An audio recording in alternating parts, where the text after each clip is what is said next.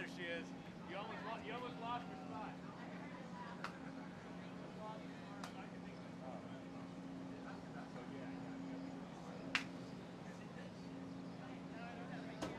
Good morning, how are you? Good, how are you guys? Well rested. Happy Father's Day. It's on. Is there anything special that I'm going to ask you, like to talk about? Like, and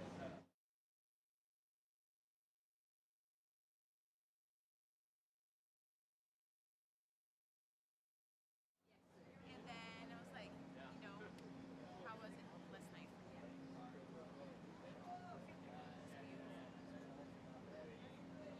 So incredible to me.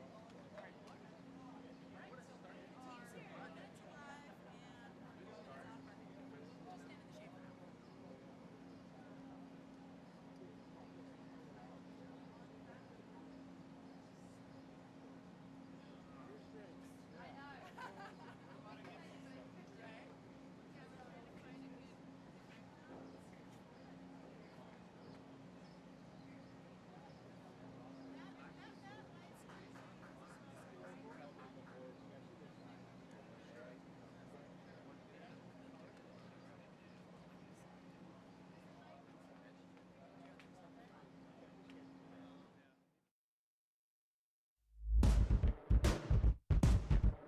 Like a freight train barreling down the tracks, we enter the back half of the 2023 WSL Championship Tour. With the field whittled down, the focus narrows on the world rankings. From here on out, every result counts. Oh, yes. I'm mad at him. That is unbelievable. On the line sits a shot at glory at the Rip Curl WSL Finals and a chance for surfers to represent their home country next year on sport's biggest stage. Entering stop number 6, unproven contenders look to take on clear favorites. The fight for the WSL Final 5 starts here at the Surf Ranch Pro presented by 805 Beer.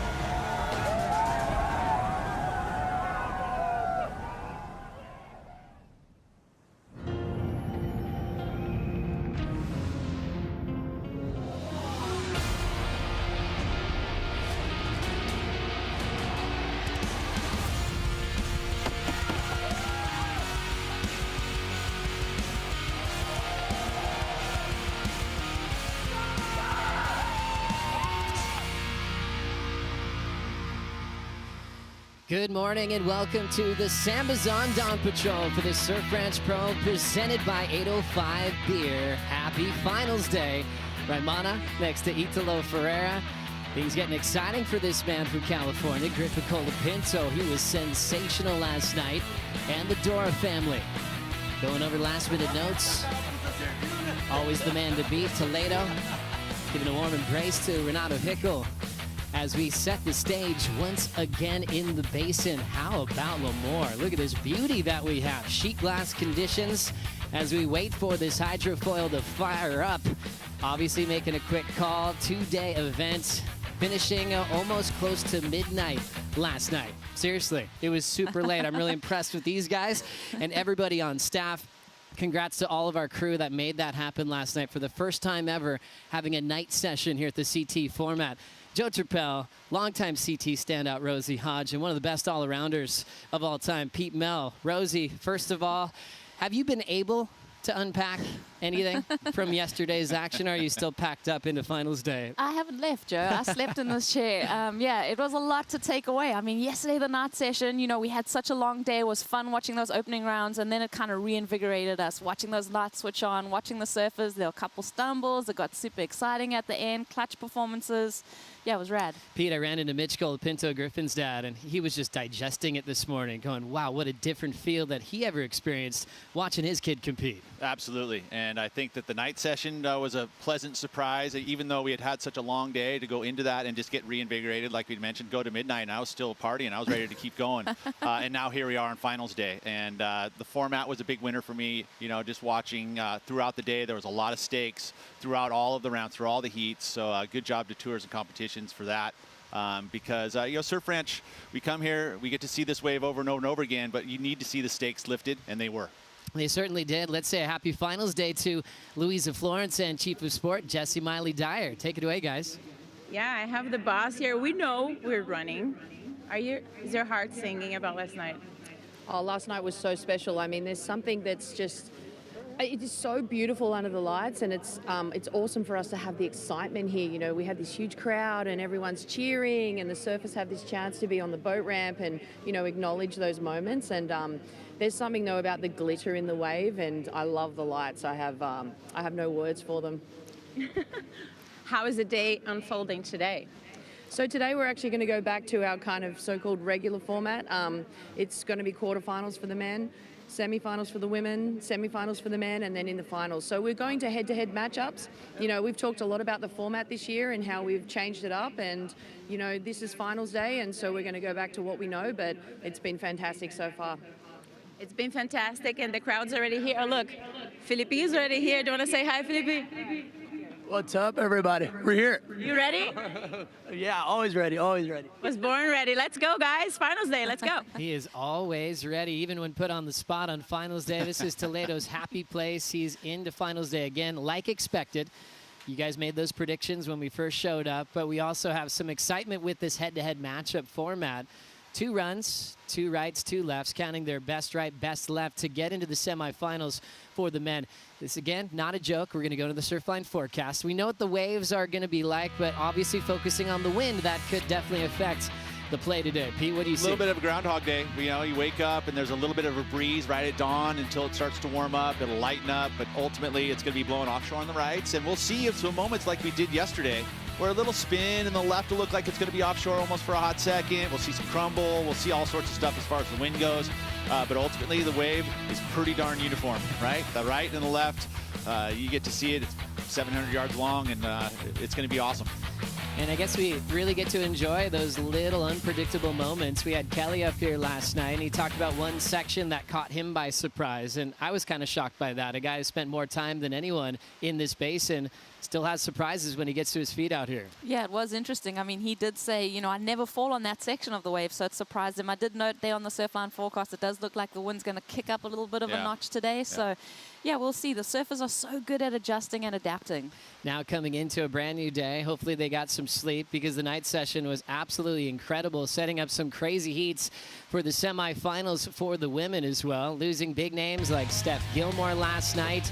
But how about the finals day draw? Caroline Marks takes on Katie Simmers, Carissa Moore, and Tatiana Weston-Webb, Rosie. Yeah, we saw some insane surfing yesterday, and just in that seeding round, the night session, where one woman got to escape all of that. We saw Steph go down, we saw Joanne DeFay, Lakey Peterson, past champions, but Katie Simmers was such a standout. So fun to watch. It was so cool. Anyone taking down more. She has the most amazing track record at this wave. Look, you think about this draw right here, and you're going to make some picks. I mean, we were all excited about Simmers. I hope she can keep that kind of going on that side. I mean, Caroline Marks is no easy feat, right? But, yeah, Carissa Moore on that side, you'd have to say that she's probably the favorite. But Tati's super gnarly, too, so it's just undecided. Yeah, well, we were interested. Katie was so amazing. Carissa's the only person that's beaten Katie in this event so far. I like that, Rosie. Now the quarterfinal bracket for the men. Colapinto, Dora first thing. Then we go to the Toledo show. Fioravanti has been just proven through the last few days. Ethan Ewing will have Gabriel Medina and #1 in the world, Joao Chianca and Italo Ferreira, Pete. What's really the heat to watch there? Wow. Again, all pretty darn good. But I'd say that the first heat is the exciting one for me. You know, that Griffin Colapinto against Iago Dora. I just noticed the Ethan Ewing, Gabriel Medina going back to Bells Beach where those guys met up. I think, you know, we like to talk about rivalries and just getting one back. It's going to be interesting to watch that one unfold. And now it's all based on seeding to set up these matchups on the rankings on tour. Remember, a lot of things shifting in that WSL Final 5 picture.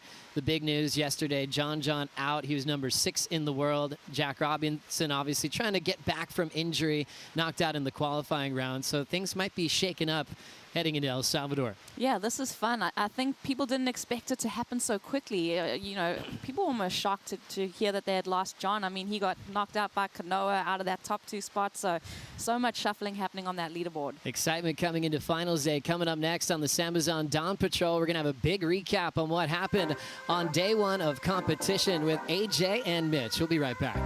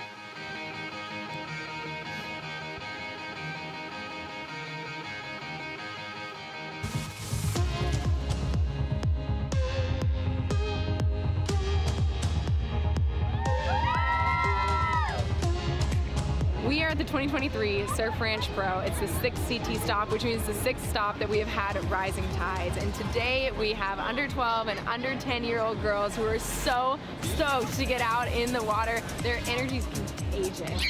Like being at the ranch here is just like so amazing, and you just like want to take it all in. Wow, am I actually like here right now? It is so sick as a woman surfer who just loves empowering other girls to see this group come out. I'm so stoked for these girls. I can't take it. We're all gonna be on the CT one day. Hopefully here surfing at this contest. This is why we do it, right? We do it because this is where it starts for them. And this is how they say, I can be a CT surfer.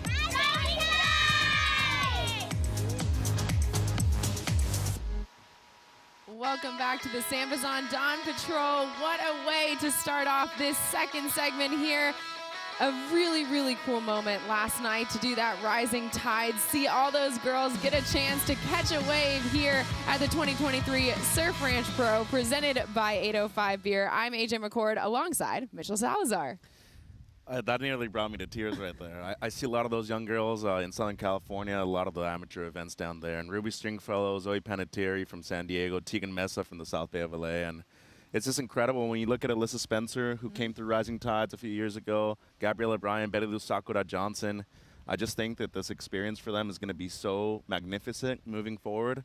And how was it for you? Do you think it's going to have that kind of impact for them in the future? I can guarantee it had that kind of impact for them because I had a chance to get on the jet ski with Betty Lou, and Betty Lou's cheering these girls on, and they're just shredding these waves. And it wasn't just the way they were surfing, it was the look on their face. You know, like these girls are already hooked on surfing, but then to get a chance to surf here on this perfect wave in this huge arena setting, it was like this was their moment. And it was just one of those, like, it was almost like a proud parent, even though I just met all of these girls, but it's the next generation coming up. And it's one of my favorite parts of every event that we do because you really do see that fire in their eyes. And it's almost like you believe you can do it, but then you see yourself doing it and you go, oh no, I can really do this. Yeah, no. And they're going to achieve it one day. They said we're going to be on the CT. We're going to be surfing this event one day. Fully expect to see that. Now, yesterday we did see a bunch of the CT surfers try their hand at this wave here at the Kelly Slater, the Surf Ranch Pro, and it was so much fun to watch. We have so many highlights to get to. We're going to try and squeeze it all into 4 minutes. Let's start with the early sessions yesterday. Here are some highlights.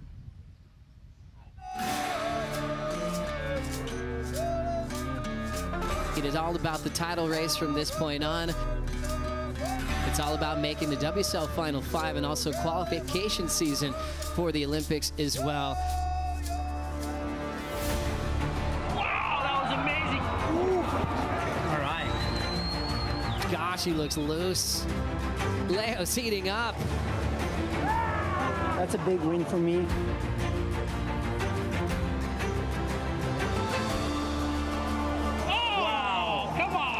That's my goal. Bring variety to this wave. Make people excited about it. That's what we've been waiting for. Felipe Toledo has entered the arena.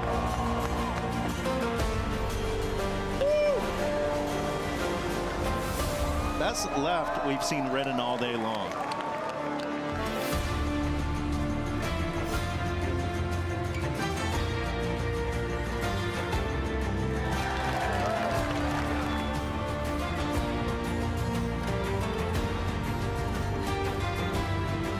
Dora crushing sections down the line, and this is what makes him gnarly. Yago Dora does it again.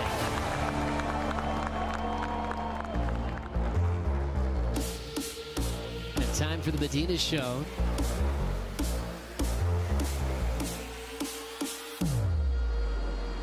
He goes corrupt and gets it. As we look at John, important ride for him. 6.93 for John. He does get it. Here's Carissa Moore. Wow. Beautiful turn there. This has been an incredible ride for the Hawaiians so far.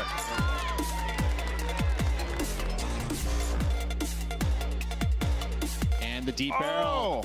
Comes out of the initial barrel right there. How was that grab rail stance? I really like this event. I thrive under pressure. I feel like I do better under pressure, so yeah, stoked. Bring the yellow. Bring the yellow.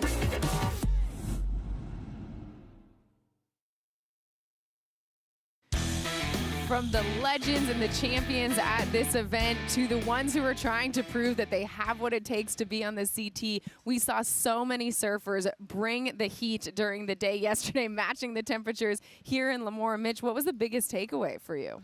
Well, obviously seeing, Gabe and Felipe move through with ease was very impressive. Got to give a lot of props to Leo Fioravanti. First heat of the entire event, goes out there and gets the heat win. Beats Jordy Smith, Kelly Slater, and Jack Robinson, is currently rated number 5. I think that an impressive performance from him against Felipe guarantees him a semifinal finish. I think if he can beat Felipe, he can beat anybody else. On the women's side, really like Tati. She embraces that underdog spirit. And I think Caitlin Simmers is going to surprise a lot of people. She obviously made it through the qualifying round into the night session, won that wild card into the semifinals, and now she has a shot of winning her second CT event of the season. To me, what was so cool was the pressure that these surfers performed under and how they rose to the occasion. And if you thought there was pressure in the early sessions, let's talk about the night session, because that on the men, there were only 2 spots available on finals day. The women just 1, and whew, we were down to the wire. We're in the night session. This is one single wave, all on the line. It should be an exciting night of action right here. When do you get to say that? Last chance effort for McGillivray. Kelly Slater, first wave of the night session for him. How's that layback dagger on the outside? Oh, Kelly goes down! Oh, I'm baffled, Mitch. It's kind of a blur now. I don't usually fall right there. The young Californian from San Clemente. Strider, how's this angle? Oh, it looks like Friday Night Lights, baby. Yeah. Come on! Wow. Get the cold picture, ladies and gentlemen. Let's do this. John Florence, he's here to play under the lights. An 8.3 for Kanoa Garashi. John moves out of the top 2. He's definitely fired up. He knows it's coming down to this wave. What does he have for us? Throws the fins out, stomps a reverse in the flats. Scores coming in and gets it. Wow. Blowing tail out the back. That was insane right there. The 8-time world champion, Stephanie Gilmore, looking to beat a 7-point ride at the moment from Lakey Peterson deep in the barrel. She's out.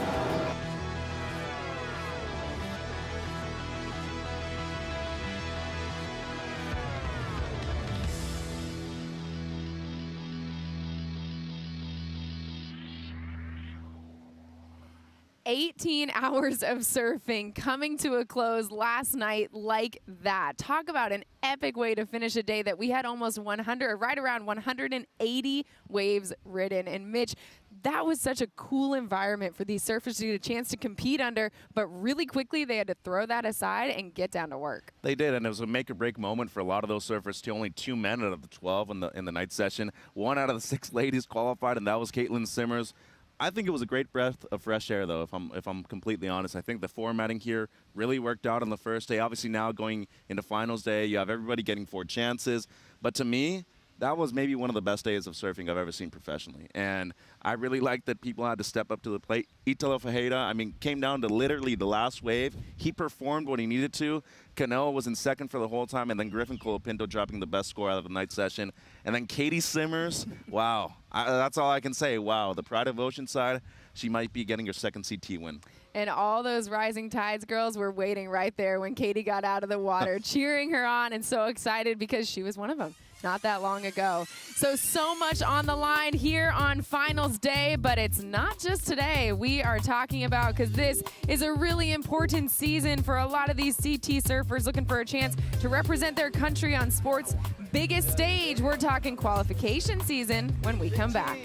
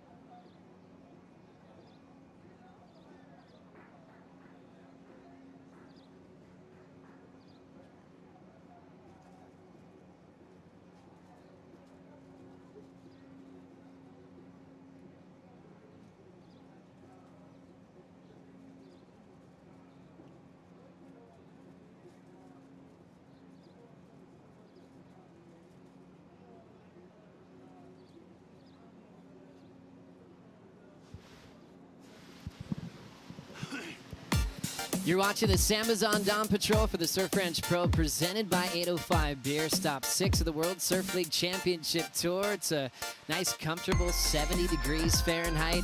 Fans are set, ready to see the champions come to play here at this wave system, creating perfect waves on demand. It'll be a quarterfinal format, head-to-head matchups, and then to the semifinals for the women. Joe Turpel, Rosie Hodge, and Pete Mel here.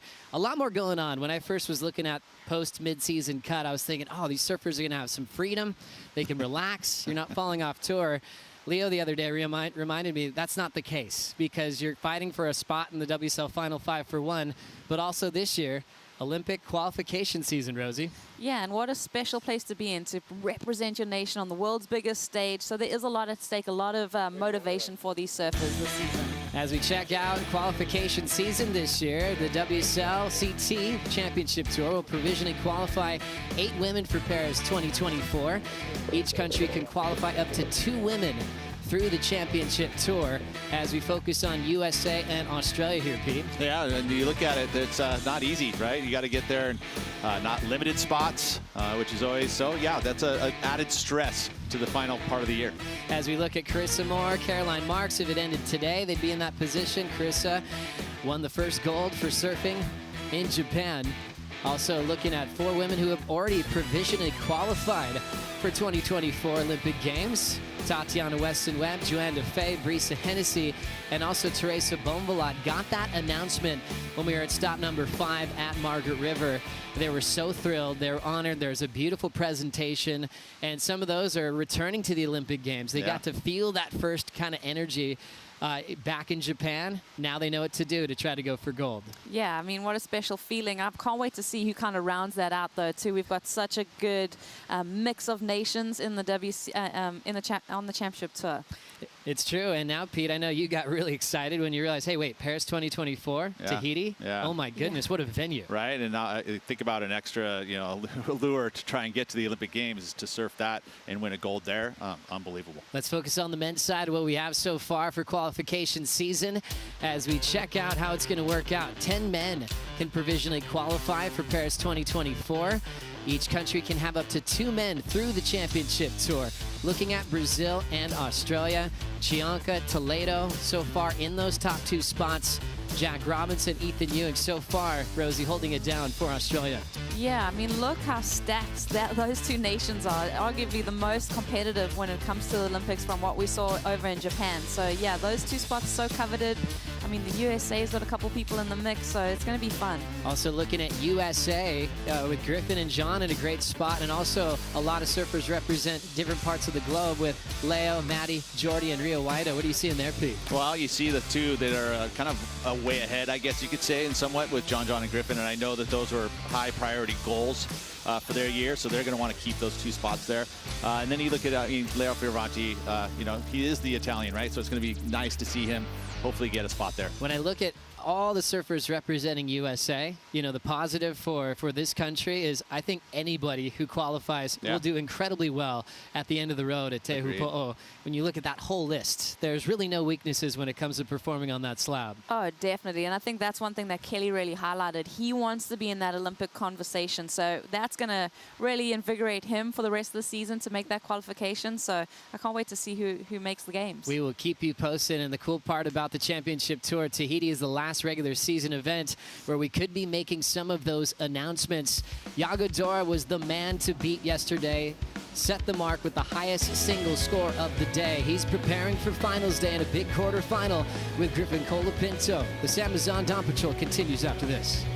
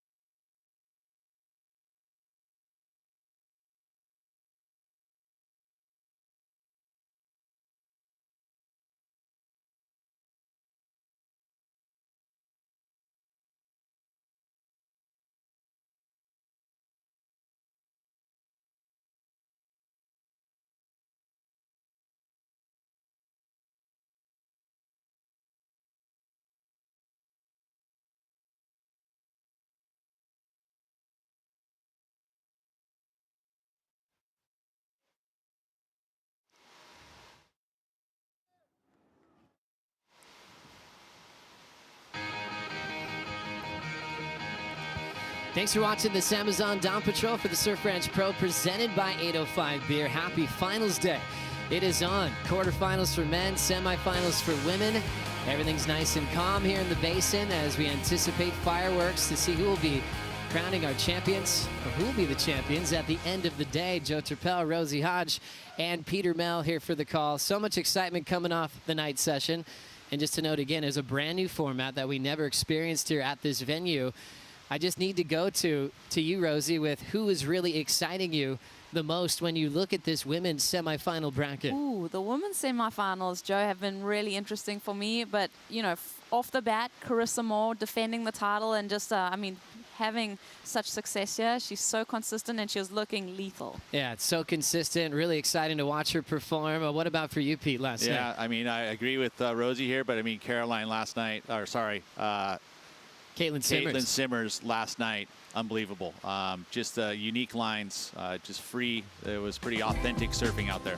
As we check out the bracket, Caitlin Simmers, just 17, world number 5, has to deal with Caroline Marks. How's this one playing out? Are you going with the excitement of this youthful movement? Oh, I love this heat on paper. You got the goofy versus natural. Caroline Marks is so lethal. She's just a hammer. But Katie Simmers, there's something about her that just surfs from the heart. She's got such a unique perspective and so exciting to watch. You never take your eyes off her. You kind of look at this wave that's, you know, man-made, and she brings the joy that you get in the ocean, that natural kind of stoke when she rides a wave out here. It's crazy, right? And we were discussing that, you know, for a wave being as mechanical and, you know, similar every single time. It's this free spirit. I don't think there's been a single ride that has matched up. It doesn't look like she has absolutely zero routine. She's just out there feeling it. Well, am I getting this right? Are we getting a brand new champ this year from both of you? Are you guys both going with Caitlin Simmers for the win today? I believe so. Yeah, I think she's going to do great, but Carissa beat her in the opening rounds yesterday, so we'll see. But I was on the phone to my husband, and the thing I said to him for highlight, watch Katie Simmers' wave. Like, that was the first thing that popped in my mind, if you're going to watch something. And that's real. That's when someone's making an impact. They're changing pro surfing. She already had a win this year, and it looks so natural. She's getting comparisons to Reynolds and Tom Curran and all these mysterious professional surfers that just have that special connection to change surfing. Yeah, good. It's so refreshing. It really is. Also looking at Carissa Moore, though, I can't really go away from what she's done out here. Her consistency is just unbelievable. The way she really proves herself out here. I'm looking for her to take out another title. The men were incredible. As we look at some of the major highlights from last night, Italo and Griffin were stellar in the night session, getting the last 2 spots into the quarterfinals. It could have been more dramatic for really both of them, Pete. And if you think about it, actually everybody ripped in that. So it was almost like, yeah, those are the highlights, but reality started from the very first wave all the way through. I mean, there was just this build-up, and the pressure was all, you know, palpable for everybody. John had took the lead for a moment, and like all these things happening. So it was a full storyline, and then of course ending with the very last wave of that session with Italo getting the cut. So true. Oh, in my mind, Pete, I think there were a couple falters. I mean, we saw Kelly fall. We saw Reo Aida fall on his left on his bottom turn. There was a lot of adjustments being made, and just how hard it was to surf in the nighttime. Yeah, really exciting. Looking at Toledo taking on Fioravanti. Toledo, the defending event champion, was able to catch up with Luisa Florence earlier.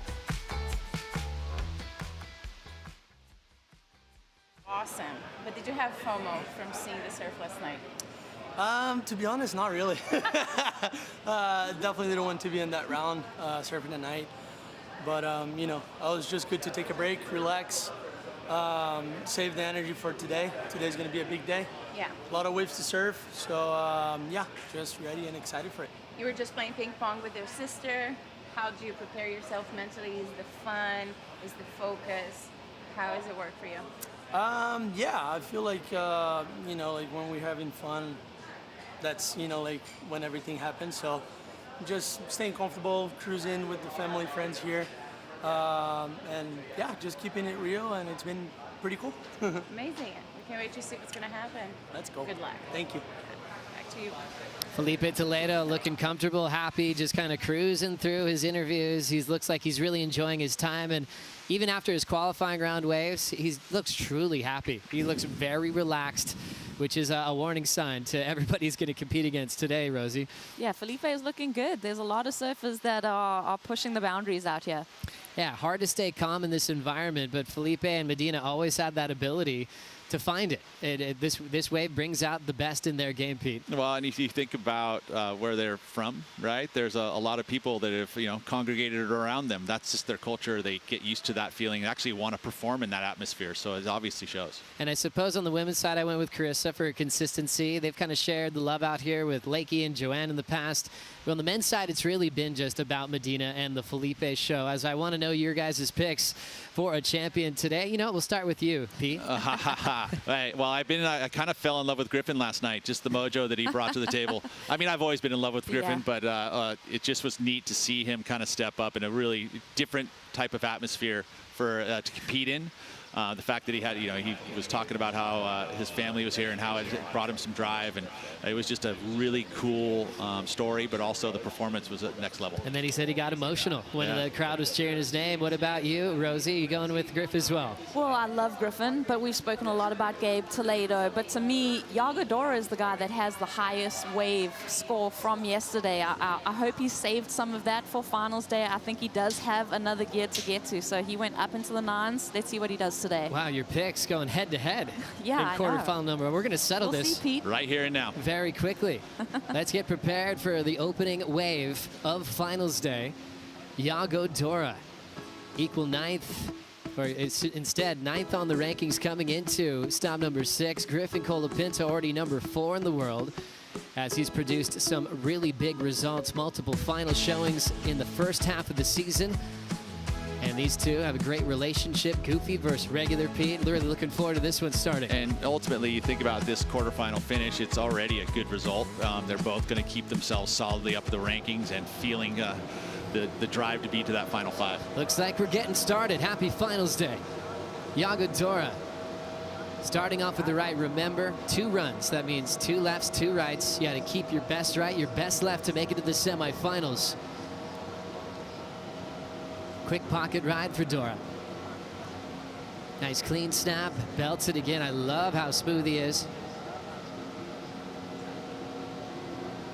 He doesn't even have to think in between these types of turns, but they're all dynamic, all right where they're supposed to be, right in the pocket. Now slowing down the bottom turn to attack the lip as it bottoms out. That is a tough transition. Winding up for the finish, one of the best aerialists in the game. Can't find his feet on that whip. He's featured some of my favorite backside airs in competition, including when he came back from injury last year in El Salvador, where he picked up his board upside down and did a wild rotation. I'm not sure if anybody on tour has a better make rate than Yago Dora, so rare fall there at the end section. Rosie, what about the start? Yeah, he hammered it. I mean, releasing that tail, and you're so right, he's so consistently making these big maneuvers on the inside, and I think that's, you could tell there was just that little bit of, okay, I left something on the plate. There's a scrap that I could have snaffled up, and that fall right there, not completing that maneuver. He's going to have to tidy that up on the next ride. Pops is always so positive. Even with the fall, he's clapping, and smiling. It's great. But, I mean, that transition you had mentioned going into that last barrel, so challenging. He timed it perfectly for it, so he could actually get the barrel and have enough speed to get this maneuver up above the lip. Didn't pull it off, obviously, so it's left a little bit out there. If he pulls that down, we see a very strong heat started for Yago. So remember, Yago Dora will have one more right to try to improve on what he just accomplished on his opening right of the day. Yesterday, we saw the staggering in the qualifying round of competition. This thing is going to go back-to-back in your first run as Yago prepares for the left. Look how focused he is. He's very determined today. You can see this. This is finals day. He sees an opportunity here. He wants to seize it. Let's get refreshed on the history between these two. Griffin Colapinto and Yago Dora met up in the South Pacific. A wave called Te Hupo. Griffin, the regular foot, an amazing backside tube rider. Yago Dora is zen-like when it comes to tube riding. And look at those conditions, Rosie. Man. This had to be up there with heat of the year. This was unbelievable. Right to the bitter end with Yago and Griffin. So insane. This was a tough result for Griffin, as we remember, Pete. It was horrible. I mean, that's the thing, too. I mean, the fact was the waves are going off.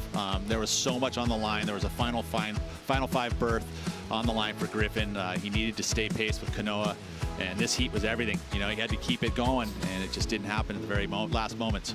And right at the end, Griffin lost the heat, shook Yago's hand, and then had to kind of see what would happen. As we know, the story went on. Kanoa got that amazing wave to take the last that few minutes, too. Exactly, Pete. That last spot in the WSL Final 5.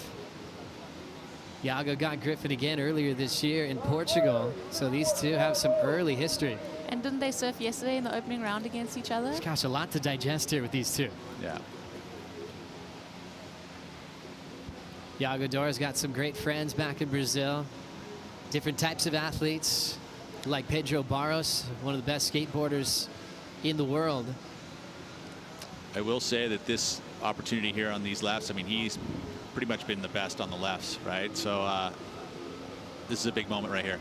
This is where Yago completely takes over the basin. He is so fluid, never looks rushed, but can capitalize with spontaneity and radical surfing. That gave him the highest score from yesterday's competition to earn the berth straight into the final from the qualifying round. Dora stepping into pace. Second move, frontside hook. Third turn, he's got a little air drop, and he just gets off balance. That's so, I mean, it happens. You don't see it coming either. And then just instantly, it's like the wipeouts here, just a flash of a half second. And you just like, why? And why? Yeah. Why? What happened? Why? I want to redo. And that's just all pace right there. He's just getting ready, warming up. Last thing he's thinking is anything going wrong here, Rosie. What'd you see? Yeah, just starting off so strong. You're like, okay, this is it. We've spoken about that 9.3 from yesterday. He floats through that section. That foot just dislodges, goes to that edge, and just tipples over. It's so, happens so quick. You know what it is, too? It's so funny with the surf ranch because the water is obviously fresh water. There's a little bit of siltiness to it, and sometimes that wax can feel a little bit slick. Yeah, he lifted his foot just to jump off the lip right there, and it just came off. It didn't stay with him. Yeah. You know, it was unfortunate there, and it landed right there on the side of the stringer and dug a rail. Yago will get another shot at the left. It'll be a 1-5. Dora's right, a 6-5, and that'll be Griffin Colapinto's turn to try to take over the lead in this first quarterfinal on finals day at the Surf Ranch Pro, presented by 805 Beer.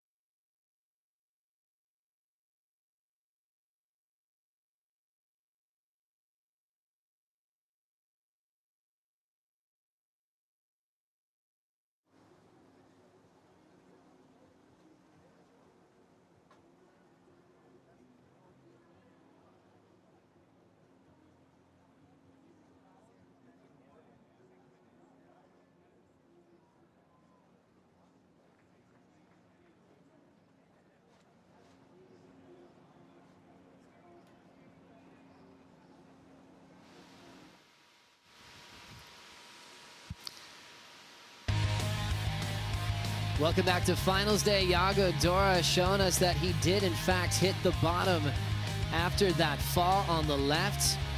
So seeing that cut right there on his forehead. Dora trying to shake that one off and prepare for his second run as we get things started with Griffin Colapinto, his opening ride of Finals Day. Number 4 in the world. Starting off just tracking on that Matt Biola surfboard. They call them lost surfboards, they call them mayhems. He loves them under his feet. Getting barreled and still traveling. Griffin gets the exit. Morning was. Oh, what a deep tube ride to start off. A little off kilter, then into the tube. Beautiful, comes out, hits the lip. Another big gouge. Oh, fins are out. What? Come on. Let's go. Griff warming up here on the inside. Bang! Throws tail again. What's up? Griffin Colapinto time starting up from last night. He's right back on his game. Big front side air again. Oh, and he goes over the handlebars. He was looking incredible right there. He would have stuck that. We would have been going into the 9s, I think. Woo! It's on. Griffin Colapinto. A lot of excitement. Morning, Strider. Oh, man, what a morning. Yago, that looks gnarly. I don't know if you guys caught that, but Yago's got a big scrape down his nose and his forehead. We saw that. The danger zone out here. Griffin, beautiful surfing right there, my friend. I love it. Strider, did you go to bed last night? A few little hiccups, a couple big turns. Oh. Yeah, just gonna keep playing the game, I guess. Well, you got another shot. You're gonna go get it. Let's see it. Oh, I can't wait. That end section looks beautiful for you, though. Thank you, thank you. All right. Let's go. Woo! Griff staying in the zone, and Strider is frothing as we check out the review of the barrel on the takeoff, Pete. One of the better ones we've seen. It was nice and long, really deep. So the judges have to take note of that. And that's what the barrel's all about. You got to be riding that cut edge in the back of the barrel. He did. You think about a couple of these fins-free turns right here. Both of them. I mean, they still feel like this could be a good number. Probably the best number of the heat, even with the fall at the end. But I mean, this stuff right here is not easy to do. Look at how compressed he gets and just whips it so quick and straight into another one. Yeah, just so beautiful watching him just swing that tail around. He identified a couple of mistakes here and there, but I'm just looking at really flawless surfing. And you know what's really hard? A straight air with no grab on that inside section. That was going to be huge. We'll watch it here on the replay. Griffin looking unbelievable, but yeah, he's been going for moves like this, no rotation, just extremely difficult. Yeah, where he did that, you know, that wave does start to flatten out really quickly, so he's almost trying to time right where that transition is. Just needed another, you know, inch down the line. It would have been a little nicer landing. Griffin Colapinto found the formula to win last season, and he's happy looking at the calendar knowing that he will be the defending event champion. Coming up at stop number 7 back in El Salvador. This man was so challenging to beat on this right-hander. He was spontaneous, ripping through his sections, really explosive when it came down to it, and won an incredibly close decision over Felipe Toledo on Finals Day. Yeah, he just found his groove. I mean, he won. He did so well in Portugal, then coming into the event in El Salvador, the guy was on fire. He seemed unstoppable in those first few events. Sometimes things just click into gear. A lot of the greats say, like former world champ Martin Potter, once you win once, you just start understanding how to do it again. And I think Griffin got to live through that last season and even the year before, finding more consistency. But his happiness is infectious. His honesty is just so real, and we're grateful for it. His opener, 6.67, just a touch better than Yago's right. Yago had the 6.5. Now time for Griffin to go left.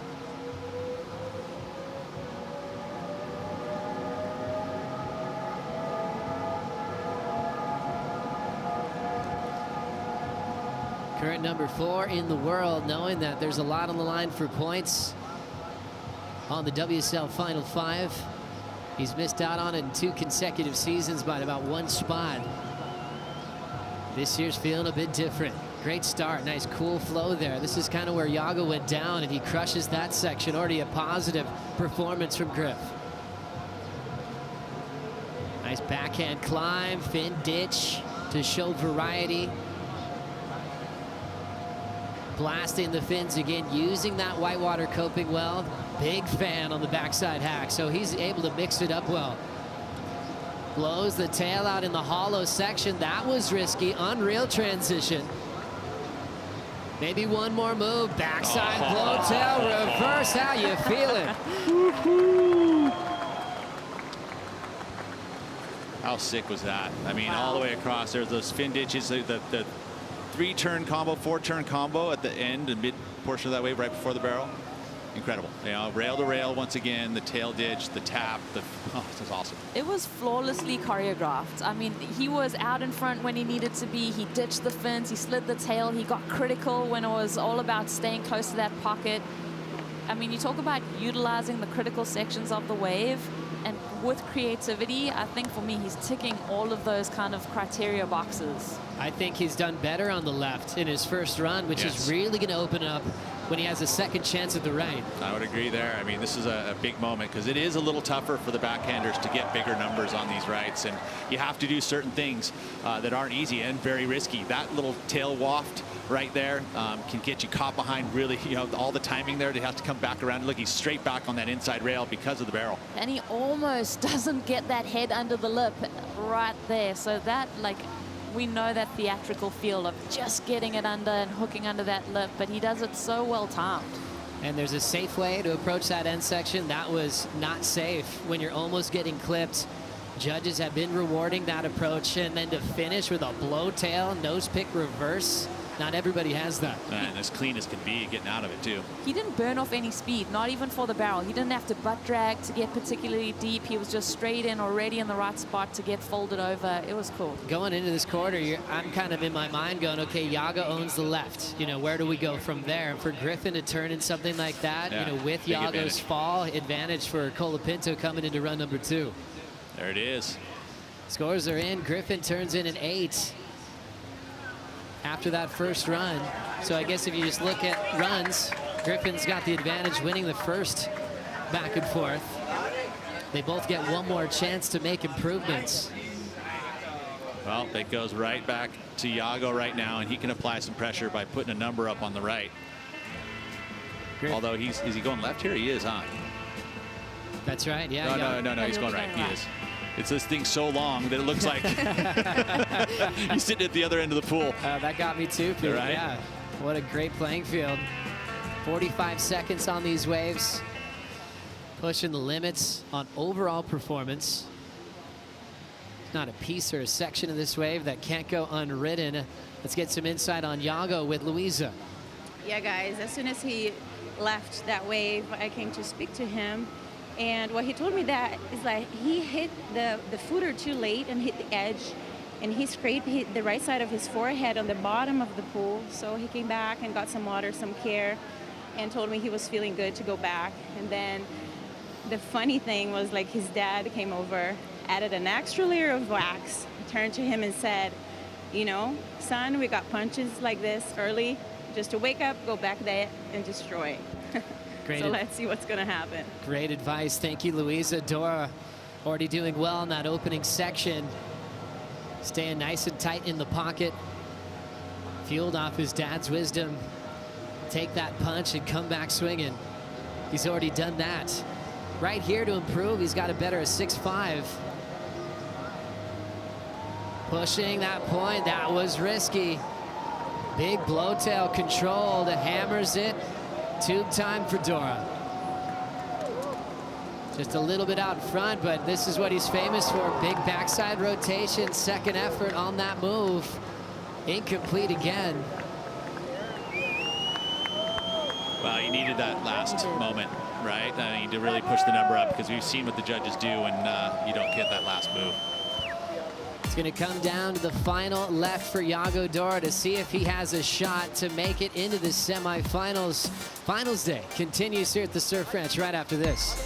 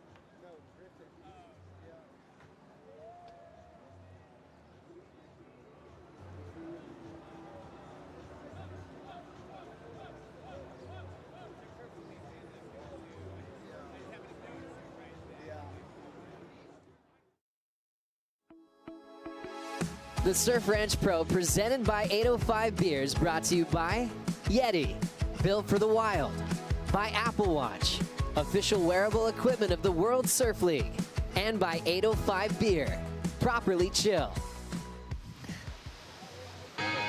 You're watching Finals Day. Yago Dora has one more shot to turn in at least a semi-final performance. He's got to get past Griffin Colapinto. He's looking for an 8.17. Remember, yesterday he had a 9.37, and this is where the magic happens on his frontside attack on the left here at the Surf Ranch. Strider Raspberry Wazalusi, a proud goofy foot who's got a lot of great energy here on Finals Day. Looking forward to this last wave from Yago Dora, Waz. One of those things where the pressure is on. This is where it all comes down, but that's what these guys are made for. That's what this venue is made for. It's made for the pressure cooker. Fans are on the wall, the machine on the side. There's nowhere to hide.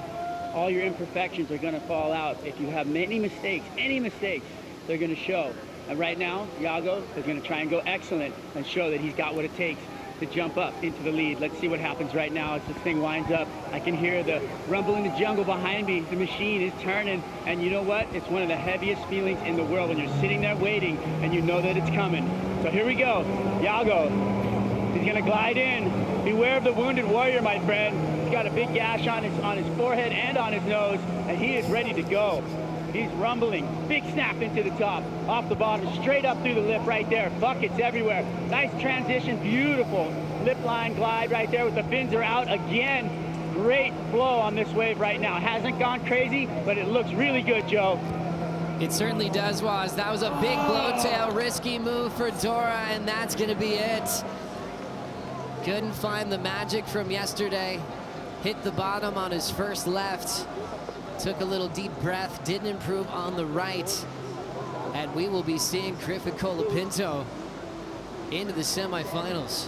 And he's going to get 2 freebies right here so he can put on a show. Which is such a huge advantage to fill out your equipment if you need to. At this point, he probably doesn't have to, but he'll have a chance to save his legs because it's going to be a big finals day. It's going to be a huge finals day, and what an advantage for Griff going into the semifinals. That was, I mean, Griff surfing was insane. This wave, the beginning part of it, you're like, okay, this is setting up. He's doing so much better. You think he's got it. What happened, Pete? He just went for it. It's what he needed to do, but he gets it reverted back the other direction here. And right then, the footwork, you know, just a tinge off. You know, I guess the same thing happened on the wave before, so just a little off today. I mean, just think about what these surfers have had. They've been here for a good 5 days, probably, you know, warming up. So it's been a full burn on legs. You know, everything looked good right here. It's just, just those little subtle mistakes, as Strider mentioned.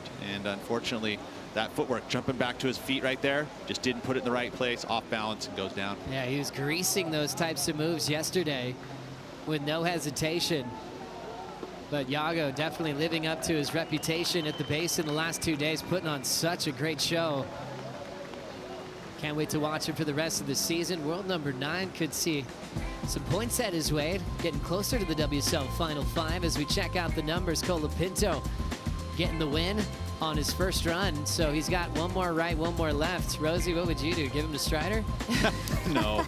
No.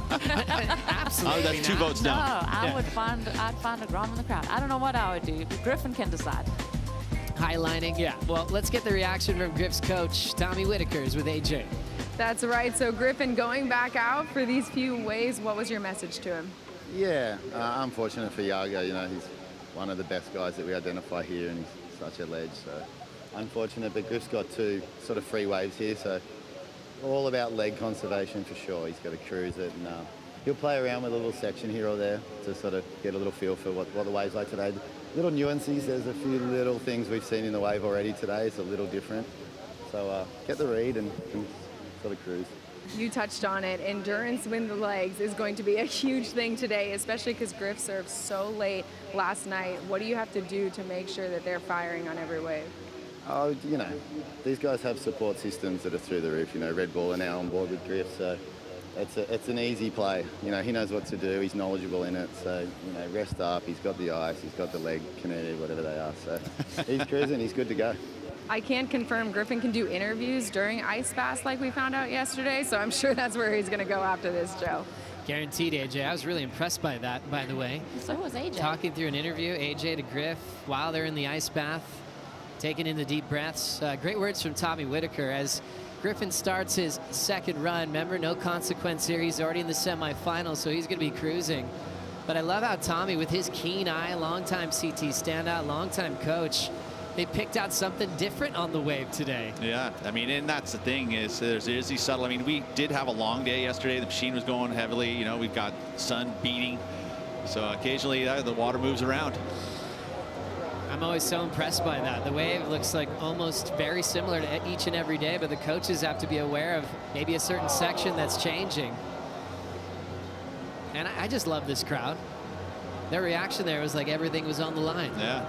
Exactly. Well, they want to see Griffin do something you're big. like, you're right in front now, do something. I just had deja vu of what Kelly did in the night session right there. That was that same little section, probably one of the nuances that Tommy was speaking about in the wave.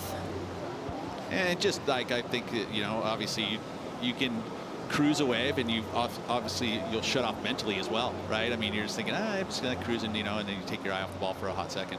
I guess if you have some wild, creative idea in your head, like Maybe Griffin often does. Yeah. Maybe he like chances that in front of the panel to see if they get really excited about a certain type of turn. Oh, Coach that Drapel. hasn't been done before. Maybe that's how you take on this last left. Yeah, that could be it. But we have seen, like, if you see something repetitively from the judges, even if you like reveal it and it's just like, okay, what is this going to score? Then the judge, you do it again. I don't know. There's like, so you can overthink it. Right. So many different ways. I think with a wave like this, you almost want to hide everything if you can. Yeah, well, that, don't I think post your waves before an event. Yeah. Right? Right. I would agree with that. You don't want to get numb to it if you have something exciting to bring. Well, I'm still thinking about what Griffin did in his first go out here a couple of years ago when he rode backwards on his surfboard just on the flat line without the fins, and we were all like, whoa, that was sick, and he went into the barrel. Do you guys remember that? Mm-hmm. Go back and have a look. And now we always like thinking about the basin. Griffin's one of the favorites. So cool. Let's hear from Griff with Strider. Thank you, Joe. Yeah, Griff looking pretty relaxed with that tube ride. How fun is that? No pressure, just getting barreled. Oh, it's so fun. Yeah, I just was like, I was going to try out an air reverse from the start, and then I think the wind was a little too offshore, so I was like, oh, kind of weird. And then, yeah, I just was like, I'm going to enjoy the barrel. And then went all freaking, got all like relaxed and just fell over. So, yeah, I'm just probably going to, I don't know, stay relaxed, but you got to still stay tuned on. So, but I think this next left, I'm going to try rodeo. Okay. Well, let's see it. I'd love to see it. And, you know, it just, question, how's the legs? Oh, they feel good. Yeah, that's the thing. I don't want to fry my legs because my next heat will be coming up. So try and keep them safe. And yeah, I'm going to see if I get to the end and try rodeo on this side. Yeah. All right, Griff, semifinals. We can't wait to see you. I'm already in the semis. He hasn't even caught in his last wave right now.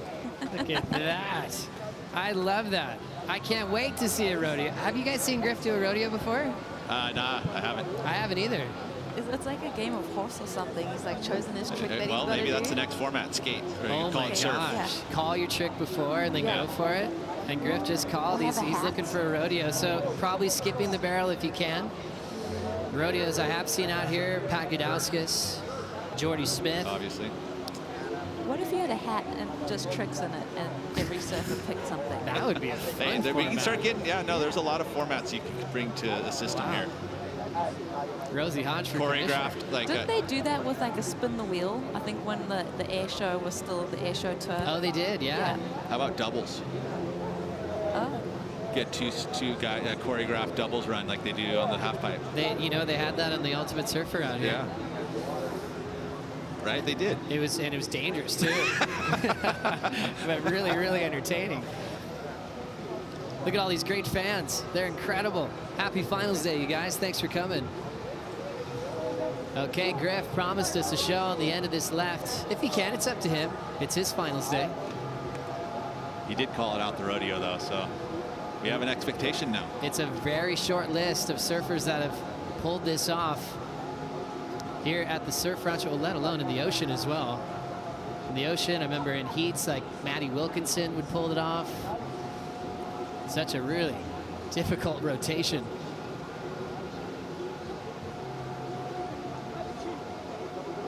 And this is all just pace work. I wish I could do that. All cruising, not putting out too much energy.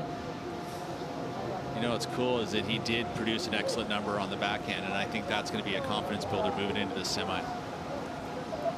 Here he comes. Let's see if he can get it. He's out in front of the barrel. There's the lip. He's got a good spot to go for. There's the rodeo. Griffin. He had it. That was it. Almost got it. Everything was perfect, right? It's just the transition so tight. And I suppose the great idea there, you can't practice at this event. So if you know, hey, maybe I'm going to need a rodeo in the final. Yep. He already got one out of the way, but probably felt really good how close he got to pulling it off. And there is only there's a short amount of space where it gets too fat and where it gets too cuppy. So that I like where he did that was perfect to me. The timing was good. Yeah, and that's exactly it. I mean, he's setting it up. Look, and this is where he's figuring it out. Where's it at? Where's it at? Because he has to get the landing right. And oh man, it was there. Just that, the transition right there, a little too tight. Like if the wave was maybe 1 foot bigger, you get to do that. Thank you, Griffin.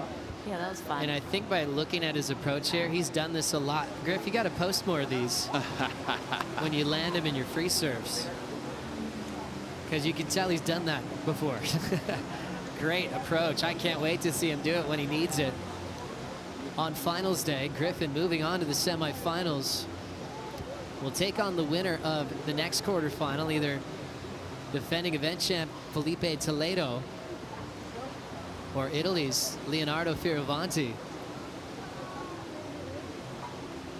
Already guaranteed at least semifinal points, which is really promising in the WSL Final 5 for Griff, and also for Olympic qualification season. Colapinto did it in one run, and a tough break there for Dora. We saw him hit his head on his first left, had the cut and scrape on his forehead, went back out to fight again and just fell when he was trying to reverse around that big blowtail. Congrats, Dora, though. You gave us a lot of entertainment these last 2 days as we bring in a brand new heat. The man to beat, Felipe Toledo, defending world champ, defending event champ, who's been always in the, he's always been in the final when it comes to competing out at the Surf Ranch. And Leo coming in at number 10. Can Leo kind of change the theme of what Felipe's done all these years? I was incredibly impressed with Leo yesterday in the opening rounds. Like he's looking so solid, and I like they have a point of difference in their surfing. I feel like Felipe is obviously the fastest guy on tour. Leo's done some crazy work. Let's get some insight from Strider Wazalewski on Fioravanti. Thank you, Joe. Yeah, Leo jumped on the board. He's got a backup, but it's not a board that he's going to ride. He said, if something happens to my equipment, I've got one ready on the ski. No need to jam back and forth. Also, key note, told me, I want to breathe after my ride. I don't want to talk on the mic. I want to sit back. I want to just breathe and get ready. Don't talk to me. And I loved it. It's great insight. Mindset ready. Let's go. Here we go. We're going to see this thing blow up. Take it away. Good man, Strider, already canceling the post-wave interview ahead of time, but that's just where this man's headspace is. He is so confident, he's so sure of himself, thinks about all the elements on how he can perform at his best, and he's not afraid to speak his mind. Look at all these majors before the barrel, fitting in quite a few turns. Sometimes it's 2 or 3, and he did better than that. Oh my. Little drain pipe there for Fioravanti. How's this view? Looks like paradise from the sky. The Italian ditches fins there. Nice change up. There's some power off the lip. There's the wrap angle to change gears under the lip hook right into the barrel, just like you're supposed to do.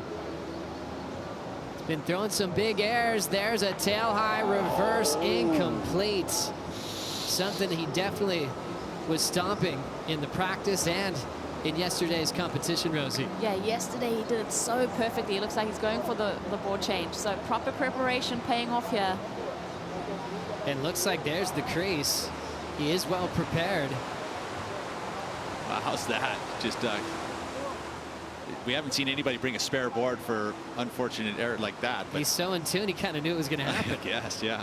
What'd you see, Pete? Just incredible surfing, so polished, so crisp. I think all of that is something that great flow, didn't look like ever rushed.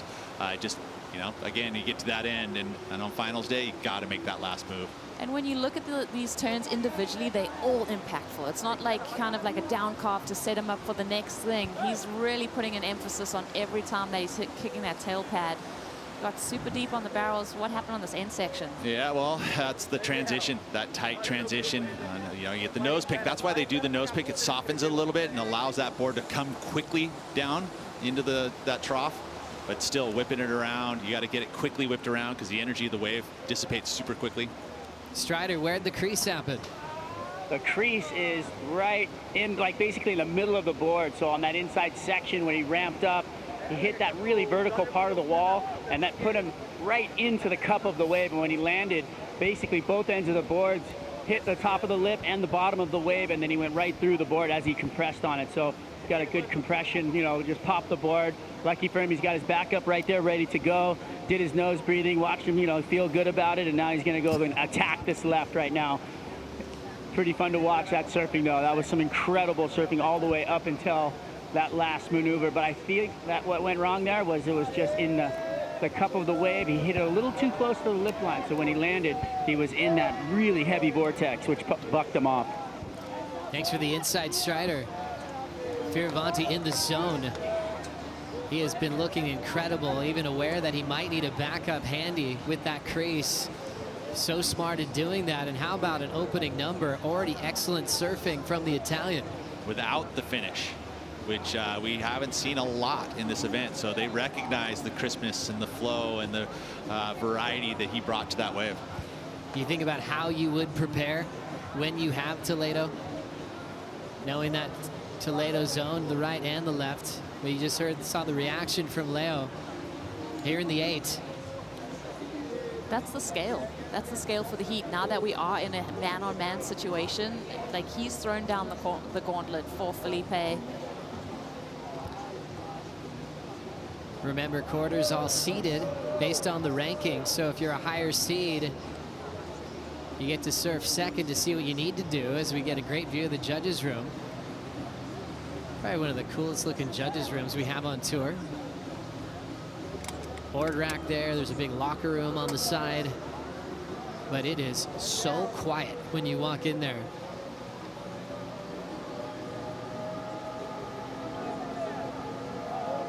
CT3 is the setting for the championship tour. It's got a pace that allows you to get barreled, but throw down high performance maneuvers. Fioravanti coming to this event 10th in the world, finaled at Pipeline for his best result he's ever had on this championship tour. Smacks it in the pocket. This man is powerful, sure of himself on land and in the water. How about that belt? Proud to represent Italy around the world. Cool little blowtails, managing those whitewater sections, going higher vertical on that moment. Love these deep transitions and absolutely crushed that section. Lunges into the pit. Fioravanti gets the barrel. End section hack, blowtail reverse. Another great start for Fioravanti. Back-to-back days here at the Surf Ranch. Really making no mistakes. Talk about applying pressure right there to Felipe. Crazy. Yeah. That's the way you take on Felipe Toledo here at the Surf Ranch. What an incredible opening run from Fioravanti as he's trying to create a major upset. Back for more after this.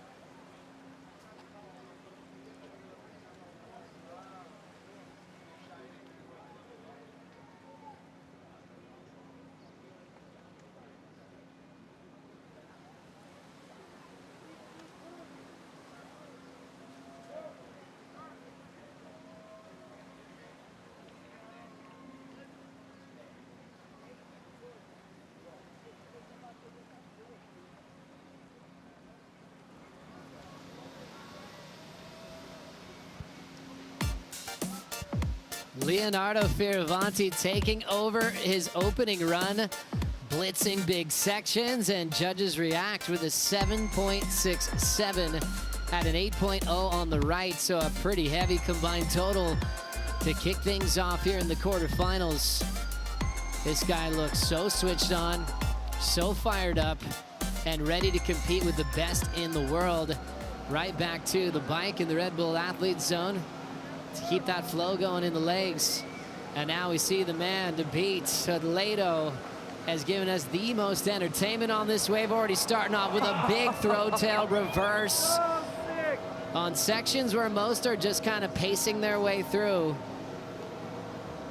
He's already going for it. Nice barrel from Toledo. Yeah, here's the thing. Leo threw down the 8 on the right, so he's got to come out of the gate swinging. Just shows us that he has just such a different read. He's able to risk everything, throws that tail out, starts to downplay that tempo as he's going to set up for this inside section.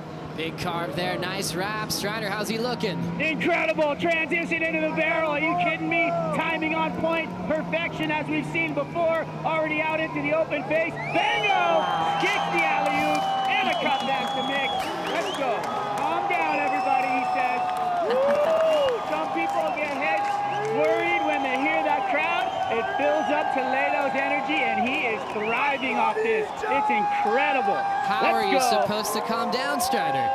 I'm not calming down. Nobody is. But you can see Toledo, he wants to calm down. He's taking it easy. He's got his head into it, and he's ready. You can see him like just breathing through this right now. It's one of those things where you can tell. Look at him. He's fired up there. He goes, here's the crowd, and it's filling him right back up with the energy. Like I said, some people, they get a little wobbly with the crowd. They're not sure what to do with it. Toledo's eating it up. He certainly is. That's why he's the king of Rio, where the crowd gets behind him and it lifts his success. Some surfers can bring their best surfing with the jersey. Toledo's one of those guys where he gets inspired by the crowd's energy. How about this? Second option on that wave, goes straight for that reverse, and he's so quick in transition and so able to handle everything that's thrown at him that he just swings this around and he's straight back at it. Joey, this is he's unbelievable. I mean, Leo threw down the 8 for his right. And Felipe, where are they going to go with this number? It was insane. All the variety that he showed us, the different pace through this wave, the power, the slices on the rail, the barrel, but the air at the end here, Joe. So sensational to have the stamina to go for this alley-oop version. And the best part about Toledo, it's not always this move. He still just reacts to where he is on the wave, and he's pulled that full rotation alley-oop so many times on the right here. And it's not a finish. He'll lay it down right after it. I know, and sometimes that little turn gets a little wobbly for everyone where they're like, ugh. And Felipe just digs that rail in. He's telling, tranquilo. Settle down, settle down. Strider's like, calm down for what? We're ready. Yeah, we're just amping up. So for judges, it's just comparisons within this quarterfinal. They don't look at any scores from the previous heat. It's all about Leo versus Felipe. They've got Fioravanti's 8-point ride on the right, so they can just make a direct comparison. And it's one venue where you're not looking at size of the wave or set waves. It's a very relative comparison, and numbers are starting to filter in. How about that? A 9.2 for Felipe. I don't know if he heard it, but yeah, double shaka. Now he's starting to laugh. And just a fun fact, no one scored a 10 at the surf run, so. Yeah, I heard Pete the other day saying he doesn't want to see one. Okay. Yeah, he just said, no, wait, let's just keep that as this mystery. There's no such thing as being perfect on this wave. Yeah. Maybe there's some there. Yeah, I can see that. I still just love a 10, though. Like when you feel it, it's the moment. It's that carrot Can't do that's anything going to be better. dangling. Yeah, just forever. Sorry, Joey. I'm getting too excited. I'll let you go.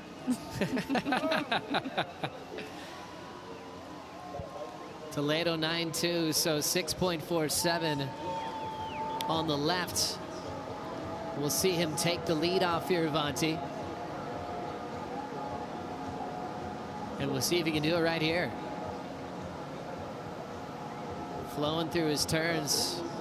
One of the best scores Felipe's gotten out here has actually been on his backhand. Almost getting a 10. Wow, cool pace to these turns. Little air drop off the float. That's showing risk and commitment.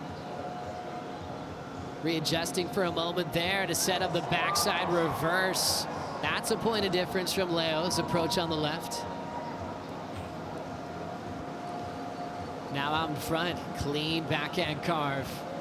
There's a white flag on the end section. It shows it's going to get hollow. Toledo just does it all by feel. Nice positioning in this inside corner. Here comes the whip, reverse. Toledo somehow is blowing up, and it feels like he's keeping himself in a low gear, and he already has a 9.2. Yeah, I mean, how? Like, you can tell there's a reservation to what he's doing. He's still building. He's kind of building the drama, building the pressure, and that was insane. I mean, that point of difference of having that air attack on that outside maneuver, and then again on the inside. What a special human being, a special world champion. Working so hard for a decade to finally call himself the best surfer in the world. At Toledo taking over as he's looking to go back-to-back with his wins here at the Surf Ranch. We'll be right back.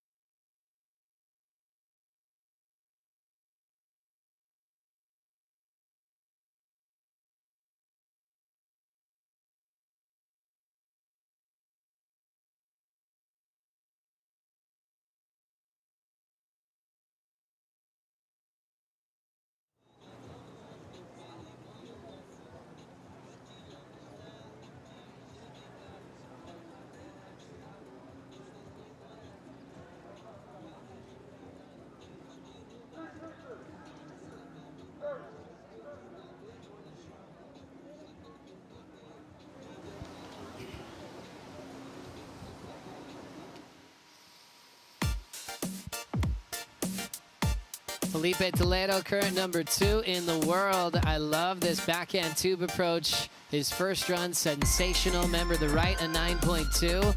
Still standing by for the score of his left that he just threw down to see if we will get a lead change. And actually coming in right as we speak. An 8-point ride, just over Leo's 7.67. So he will take over the lead as he's just calming the crowd down, conserving his energy, knowing it's a really big day. Picking up a big win this year at Sunset Beach over Griffin Colapinto in the final. And this has been Toledo's routine after each and every run, just working out the lactic acid in the legs. And the Italian in run #2, his first right, came through with an 8 without the punt on the finish. So he knows he can improve there. Aggressive power hack before the barrel. Great combination of moves. Using the armbar technique to really stretch that tube out. Well done. Nice control with these pockety carves. Pushing off the lip again well. Hard off the bottom. Nice connection off the roof. Big commitment on that full wrap into the pit. Super stylish. Can he get this air here? I think he needs it. Throw tail in the flat, spins it around in the barrel.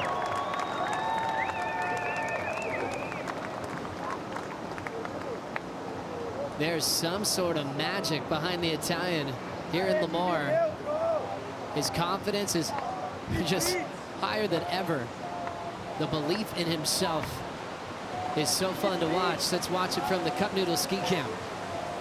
Do you know what, in my mind for Leo, it's like, okay, when you're coming up against an opponent like Felipe, the most successful surfer in the basin. It's like, what's going to set me apart? What are my strengths? And Leo's sticking to them. Each individual maneuver for me from Leo is super powerful and can stand alone as a big move. The depth in the barrel was really cool.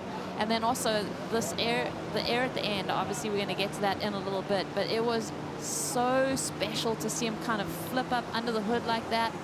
But every turn from Leo had a bit of impact, a bit of emphasis.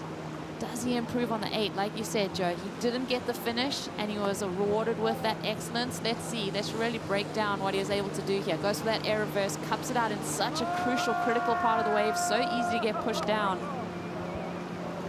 Do you think he improves? I think he does, without a doubt, and I really enjoy that finishing move. I'm thinking more risk, more technical than Toledo's alley-oop rotation on his finishing move. So just looking at that one, throwing that forward rotation after such a demanding wave, I think Fioravanti's getting his best score so far, right or left. I think he's going to be in a great place. Yeah, and we watched a lot of surfing yesterday, and that is one point that you really highlighted to me, just how incredibly difficult it is to do that air reverse, especially where Leo's throwing it down. To me, he's doing it in the most critical way by coming around underneath that lip. Well done for Fioravanti. I think he's feeling it through his veins. Very confident. He's got one more left to work with. Strider, how'd you react to the second ride for Leo? Well, it was perfect. He rode the wave to his ability. I mean, he crushed every section. He went through the lip. But there's a point of difference there. There was the outside, reverse from Toledo, and I feel like that's going to make up the difference in the score. So I feel like he's going to have to make that up on this left. And then having that in your mind, you're behind the 8 ball. So I feel like he's going to have to do a lot of work right now on this left to try and get, an above excellent score. He's got to go 9.5, 9.8, something like that. Whatever it's going to be, he's going to have to be just pure on this left. So we'll see if he can rise to the occasion. Thanks so much, Waz. Numbers dropping in for Leonardo Fioravanti, an 8.5. So with the rotation, he fell on the one before, got the 8, now built to an 8.5. So in a position where he needs an 8.71 to take the lead off Toledo. Anything lower than an 8.71, it's already over. It's all coming down to this. Yeah, let's see how he can handle this pressure. He's done so well here. I mean, it's just a point higher than what he's carrying right now, and he surfed the left so perfectly.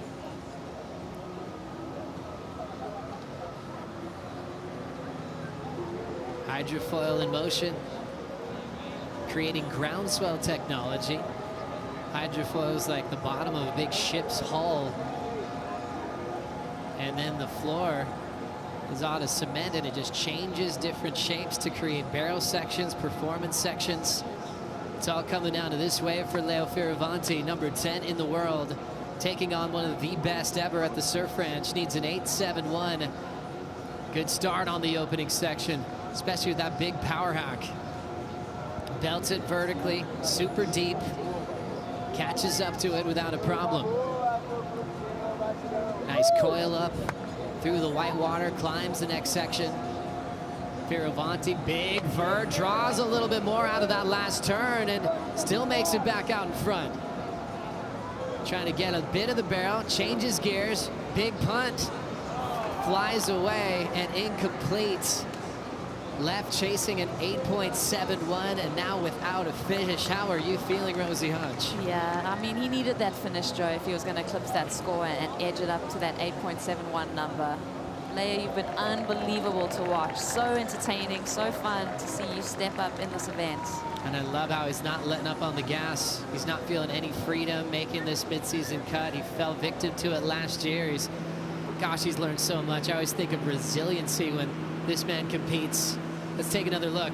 Well, what a crazy career. He broke his back at Pipeline. He's had various injuries to come back from. He won the Challenger Series last year, and now he's qualified so handily for the 2023 season and beyond. So yeah, Leo's just growing from strength to strength, and I'm especially loving his demeanor here at this event. And this was the finish you definitely need, especially when you're not in the position to get barreled. The judges told all the surfers that you don't need to pull into every barrel section, but we definitely want to look how you use it. If you miss it, you definitely want to make sure you're going for something gigantic. If you're getting really deep and disappearing, it'll definitely help out your score line. Numbers in for Leonardo Fioravanti. Coming in at a 6.0, making it official that Toledo will have yet another matchup with Griffin Colapinto as finals day continues. Leo's going to leave the Surf Ranch with an equal quarterfinal result, or equal fifth result, I should say, moving into El Salvador. And a lot of surfers who are above him out, like Iago Dora, Ryan Callanan, John Florence, so we could see some movement for the Italian. Checking out the finals day bracket, Griffin, Toledo, wow. Ooh. Final at Sunset, final in Portugal, final in El Salvador. Wow, we could go a long way with that one. Ooh, there's some history. How about the bottom half of the draw? Yeah, I love the history between Ethan and Gabe. Obviously, most recently at Bells Beach, João and Italo. What a good heat, Joey. We're in for a lot of action this afternoon. That is intense. Can't wait to see what happens with world number 1, João Chianca, who's been learning quickly this week. Who's your pick? For a champion? Well, just, yeah, out of those two quarters, maybe. I mean, you can't get past Medina. Okay. He's just the guy to beat out here 100%. For Italo, it's like he hasn't had that kind of success out here. Chianca has been learning a lot, and his depth of energy is really solid, but I think Italo's energy from getting the score last night is going to carry him through that matchup here on finals day. Making predictions is so much fun when you got this level of talent on tour. Felipe enjoys all of this. He's engaging with the crowd before these waves. As we know, he's already in the semifinals. Let's see how he takes on these last two waves. Yeah, so fun. I think he's going to cruise. You already tell that he's just kind of taking that high line approach. There's so much energy out of Toledo's approach, and right now Strider definitely looks like he's just cruising. Energy, and he said there's so much energy in the tank right now, it's not even funny. He's just ready to do some damage. He could go all day, he said, and I love that feeling of, like, you know, when an athlete is ready to go, this one, he's ready to go. He certainly is. Toledo getting tossed He's going there. under the Wow. sandbank. Sandbank. Didn't really mean to do that, taking it easy. Though Toledo understands the energy it takes to perform out here, and he knows he's got to save everything for semifinals, finals, and beyond. I mean, everyone's kind of thinking it'll be Medina today, but you never know. Especially with what's been happening on tour this year. We're going to take a quick break. Finals day continues. Toledo will be taking on Griffin in semifinal number 1. And yeah, let's do the disco float all day long, Toledo. We'll be right back.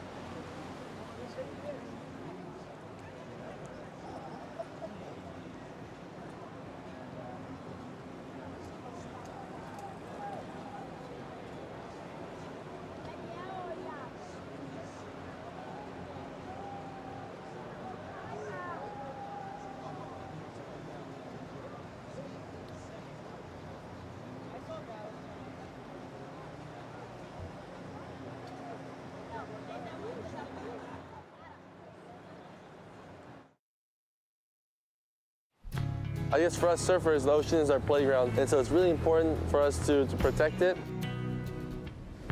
We're we're all connected to the animate and inanimate world around us, which is the environment. That we need country, and country is part of all of us. The WSL brand helped us continue our work and feel supported to then share what we're doing scientifically with the surfing community. The team that's turned out behind us, they're doing this every single day. It's so amazing. It's super important that we celebrate and value the local people that are doing amazing stuff on the ground, because we couldn't do it without collaboration. As surfers, the ocean is our playground and our stadium. Show us what you're doing to protect our One Ocean by posting on social media with the hashtag WSL One Ocean and tagging WSL and WSL One Ocean in your post. WSL One Ocean! New look, same mission.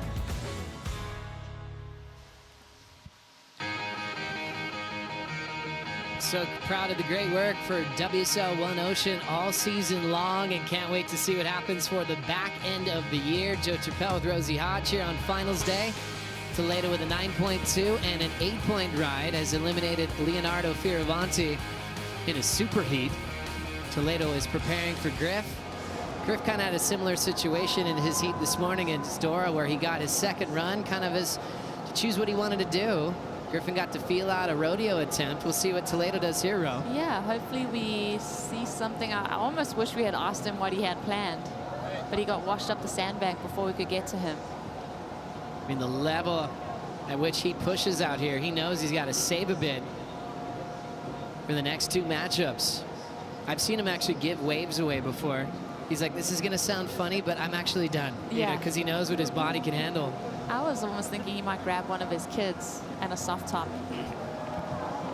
Now pull and switch. Oh, he's been doing this quite a few times out here. Okay, you could do whatever you want. A switch tube. With his leash on his front foot, too. That's like... What? Yeah. We got to score that. Well, we don't. Well, that's the magic of Felipe Toledo on just a cruisy wave, preparing for the semifinals, gets barreled switch and throws down a carve. Love that. Pop shove it. Yep. Spins it around, then gets barreled, Rosie. What do you say about the guy? He's so fun to watch. Creative. Look at that front foot. He surfs so much better than me switch. You think Toledo? I've even seen Medina surf really well switch. Italo famously does it quite a bit. Oftentimes talked about maybe the future of surfing. You look back in history to some of the greats at switch, like Rusty Kealana winning world titles going both directions. I love it. Good to meet you, buddy. And that's one of the coolest things about Felipe. Every athlete's different. Some surfers need to just stay in their zone and not let anybody in so they can focus on what they need to do. Felipe says, I don't like being alone. He likes to be around his friends. He wants to feed off their energy. And I think that creates like more of a normal feeling for him to do his best. Well, it's funny. Well, he's so generous with his time, but I also noticed to the side is his physio that's trying to get him prepared for his next heat, and he's just chatting with everyone. Let's now get a really cool story about the Surf Ranch, brought to you by Yeti and Shane Dorian.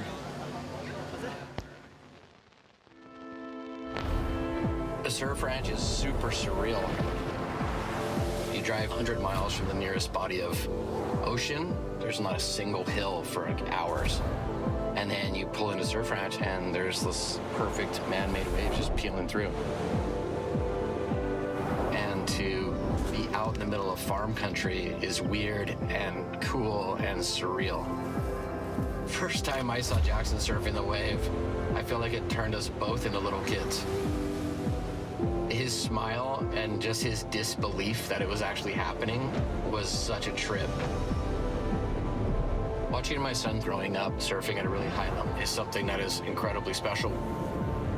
To be there with a group of people, you're sharing that wave together, you're sharing that experience in one small space. To be able to go to the Surf Ranch and have that unique experience with my kid is something that we'll always have together forever.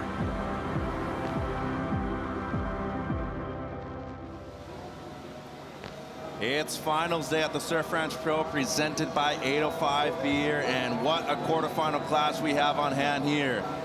Former champion Gabriel Medina in the water, and he's up and riding on his first right-hander. Great start here for Medina. Up into the lip line, a lot of aggressiveness right there from Gabe. In the barrel, deep, steep, and it seems like he's gonna come out with ease. Great technique there.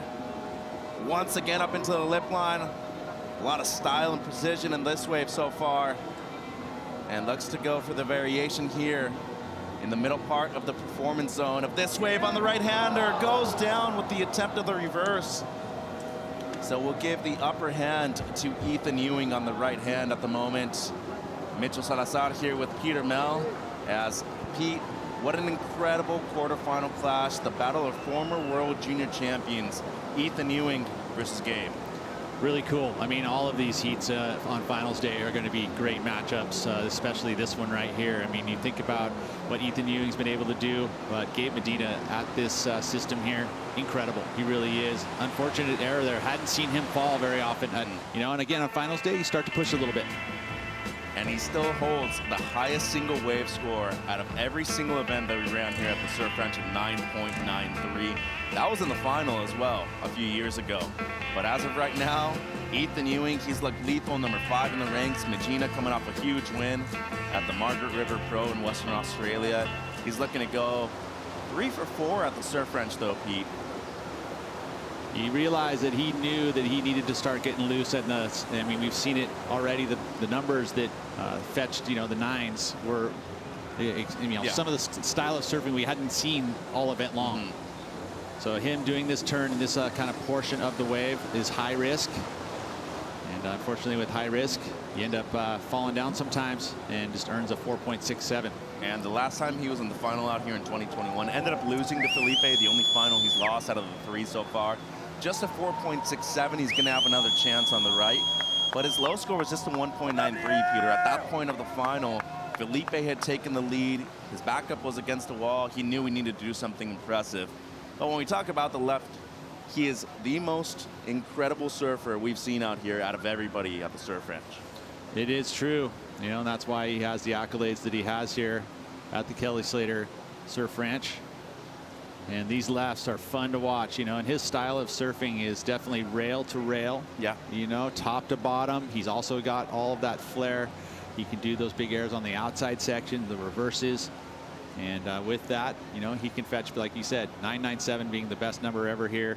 Or 993? Yeah. 993. It's still up there. It's not a perfect 10, but you know, 0.07 away from a perfect 10. And that's what I'm saying. Like I mentioned it yesterday, like the perfect 10s, you want to kind of keep those very elusive, especially at a place that's as consistently. I mean, every wave's a perfect 10, so how can the surfing match it every time, right? So you just need to live up to the par of the wave, basically, is what you're saying. Yes. So I'm Mitch. That's Peter, one of the greatest big wave surfers of all time. And Pete, I mean, an incredible day of action yesterday. But we're in finals day right now, and you can definitely feel it out there. The vibes are high, but the pressure is on. 4.67 the opener, Medina. At this point of the event, with the new format, we've never seen him fall on an event this early on finals day. Yeah, I wouldn't say, but I mean, again, you know, you're risking it a bit more. He can make up for it right here, put a big number up on this left, and put the pressure right onto Ethan. So he's going to go left here, and this is his forte. By a long shot as well. Has the highest single wave score out of the entire history of the Surf Ranch, 9.93. And his career at the Surf Ranch has been as impressive as it gets. A couple of victories and a second place finish in 2021, the last time we were here. Defeated by Felipe Toledo in that final. You can see right there, I mean, averaging what? A 1.33 finish right here at the Surf Ranch. As good as it gets. Medina up and riding on this left. Big moment for Gabe. And the surfer from Maresias in Sao Paulo, the Brazilian, 3-time world champ, former world junior champion, looking to once again claim the highest stake here at the Surf Ranch. Good start for him, pacing himself. Great layback there for Medina. Goes for the reverse, he's gonna pull it with ease. Comes around the section once again, just resetting the feet. Another throw tail reverse. Great variation by Medina. A difficult wave to surf here. And he is just blitzing down the line. And you know that he's going for the corrupt flip. There he goes, sticks with the alley-oop and he'll pull it. He's like, what else do I need to do, guys? Just give me a 9 already. That's funny. You know, it's funny when sometimes he does that shrug claim. It's usually a great error, but he's not that pleased with it. Like, he felt like he didn't go for the grab, so it was a little bit of a, you know, it didn't have the height probably, but still pulled it as clean as. And with the 2 throw tail reverses, again, very high risk. Hadn't seen that from him yet in this event, so good work there for Gabe to, you know, with the fall, to bounce back right here. Look at that layback snap and hooking it, and then straight into that, and comes out with speed. See the footwork there. He had to shuffle back because you rotate, you put everything up into the front of the board. It does it again. So how many turns? You know, and he still looks like he's just cruising and has fit it in so easily. Here he skips the barrel, and we have seen the corrupt flip. Didn't get the grab there, and somehow figured it out. Just actually pulled his hands tight and spun super quick. Watch this. I mean, looks like he's gonna go for the grab. We've seen it and just realized didn't get quite the pop, but somehow stays on it and just lands easy as. His back foot came off too right there, Pete, and he is a freak. Andy King loves it. That's his coach. And he has to be stoked with the performance on the left. As Magina looking good here on the left. But Ethan Ewing coming up after this. Don't go anywhere. Surf Ranch Pro, presented by 805 Beer. A lot of action. Ethan Ewing. And they're just dissecting what happened here on the left. 8.67, the score just came through, Pete, and it's a good one. That's right. Even a 9 thrown in there. An 8.8, an 8.5 is the lowest. There's a couple of those, and an 8.7. So it comes in the average, an 8.67. You got to be content with that, right? I would say, but this is Gabe Medina. So ultimately, I think that you would love to see 9s across the board somewhere in there. And now he's also got, you know, basically with the situation with that 4.67 in the fall, he's got to just capitalize on this next right. The number's there for the lefts. It's probably going to be good enough to maybe get the win, but at least for the left to score. Yeah. You know, Ethan, that's a big number for a left. Truly is, but he's on deadly right. on the right. That's, you know, again, so, you know, we'll see what he can do here on finals day. Number 5 he has ranks. Been looking absolutely. I mean, that's the other part of this too, is this battle right here really lays down to, you know, where they're seated. I mean, 7th, 8th, like Gabe Medina's already kind of probably moved up in there, and he's right next to Ethan. So this is a huge heat for both these surfers in order for their bid at the Rip Curl WSL Finals. Massive difference in points when it comes to quarters and semifinal finishes. I mean, and that's how it is. Each round, it is definitely quantifiable. Even first to second is a huge gap, one of the biggest gaps actually. Absolutely so the wins are everything if you want to make sure that you're going to be in the final 5. Here goes Ethan Ewing, first wave for him on the right. We know what he's capable of on this one. The best style on tour out of the gentlemen. Great drone angle here, a lot of spray on those first 3 attacks. How's that layback? Straight into the barrel. Ewing, deep positioning on the forehand. Is he gonna come out? He's still in there. He's still in there, and he comes out. Easy stuff there for Ethan Ewing. Oh my, laying it on rail. Yeah, he is just as good as it gets here on this right, Pete. Was awesome. That outside work was awesome, and now if he can just finish it up here with something big. Wow. My, oh my, the variation on this. Oh no! Just like that, flash of a second, it's over. Thought everything was going right. It was a perfect ride up until that point. So heater outside too, the 3 turns outside, and then the barrel, like the transition to that barrel, the length, the depth of the barrel, everything was good. So a difficult start for both Ewing and Magina on the rights, but Ewing has one more chance on the left after the break.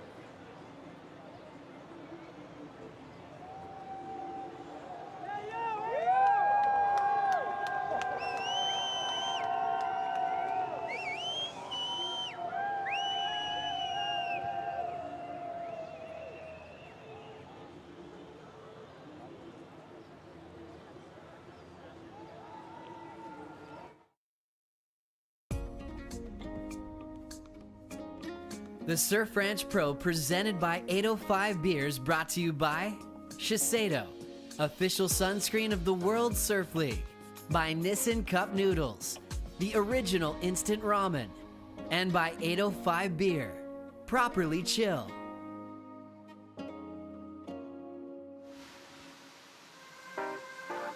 Quarterfinal action out here at the Surf Ranch Pro, presented by 805 Beer. Maybe the highlight heat of the quarterfinals. Ethan Ewing out there against Gabriel Medina, two former world junior champions battling it out for a spot in the semifinals later today. Mitch and Pete in the booth. Pete, we saw a 5.83 that could have been the potential 9 that Ethan Ewing was needing on the right. He's going to go left for the first time here in this quarter. Puts a number up here. I mean, you think about the scores that have already been posted by Gabe. This is where he needs to at least post something close to that excellent number. So very important to stay in pace here in this quarterfinal. He's up and riding on the left now. Has a lot of power on the backhand as well. Good spray, good variation to start off. Much better right there from Ewing. He'll float it into the lip, drifts the fins. That was sick. Up and over the whitewater. Once again, great pace to this wave. Great flow. Once again, throws the tail around. Excellent variation on this wave so far on the back end. It's really difficult to be not repetitive on the left speed when you're going as a regular footer, and he's been doing excellent so far. Great positioning for the barrel. He'll come out and throw the tail once more. So double lead, Ethan Ewing looking to move up into the semifinals. Let's see where this score comes through, Pete. Yeah, point of difference. I mean, you think about what Leo Fioravanti, kind of similar, just so precise in every one of his turns, never getting the speed hitched whatsoever, just so much glide. And you talk about variation on the backhand. He was able to do that. You know, the backhanders have a little tougher time probably on this left to set apart a point of difference. But his flow was definitely a point of difference. Again, look at that style, pulling through the inside there. Get that hand on the rail, the knee to the deck, the arm on the wall. And then there, just punches the fins, little drift. Doesn't go all the way around, just a little revert. Again, that little extra spice, little progression at the end of the wave.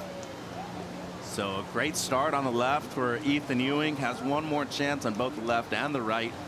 5.83 his opener. Let's see if we can listen into what his coach Mike Parsons has to say. Really, really good.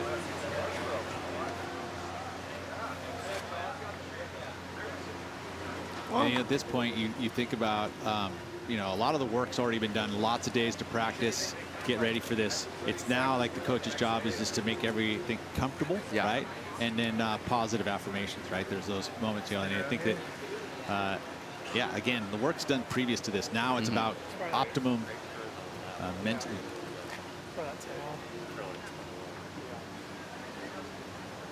You just try to listen into any little tidbit of info you can learn, right? Well, I was about to say, I like that he kept it simple. Really, really good. Yeah. So great stuff there from Ethan Ewing. Still waiting on the score for the left. And he's going to reapply some Fu Wax to that board of his, the DHD. Darren Hanley in the lead of the Vizsla CT Shaper rankings at the moment. And he's already getting some points here by this result from Ethan Ewing in the quarters or better. Pretty neat. I mean, this is the place if you can, you know, you have all your best team riders here. You know, Darren's been here all the practice days, working with the athletes in regards to their equipment. You know, I seen him run around with a piece of sandpaper. He was working on fins. So yeah, the guy knows what he's doing, been in the industry from the very beginning. And, you know, that's why these guys are so confident in their equipment. Yeah, they definitely know what they got under their feet. Let's look at the numbers for this heat so far. Medina in the lead has an 8.67 on the left. He's going to be looking to better at all costs, a 4.67 on the right, though. Ethan Ewing, only a 6.57 on his left. A bit low. His 5.83 on the right could have easily been something up in the excellent range. He still has one more shot on the right as well. But we're talking about coming up against potentially the greatest surfer to ever compete at the Surf Ranch, and that's this gentleman in the blue jersey. Medina waiting for his second right. Pete, I'm excited. This is a huge moment in this heat. He's looking to better just a mid-4 at the moment. crucial start right there. Great snap in the pocket, a lot of spray, and he's going to set up for the initial barrel section on the outside. The performance zone starts right here, and he's in the pit. Deep, still in there, and he's going to come out. Down carb to start things off after the barrel. Once again up into the lip right there. That's better. Looking for the variation, though. That's where he fell off the last time. Wow, that was impressive from Medina. Once again, a lot of spray. How's that stall for the barrel on the end section? And he's coming out with ease. Throw tail reverse to finish. And wow. He is hotter than a blowtorch right now. Looking at better, just a 4.67. He did that. Slam dunk on it. You know, again, thinking about having to perform. He had to match at least the 5.83 of Ethan Ewing just to really kind of send it home to get a big number for Ethan. He did that. He's going to get another solid number. Could be excellent. It really could. I mean, he didn't throw the high risk until the very end. But his cruisy mode is still just brilliant. Yeah. World class. Simple as that. You can see him there, relaxed, just trying to catch his breath on the ski. You know what's great about the fact that he's holding that 8.67 on the left is that at this point he knows he has to better it, so he's going to go big. That's exciting for us as fans. As we watch the replay here from the drone angle, looking down the basin, and he was one of those backsiders that could just understand the speed control needed for the length of the barrel and the depth of the barrel out here. He had that mistake on his earlier right in this zone, but not this time. Throwing that little extended arc, throwing spray way out the back, the kick stall bottom turn. Again, depth is there, and then of course he's going to make the finish right. The tail whip reverse, glides out of it, no worries. Look at this technique. Look at the score. You said it. Excellent surfing, Peter. 8 points. Well, there you go. So now look at the number. It's out of reach, unless he improves on both waves. Both waves. Wow. Medina just going to town. There's a reason why he's feared out here. People see him come up in the draw, and they're like, okay, I know what to expect. I know what I need out of myself. And the reason why he's been a two-time champion out here. So takes the lead, extends it actually with an 8-point ride, has an 8.67 on his left, and he's got his second left coming up. That means that Ethan Ewing now, 12.4 heat total. That's not going to cut it. At the moment, he's going to need to better both scores and get some heat total better than a 16.67. But Medina can still improve. We've seen him drop 9s on the left. And he's got the variation to go along with that progression when it comes to the left-hander in comparison to the right, Peter. Yeah, and you think about the high seed being Ethan Ewing, he does have a higher ranking, so he gets to look and answer Gabriel Medina, but it almost can, you know, it could be flip negative. on you. Yeah, it could be negative because all of a sudden you just apply that much more pressure, you know, in the head-to-head format, and you're going back and forth. It definitely adds a little element to it.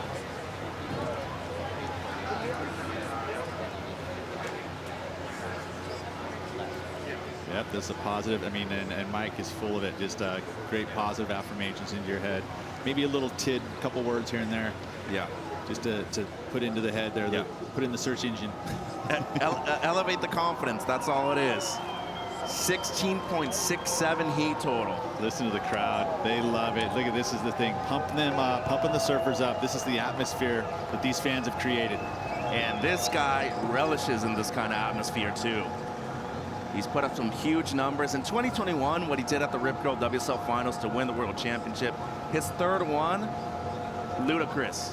And now he's up on his second left here in the quarters against Ethan Ewing. Wow, what a start here from Medina. Floater there, around the section, lays it back, drop wallet carve. Up and over again, looking for the variation.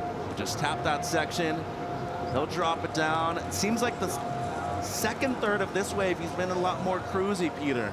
I think he's setting up the inside, making sure he's going to get there and do something massive. Here it is. Here's the barrel section. What does he have for us here? Goes for the corrupt flip, nearly pulls it. How much amplitude did he have there? That was big. That one traveled across towards the fence. That was cool. Too bad he didn't get to land it, but that's the kind of stuff we want to see from Gabriel Medina. Nice showman. Yeah, that fast-paced maneuver at the end, though. It's great to see him at least try these kind of things, put on a show for the surfers. 8.67 when he's looking to better. And check this out. Gets the grab. That's the corrupt flip. Reverse angle grab, and it helps with the rotation. Keeps the board planted to the feet, and you release as you land into the transition. Again, slow-mo. Gets the grab, then the spin, and as he's spinning, he releases, lands, and the nose pokes just a little too much. Well, he's still in the lead, though, and with the attempt of the corrupt flip, he's going to keep his 8.67 on the left. An 8-point ride on the right for Gabriel Medina. But the answer back from Ethan Ewing coming right up after the break. It's the quarterfinals of the Surf Ranch Pro presented by 805 Beer.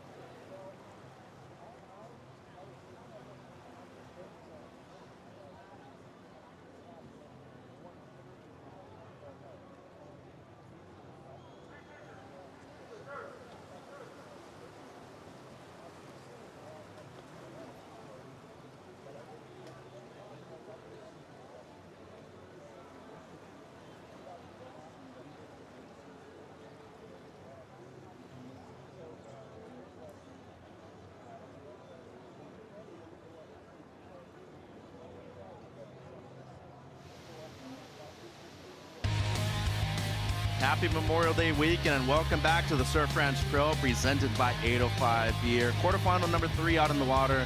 Gabriel Medina in the lead, has a pair of 8s, and Ethan Ewing currently needing a heat total better than a 16.67.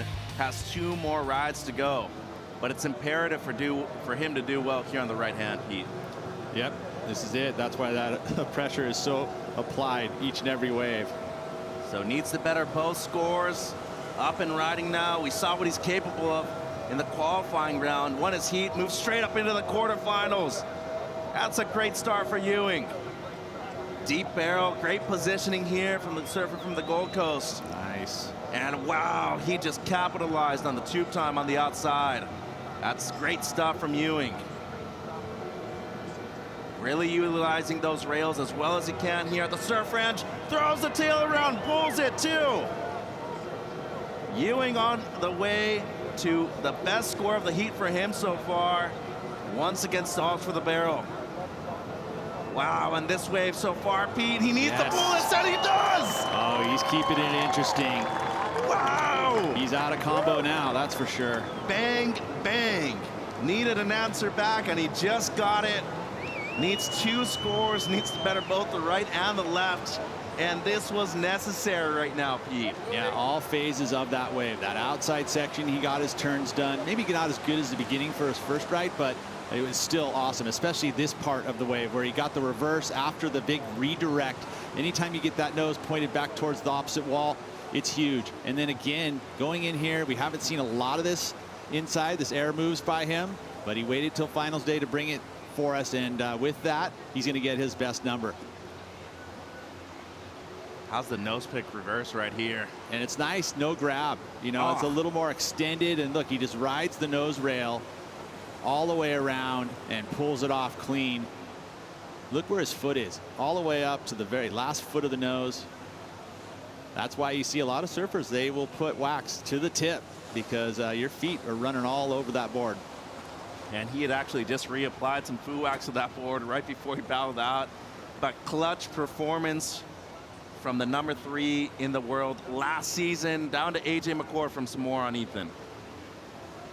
Ethan's coach, Mike Parsons, taking in that wave with a calm confidence, talking to him about what he said to Ethan before he got back in the water. He said that they feel like there's an opening. He knows the situation, felt like he was on the way to a score like we just saw him capable of on the right in that first run. And so now it's a matter of just executing this final wave. And this is such a unique format for these surfers, because normally Ethan told me I'd get in the water in the morning, do a free surf, get warmed up. But without that ability here at Surf Ranch, he made sure in his warm-ups he really got his legs going, got them firing a little bit harder than he normally would before he got in the water, because he said he wanted to make sure that his legs knew it was time to work. And now it all comes down to this. Appreciate the info, AJ. Thank you very much. Ethan Ewing still waiting on his second right. And the score should be good based off of what we saw, Pete, but right now still needing to perform on his second left. Yeah, there's no question here. He doesn't really need to know the number. He knows he's going to have to go excellent. And regardless if it's a 9, if it's an 8, if it's a 7, he knows that to beat Medina, it's going to have to be something impressive. Still waiting on the score. Ewing with 2 CT wins already in his young career. 1 last year at Jeffreys Bay and 1 earlier this season at Bells Beach. And you can see right there, oh, scores come through. The best score of the heat so far, a 9.07. Only needs a 7.6 now, Pete. Well, that 9 really helped what he needed to get on this left. So 7.6, that's very attainable. So talk about the situation where the top seed gets the opportunity to answer. This is it right now. And the last wave of the quarterfinal, Medina has all 4 of his waves ridden. So it's going to come down to this ride. Can Ewing, the surfer from Stradbroke Island in Australia, get a 7.6 or better? We saw during the night session yesterday, Italo got an 8.5 clutch moment on the last wave. But here goes Double E. He's up and riding. Let's see what it can do. A lot of pressure on his shoulders. Decent start here for Ewing. That's more like it from Ethan. Into the lip a few times in a row. Great flow. Awesome projection down the line. Needs to go big right there. He does. Throws the tail, slides the fins. How about the backup turn right there afterwards? Once again, just pacing himself through this midsection. It's going to be the big finish that really counts for Ewing on this one. Gonna stall for the barrel, keep it casual. Great positioning right there. And he'll come out and throw the reverse down. Wow. Oh, man. Oh, man. Mike Parsons loves it. He answered. He did answer there. And now up to the judges. Where does this one fit in relation to that 7.6? Did he get it? Did he not? I like this wave, personally. I think we're talking about a clutch performance. That really matters in the eyes of the judges, too. Can you elevate your game when it matters, Peter? Yeah, well, in the type of situation where you can't make any errors, 0 errors, and he didn't. He kept the flow up, kept the speed up. Again, if you're going to look at anything, you know, where was there a super high risk move? Not a lot out on that outside section, but I'll tell you what, it was crisp as can be. The barrel was pretty darn solid, and he gets the finish. Didn't rotate super quick out of it, but I don't know if that really matters. So now 7.6 didn't have to go completely excellent. So we'll see, man. The judges have a lot to chew on right here. Well, and how do you compare it to Gabe's left as well? You got a goofy versus regular. It's an 8.67. It would have to be a point lower than that as we look at the finish here. I mean, it's a good wave, right? But where does it go in the good range here? You have all the way to 6 to a 7.9. So let's see where it fits in. Still waiting on the score. But man, what a heat. We knew it coming into this one. The heat of the round. And he answered back, by the way, on his last 2 chances. That's clutch. And this weight right here. Yeah, you talk about that bid again to go to Trestles for the Rip Curl WSL Finals.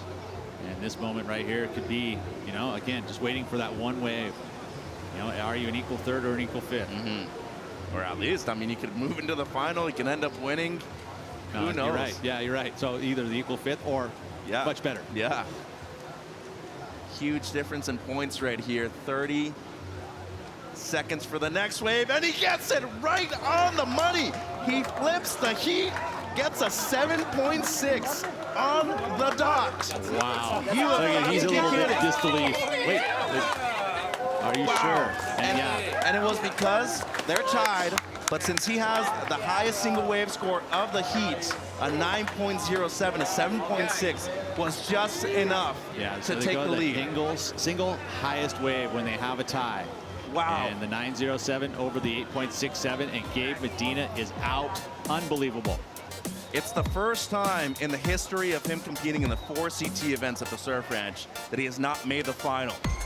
I cannot overstate how clutch this performance was from Ethan Ewing at this moment. 9.07, 7.6. Medina with an 8 and an 8.67. It was not enough.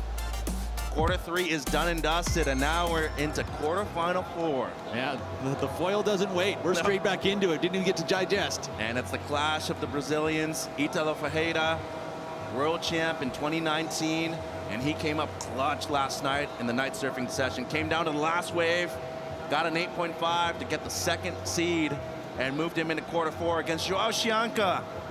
Great positioning here from Italo.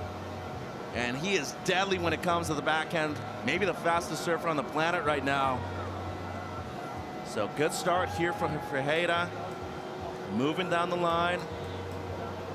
Awesome work right there, straight up into the lip. Oh, his technique is so good. That was sketchy. Nearly lost it, recovered well in the barrel right now. And how's that tempo? When he's in the barrel, comes out for the throw tail reverse. And my, oh my, there's a reason why he's a former world champ. He can perform when he needs to. Yeah, and again, you think about the phases of the wave. There's the outside section where he's able to fit 4 turns in before the barrel, and then actually had a very long barrel section, which he negotiated perfectly. And then his mid work and the finish, all there. So a great, solid number. I mean, this is the outside work. Look at it, he's just spitting it in, and then goes into the barrel. Again, that speed control so important to lengthen the barrel ride. Comes out at the right time with a bunch of speed, and then goes to work on this inside performance section, hooking his way through it, timing where and when, and then that sketchy drift actually put him in good position for the barrel. That little hesitation actually puts you late going into it, and the finish, little cupped out section, gets all low, whips that tail, pokes that nose, reverses around, no worries. See, he touched his rail just for stability ever so slightly, so a good start for Italo Ferreira. Yeah, a great start for Italo Ferreira. You know who had a great finish was Ethan Ewing. He's downstairs with AJ. Ethan, still catching your breath, stretching your legs out because you have another heat to surf. What is going through your mind as you're waiting for your score to drop, knowing you needed a 7.6? Yeah, that was really nerve-wracking. Just heard the score when I was waiting for the left, what I needed, and I just gave it my all. I was so tired, my legs were hurting, but I was just like, I just got to do my best and try and push through. And Gabby's my favorite surfer, and he's the best out here, so to kind of take it to him a little bit, he's phenomenal out here, but yeah, to get a win over him is really, really cool. How's your heart rate doing? It's still up there. I need to go and lay down and calm down for a bit. We'll let you get to it. We'll see you in the semis. Perfect, thank you. Clutch performance right there from the Aussie, moving through into the semifinals against the former 2-time champion out here, Medina. Ethan Ewing looking for his second victory this season, Pete. Could happen here at the Surf Ranch. Really, really cool. Great opportunity. As you see Italo there, he's focused, he's prepared. Drops a 7.5 on his right. Good score to start things off, coming up against Joao Chianca, who will be surfing his first 2 waves after this initial left for Italo. When you look at Ferreira's past here at the Surf Ranch, hasn't been the best surfer, and it's been quite noticeable, Peter. But his pacing this year, to me, seems a lot better than in previous years. Yeah, and just I love that the game got lifted, right? He understood that, you know, the results weren't coming, so he had to make some obvious changes, and he's done that. And he's found himself in this situation right here in the final days and finals. And an opportunity, if he can put up another solid number right now, the pressure will be on Joao Chianca. But yeah, he lifted his game for this event. And, you know, the numbers have come, you know, and he built a lot of confidence with that win last night. This guy's like the Energizer Bunny. He just never runs out of energy, and he's nonstop. A lot of activity on waves. Normally catches around 10, 12 waves on average per heat in the ocean. Here at the Surf Ranch, though, you only get 4 opportunities here in the quarters or better. He's starting off on the left with a carve. Great second snap right there in the pocket. Into the lip line. Ferreira moving down the line with a lot of speed. Once again up into the lip. That's more like it from Italo. And he is just moving down the line with clutch performances on this wave so far. Great variation of the maneuvers right there. Throwing the tail around for the reverse. Once again, the layback snap. This kind of surfing got him into the session today, into the quarterfinals. Great positioning for the barrel, and he's going to come out. Easy money here for Italo Ferreira. Wow, Joao is going to feel this one because that is another great number from Italo, and I think he's feeling it. And, you know, this atmosphere, this is a type of atmosphere, again, where Italo will rise to the occasion and feel the energy from the crowd. What a finals day so far, and we still have the #1 in the world coming up after the break. More action from the Surf Ranch Pro after this.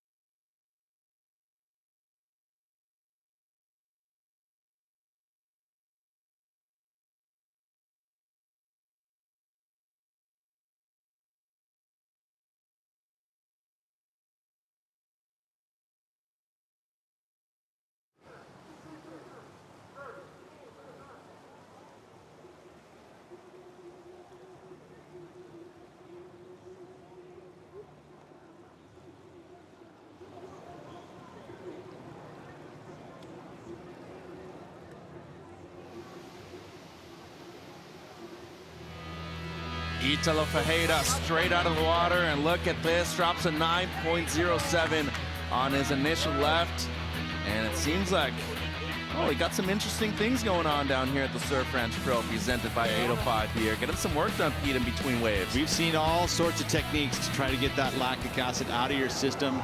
Right there, straight into a massage, and they were squeezing his legs, hitting that lactic acid out of there. We've seen Theraguns, we've seen all sorts of different ways to do it, but it is definitely real. And here's #1 in the world, Joao Chianca, the young surfer from Saquarema, Rio de Janeiro, Brazil.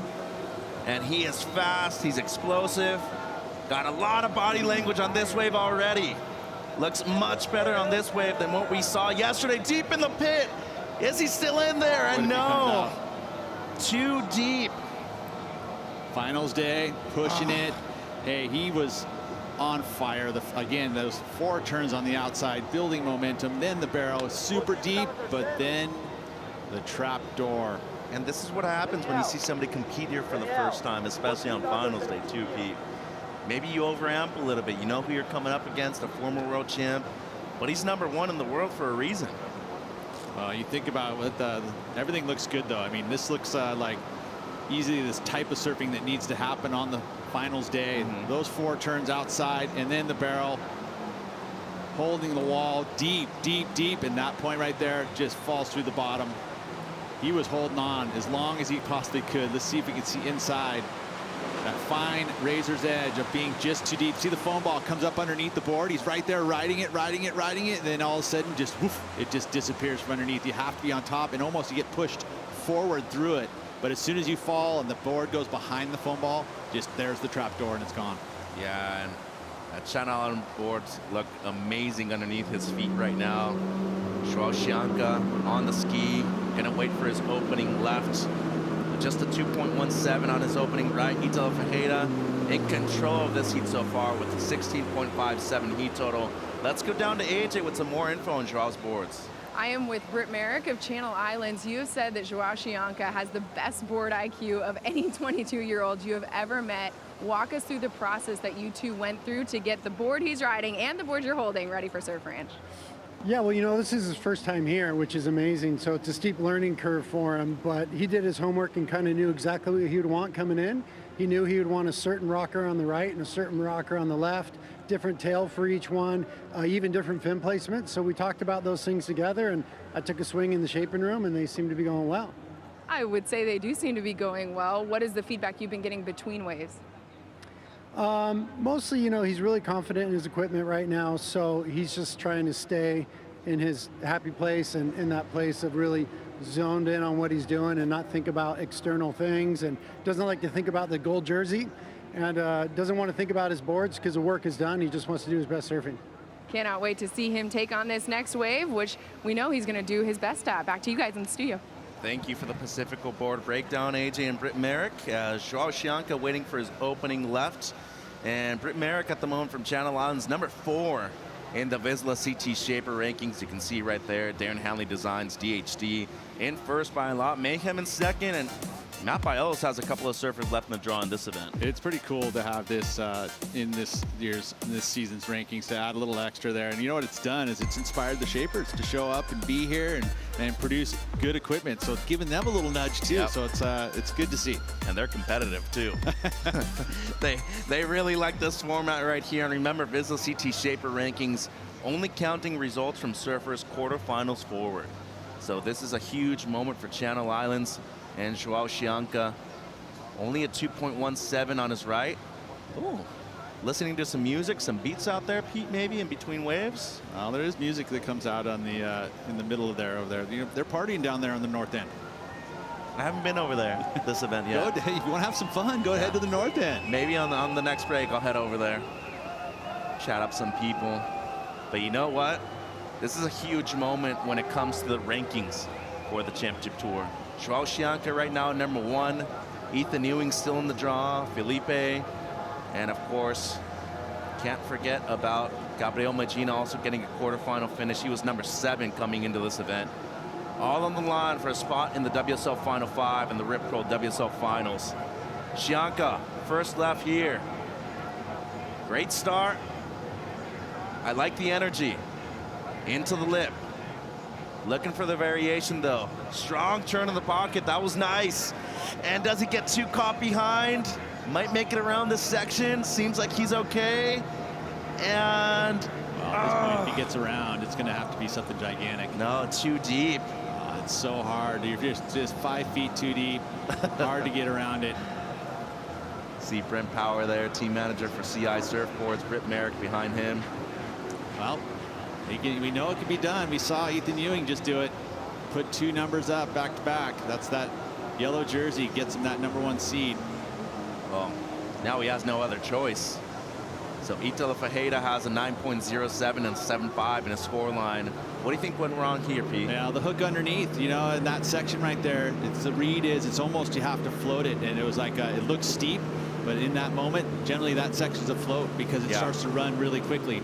So the hook underneath just timed in the wrong place on the wave. I mean, this is such a long wave, and you want to press on the finals day. You want to make those critical sections worthwhile. And unfortunately, when you do that, you get caught behind a little bit. No wonder I was so excited about that turn. Nobody's done it in that section before, and now I know why. It's the most difficult part of the wave to really accelerate, and you lose any kind of speed, you're done. So Shianka's gonna have to settle for a pair of twos right now in the score line, but a monster start by the former world champion, excuse me, 9.07 and a 7.5. Pat Fajeda comfortably in the lead, and Shianka gonna need at least a pair of eights to overtake him right now. So you look at the standings right now, Peter, a 7.5 could easily be bettered by Fajeda. We know what he's capable of on the backhand, but the variation on the forehand really presented right there on the 9.07. Shianka, do you think barrel length, barrel depth, or do you think he has to go to the air right here on his last two rides? Yeah, it's a tough one to say, but I would say that whatever the wave kind of gives to you. I mean, it seems to be that the surfers that are kind of running spontaneous rather than trying to think through their runs seem to have the best success, because there is those subtle differences in the timing of where the sections are on the wave. You know, obviously in a certain situation, you're like, okay, I want to have that end section. I'm going to try and do that. But like picking the entire ride just seems like a lot to think about. Yeah. And we have seen a couple of those surfers do it in the past year. Let's go down to Louisa Florence. Where are you at, Louisa? As you guys can see, I'm in the back seat of the house at the 805 properly chill zone. A lot of people here. If you're here, make sure to come down, because this is the best seat of the house. And I know it's just morning over here at the Surf Ranch, but it's never too late for a beer. A finals day. At the end of the day, it's 5 o'clock somewhere, isn't it? Do you want to drink? Thank you, Louisa. So Italo Fajeda waiting. That north end's rocking. Well, you know, we'll be hanging out over there later today. A 7.5 is what he's looking to better.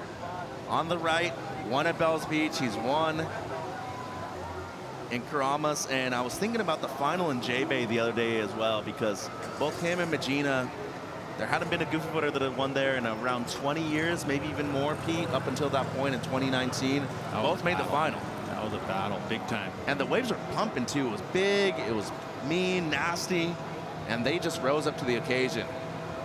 So securing at least his best result so far at the Surf Ranch Pro is Italo. He's never made finals day before. And as of right now, he's in first place moving into the semifinals. Great start there on this wave. Amazing stall into the barrel right there for Italo. And he's in there for a long time too. Strider, how's this wave for you? Well, like a page right out of the book. I mean, every time that first half goes exactly the same, now he's just going to town. This is where the variation will come in on the inside. This is where we get to see what else he's got, as he's just delivering knife cuts through those, slicing the sashimi off that, and just looking beautiful. Comes out here into the backside rotor and hangs on like a cat. That was amazing. Oh, that look right there. Did you see the eyes? Wow. Yeah, Beautiful work. He's locked in, looking to better a 7.5 as his low score on the right. Italo Fajeda currently in the lead of quarterfinal number 4, and it's Joao Shianka, who only has a pair of 7s. Don't miss any of the action. Still more of quarterfinal 4 at the Surf Ranch Pro.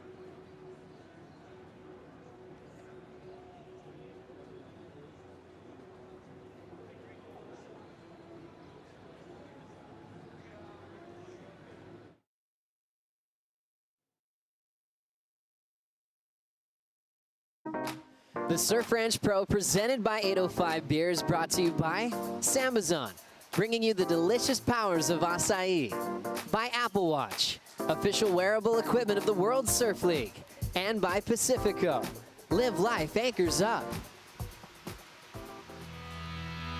Quarterfinal 4 in the water of the Surf Ranch Pro presented by 805 Beer. Mitch and Pete here for you. And scores dropped in for the last of Italo Ferreira. He improves on his right, an 8.2. Meanwhile, during the break, Joao Chianca, he has a break right now in between waves. He's looking to get settled in and do a little physio work. Oh, look at this. All different techniques right there. You got the stem with ice, mix, and massage. Where do I apply for some kind of therapy like that?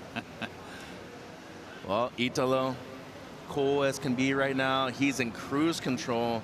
The highest heat total of the event for him so far, 17.27. Improves on the right, an 8.2. Now looking to better a 9.07 on the left. Added a third of the point there. That's and it's huge. You know, that's what you got to do. Is you got to build upon your score line each and every time you get an opportunity. So let's see what he can do here on the left. Well, this is where his money's been made so far in this event. 8.5 last night, last wave of the night surfing session. Made it into the quarterfinals because of that wave. And now in this heat so far, a 9.07. That's what he's looking to improve on. A lot of speed. He is quick. Into the lip a few times in a row. Just really love the acceleration that he has down the line. Grabs the rail, brings it back around. Up and over the section. Once again throws it. That's just a cool maneuver to look at. Down carve right there for Italo. Pacing himself here for the inside. Is he going to stall for the barrel or is he going to go for the air? Prepping, goes for the Superman. Yes. And no way, nearly had it. That was sick. That was amazing. Yes, it was, Grom. That was sick. How was the height on that thing? You know what's cool about it is you don't see it coming. Yeah, you're like, you anticipate it, but a full on. He actually got his legs completely straight. Yeah, ultimately that's the ultimate Superman, is getting those legs all the way straight, but he's pretty darn close to doing it. He tried one last night. I don't know if you remember, but it was I was on the backside though. Yeah. So here we go, looking at it. He pumps, times it, gets his legs almost there, and had the landing. The transition is a very tight transition. Look at that back angle of it. Got the pop. He has the best pop. Almost there. Almost had the legs completely straight, but pretty rad that he got him back on the board, right on the pad, but the nose pokes. And he knew it. He's like, I had that. Seemed like it was still barreling where he landed at, but man, you gotta love the effort right there from Italo. Doesn't seem like he's gonna improve the 9.07.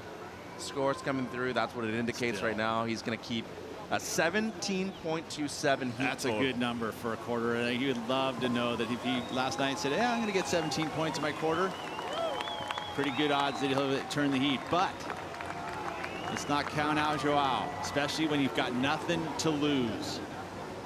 And that Timmy Patterson board looks great underneath his feet as well. Seems like he's riding an IF-15. And Italo with a clutch performance in this heat so far. I mean, last night he didn't even know if he was going to make it in the quarters. You know, only 2 people were making it out of the night session. As we look at the score so far, just a monster heat total by the former world champ in blue. And now Joao Chianca needs at least a pair of mid-8s to overtake him. Yeah, he does. Actually, they got to be, so you look at the 2-point total there, 17.27. Let's just do some math. Send it in half. Some high 8s, and hopefully he can turn the heat. But he exactly knows what to do. He's going to go out there. He's going to have to go big. And it's now or never for Chianca. First event he's competed at here at the Surf Ranch Pro, presented by 805 Beer. And a huge moment for the rankings as well. #1 in the world. He's wearing the Yellow Leaders jersey for a reason. Won his first CT event earlier this season in Portugal. And Strider, big moment here for the rookie, or the sophomore, excuse me, from Saquarema. Yeah, you know what? Just want to go back and state what he said. And he said, cold blood, warm heart. And that's something that he has elevated himself to. And I'll never forget that statement from him. And that means that he can hold on to it and handle whatever it's going to take in the pressure situation. So Joao Chianca, let's live up to that statement, baby. Let's see it. And here he goes, looking to live up to the hype. A lot of energy on that first turn right there. Good amount of spray on the second one too. He looks lively on this one. Love to see it on the outside. Stalling for the barrel right now. And he's in there, capitalizing on this section. Oh, he's still there. Is he coming out? He's still there. Is he coming out? He's coming out. Oh, man. He was right there. So unfortunately for him, with that fall, his chances of qualifying for the semis are done. Yeah, that was nuts. Like, he literally was there. He was holding on the foam ball, and he was just sitting on top of it. And it just didn't give him that little out. But that was pretty darn. He makes that, then all of a sudden we're freaking out. Well, I was freaking out already. Drops a 2.5, so he's out of contention for making the semis. You gotta love the effort though, and you gotta love the commitment to that attack on the barrel on the outside, Peter. Let's take a look at it from this angle. He's going to be gone for a long time, and he was there. He's there. He's there. You can see the black hair in the top of the tube for a moment. Thought he was going to come out the top. Italo. He's hyping his fans. Why wouldn't he be? He's stoked. He's got his best result so far. At least an equal third place finish at the Surf Ranch Pro presented by 805 Beer. Yeah, he is the low seed coming into this one. He needs the points the most. So he's ultimately going to be moving up the ranks to try and find his bid. Again, what we talk about, the Rip Curl WSL Finals, where we crown a world champion. We have the final 5 surfers left at the top of the rankings to go for a world title in one-day event. So Joao Chianca, as everybody else, looking for, you know, qualification season, and that season 2023 is on. The Brazilians on tour share what it would mean to qualify for Tahiti and the pride of representing their home country on the biggest stage in sports. To surf for my country in the Olympics Games in Japan was so special, you know. I really want to be part of the Olympics for next year. Então, esse ano, sem dúvida, é um ano que é muito importante para mim, para minha classificação para as Olimpíadas. We have 11 Brazilians, we have 11 hungry people. I feel like I have a really great chance at winning the Olympics. Really cool to get our sport in an Olympic game in Olympic way. I think it helps grow the sport, and I think it's a good legacy for surfing.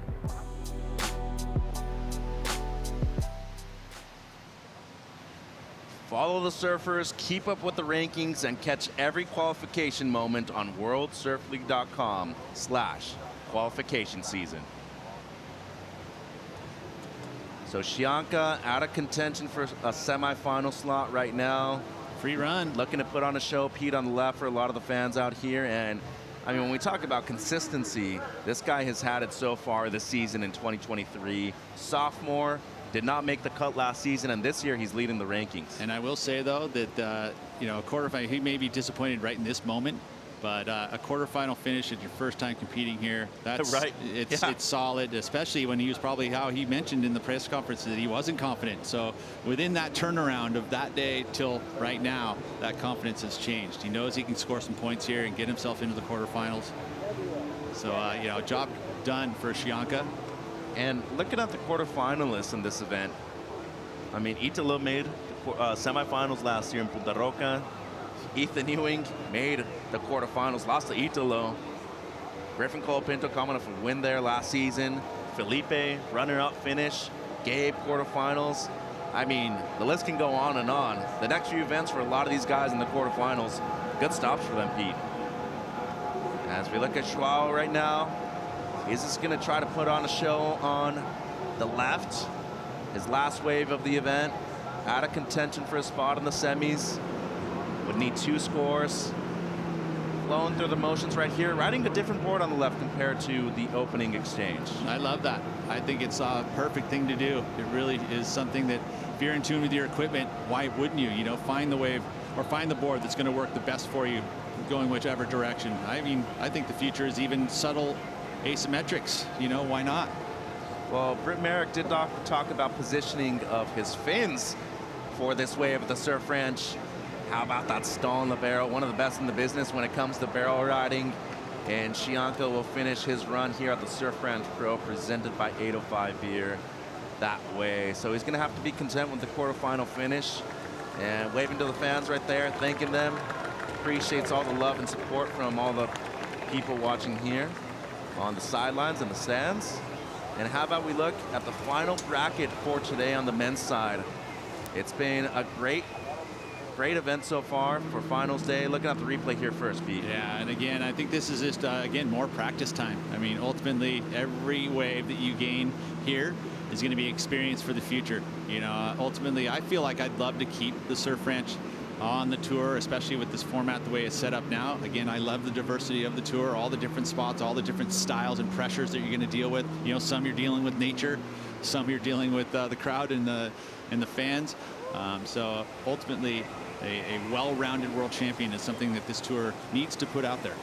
Yeah, and I mean, impressive when you look at a sophomore, somebody who didn't make the cut last season, and now he's leading the rankings. Here's the final bracket. Colapinto up against Toledo in the semifinal, and semifinal number 2, Ethan Ewing, Italo Ferreira, and updates on the yellow leaders jersey.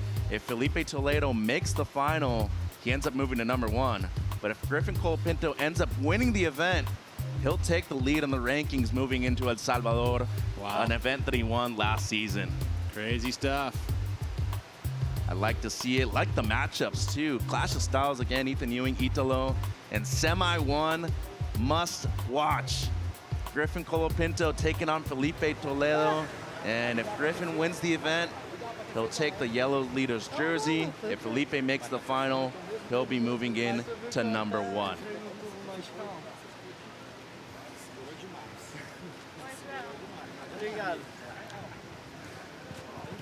A lot of stoke and appreciation right there, Pete. Shianka talking to his coach, Pinga. And now moving into women's semifinals. And guess who it is? Everybody's favorite surfer, Caitlin Simmers. She'll be coming up against Caroline Marks in semi 1. So the women's finals day getting started here, and it's starting off with Caitlin Simmers. And it's a huge heat coming up as Caitlin Simmers taking on Caroline Marks. Must watch. Don't miss out.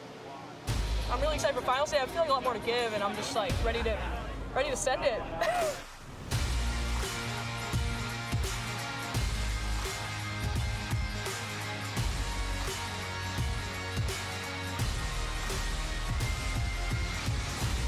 And the deep barrel comes out of the initial barrel right there. How's that layback right there from Katie? It was fun. Thanks, Kelly. Thanks, Kelly, indeed. Katie Simmers up and riding. Her first wave of semi number 1. And the surfer from Southern California, Oceanside, San Diego to be specific. Deep in the barrel right there. Can she come out? And a bit too deep at the initial part of this wave feet. It's going to be a throwaway for her to start things off. Yep, well, she's going to apply some pressure right out of the gates. Again, trying to get too deep on that barrel section. You know, it's very important to get super deep in that barrel if you want to get it scored. If you're outside of the barrel ever so slightly, the judges will, deem that section not that great. So unfortunate here is she started off nice and solid. She's been doing those big turns on those outside section, laying it over, a good transition into the barrel section. Just like that, she's had such unique ways of slowing down into this barrel section. What goes wrong? She's just hugging the wall. You'll see the foam ball come up underneath her board, and you want to keep that moving forward. At that point, she's kind of moving forward, and then all of a sudden you go, the speed bump moves over underneath your board, and you just go through the back and out. So just a 1.5 for Caitlin Simmers. She's going to have one more chance on the right and 2 chances on the left. You're not going to want to miss it. Joe and Rosie coming back into the booth. It's Surf Ranch Pro. Back after this.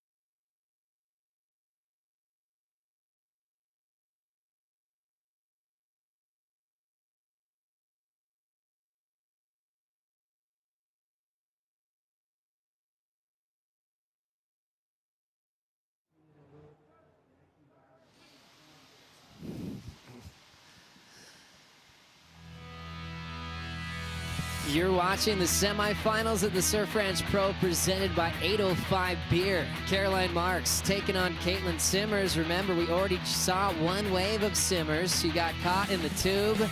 You can forgive her for that. The natural surfer in you just wants to stay enveloped in that womb.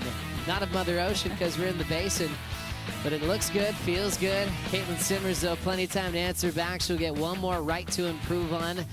You had a couple of runs back-to-back to try to make your way into the final. Joe Trappell with Rosie Hodge, who spent a lot of time on the CT. This is a cool kind of young gun heat. You've got number 4 and 5 in the world squaring off for a spot in the final. This is such an awesome matchup. Goofy versus regular. One of the most exciting performances from Katie in the night session. Caroline Marks was unbelievable yesterday and went straight through to the semis. Let's see how Katie can kind of rectify the wrong that she had on the rights and make up some points here on the left. The pride of Oceanside, California. She loves where she comes from. Blasting it off the lip. Wow, she's just got the coolest, relaxed approach. Over the top of that section, Caitlin Simmers ditches the fins quietly there. Rips one in the pocket. Nice transition over the roof. Onto the lip fade to set up the pit. Slowing down, using her body as well. The foam ball picks her up and takes down the 17-year-old. You can tell she loves barrel riding. Her clips are so fun to watch, Rosie. Oh, she's unbelievable. I mean, she's so influential, the way that she surfs. You're like, oh, I just want to emulate that. And but she is not easily influenced. She's just doing her own thing. She's got her own game plan. So fun hearing from her because you never know what's going to come out of her mouth either. That's our favorite part. How about the start here? Yeah, really strong finish. I mean, strong start. Just ditching those fins on every turn. I like the way that even when she kind of has like a little bit of a bobble, she's able to redirect and regather herself. Right here at this barrel, she gets a little bit deep on that foam ball and it picks her up and kind of hoists her forward. And she can't quite ride it out. There, watch the way that she drops that front knee, kind of gets that bum more into the water and kind of uses that as a handbrake. Such a good technique. She's got such a good read on it. You can see her all the way through there, and there she just gets a little bit clipped. Caitlin Simmers picking up a big win in Portugal this season, which reminds us of some early history between Caitlin and Caroline Marks already this year. Coming into this matchup 1-1. Caroline took out Caitlin in the quarterfinals at Sunset. Caitlin got an answer back at the next stop in Portugal in the round of 16 and went on to win her first championship tour event. We reflect back on those matchup, a pretty close decision, especially when you go back to Sunset Beach. Yeah, you know, it wasn't even a point, wasn't even half a point that separated those two in that matchup in the quarterfinals. And it's fun because Caroline, you know, she's been this young upstart rookie that we've been seeing on tour, and Katie's kind of taken that role now on tour as Caroline's becoming such a veteran and proven competitor. Let's hear from Caroline about surfing this wave. It's really cool that, you know, you have to show, you know, both sides of your surfing in order to win this event. Ideally, we have more of that on tour, and I think it just makes it more fair. You know, you have to be really good both directions, and kind of adds a different element. Because I think everyone, you know, has like a bit of a strength. I know a lot of people said like my strength is my backhand, but they haven't really seen me go left that much. So, yeah, and I feel like I can bring a lot to the table going left. The left is so exciting for Caroline Marks. At the press conference, I was asking her about her radical finish that she threw down years ago. She was like, well, I was kind of a kid back then, about 16, and I just went for it. I don't know what I was thinking. Everyone was cracking up. It was such a good moment. And I was just hoping that she had been throwing that down in the practice sessions, because that was one of the best progressive moves. In fact, it wasn't complete, but it was still in all the highlights. The talk around the Surf Ranch was what Caroline almost landed. It was incredibly close. First run starting for Caroline. Remember, Caitlin's first right was a 1.5, so she can get the edge if she just completes this wave. 2 backhand snaps. She got credit for having the best backhand on tour at a very young age. And she has a wild exit, and that lip is gonna shut her down. Oh. just unfortunate, just coming out of that doggy door and just getting pushed a little bit too deep into that basin section. And you can tell the body language as soon as it happens. Like, as it happens on that wave, Caroline knew she tried her hardest to get around that section. Rosie, there's a lot of risk on this wave, but are you just thinking maybe just avoid that first barrel and get down to turn sometimes? Yeah, I mean, it's an option for sure, but it definitely, you know, it's how you want to approach this wave. Where does your rhythm come from? And sometimes when you're thinking about it and you're mind surfing before you go to sleep, you're like, okay, I'm going to get that barrel section. I'm going to come out, do a couple more turns. You've almost like mapped out your run. This one was, you know, we talk about the different differences in every single wave. That wave just had that crumbly feel to it. Interesting. So another small score. Caitlin did the same thing on the right, making this battle even closer now. But you think about this new heat strategy, they're not in this system very long. This is a new format even for this year. So for Caroline, you almost would have thought maybe just complete that wave, get the lead, and then go from there. That's all in hindsight now. Let's hear from Italo with Louisa. Between Australia and here, he went to Brazil to surf at the pool there. Is it paying off? Yeah, for sure. That was one of the funnest days in the pool in São Paulo at the Boa Vista. We had like 3 days like training, trying different boards, and he had helped me a lot, and that's why I'm really confident here in this pool, and yeah, just try to surf and not think too much, and on the last couple of days have been super fun, a lot of waves, different lines, you know, and it's been super fun, so I'm super excited. We can totally see it. Congratulations. We'll see you in the semis. Yeah, thank you. Let's go, guys. Obrigado. Italo, so happy, and what a role for him. Getting into this part of an event for the first time this season. It has been a challenge to repeat the success he had when he blazed onto the tour. We're used to seeing him in multiple finals, and in a very short time, he picked up 7 CT wins along with that world title. But he's not giving up the fight. This could be his day. This could be his day. The way that he's surfing is insane. I mean, scoring 9s in that last heat against Chianca. It's so fun to watch him. I mean, ever since he got into that second place position in the night session, he's definitely living off that energy and momentum. So we'll keep you posted on the yellow jersey on the men's side with Chianca out in the quarterfinals. The focus will be on Griffin and Felipe to see who will be wearing yellow. Joao still with a chance. Griffin's got to win the event to take yellow. Felipe's got to make the final. If they don't do that, Chianca will stay world #1 heading into El Salvador. Caroline Marks representing Florida. A lot of world titles coming out of that state. Frida Zamba winning 4 world titles. Lisa Anderson with 4 as well. She's made the move over to Rosie's neighborhood the last few years in San Clemente. Yeah, welcome, Caroline. No, Caroline is so awesome to see surfing. She gets you amped. Her froth is infectious. She's such an amazing surfer. I just sit on the inside right and watch Caroline and the pros and Lakey and everyone just surf and just sit there in awe of what they do. The activity at Lowers has got to be sensational to watch, like watching a live surf movie, just like Strider gets to do in the basin right here. Well, let's see it. I mean, Caroline had a bobble on that last right, but now she's up on this left. She was talking about her front side and how she's known for her backside, but she wants to display what she's got on the forehand. Whack! Big down carve into that one. Schwack! Right off the top again. Buckets out the back. Perfection again. Looking beautiful on this one, Joe. Let's see what she's got on this inside crumble. We love to see it. Wham! Beautiful arc right there. A lot of spray out the back. Another one. Let's see if she comes up into this section beautifully. Joe, this is a really nice looking wave. I agree, Waz. What a great start. Caroline slowing down for the pit.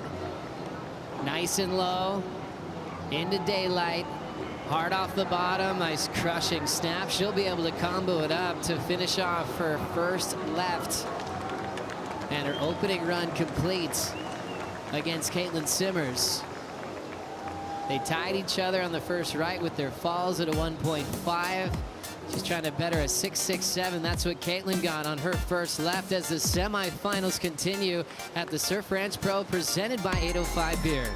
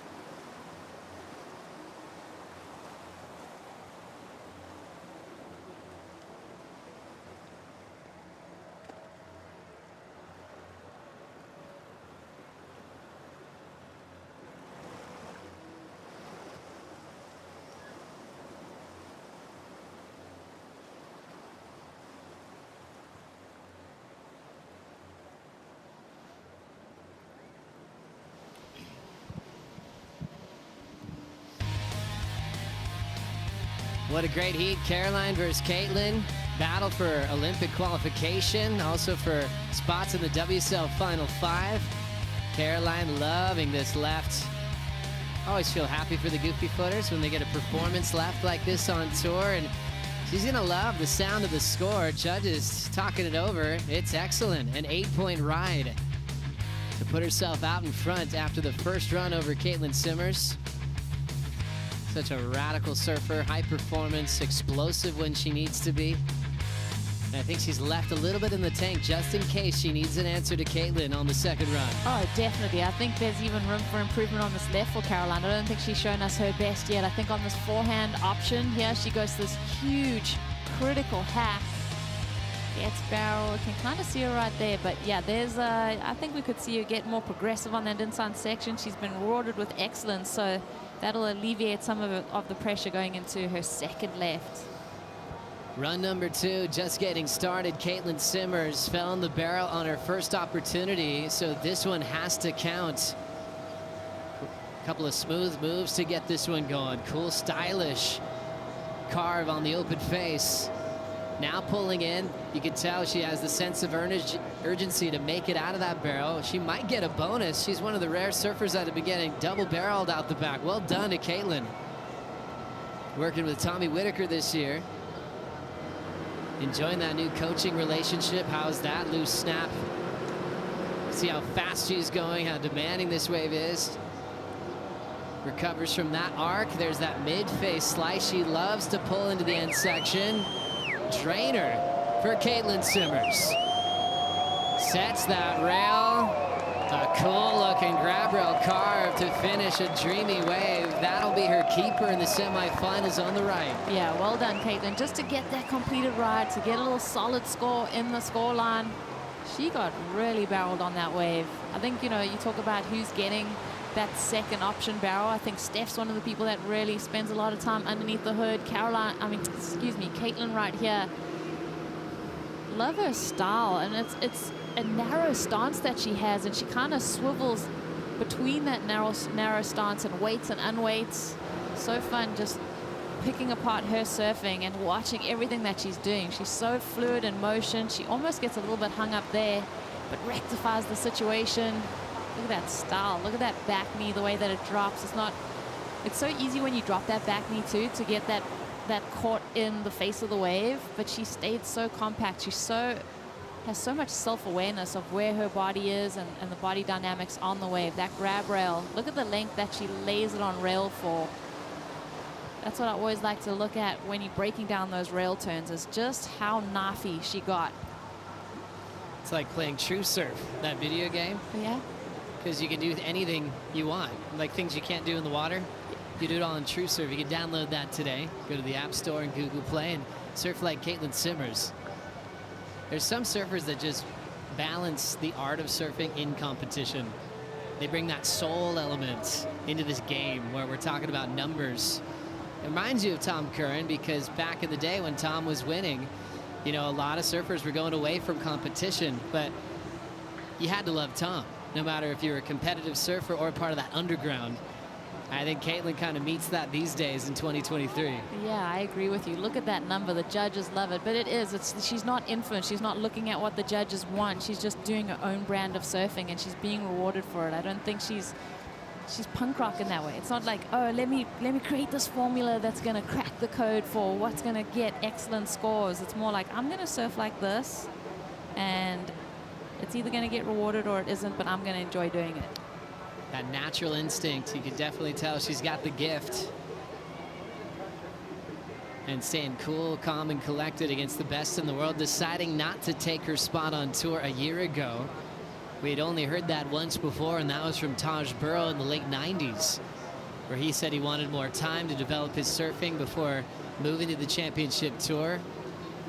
But we're talking about that qualification race on the Challenger Series. People could get lost on that for decades. But when you've got that talent and energy where you believe in yourself, you can make calls like that, but you definitely don't hear about it every day. No, I mean, some people that have probably been, you know, swinging the hammer on the Challenger Series and the qualifying series were probably like, wait, what? You what? It was one of those moments. People were diving in, investing their opinion on what she should or shouldn't do, and I think it just went right over her head. She knew what her plan was. I like when she was going to go on the qualifying series. We'll get back to that, but she wanted to go skate all these different locations at the stops on tour. Caitlin Simmers locks in an 8.33 on the right. To improve, she's got a better 6.67 going backhand. Riding surfboards from Chris Borst. Borst Designs also make a model for the legend named Taylor Knox. Is kind of a little stuck behind here, so she's kind of just trying to fill it in to project down the line. Now getting off the lip a bit there. Throwing some more water on that redirect. There's the carve, big tail release on that swing. She loves these little mid-face corrections to set up the pit, and she'll go over the falls. It's such an abrupt change, and at first it doesn't feel natural when it just scoops up. And the more time they spend in the basin, they can plan for it. They don't necessarily have to look at flags. There is a white flag that tells you it's about to go inside out right there. But that one will take Caitlin by surprise, so she could have her scores in since her opening left was a 6.67.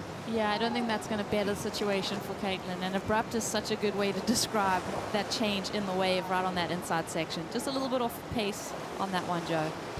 Looking at the numbers for Simmers and Marks, Caroline does have her second run coming up in this semifinal as she's chasing the lead from our surfer from Oceanside. Back for more after this.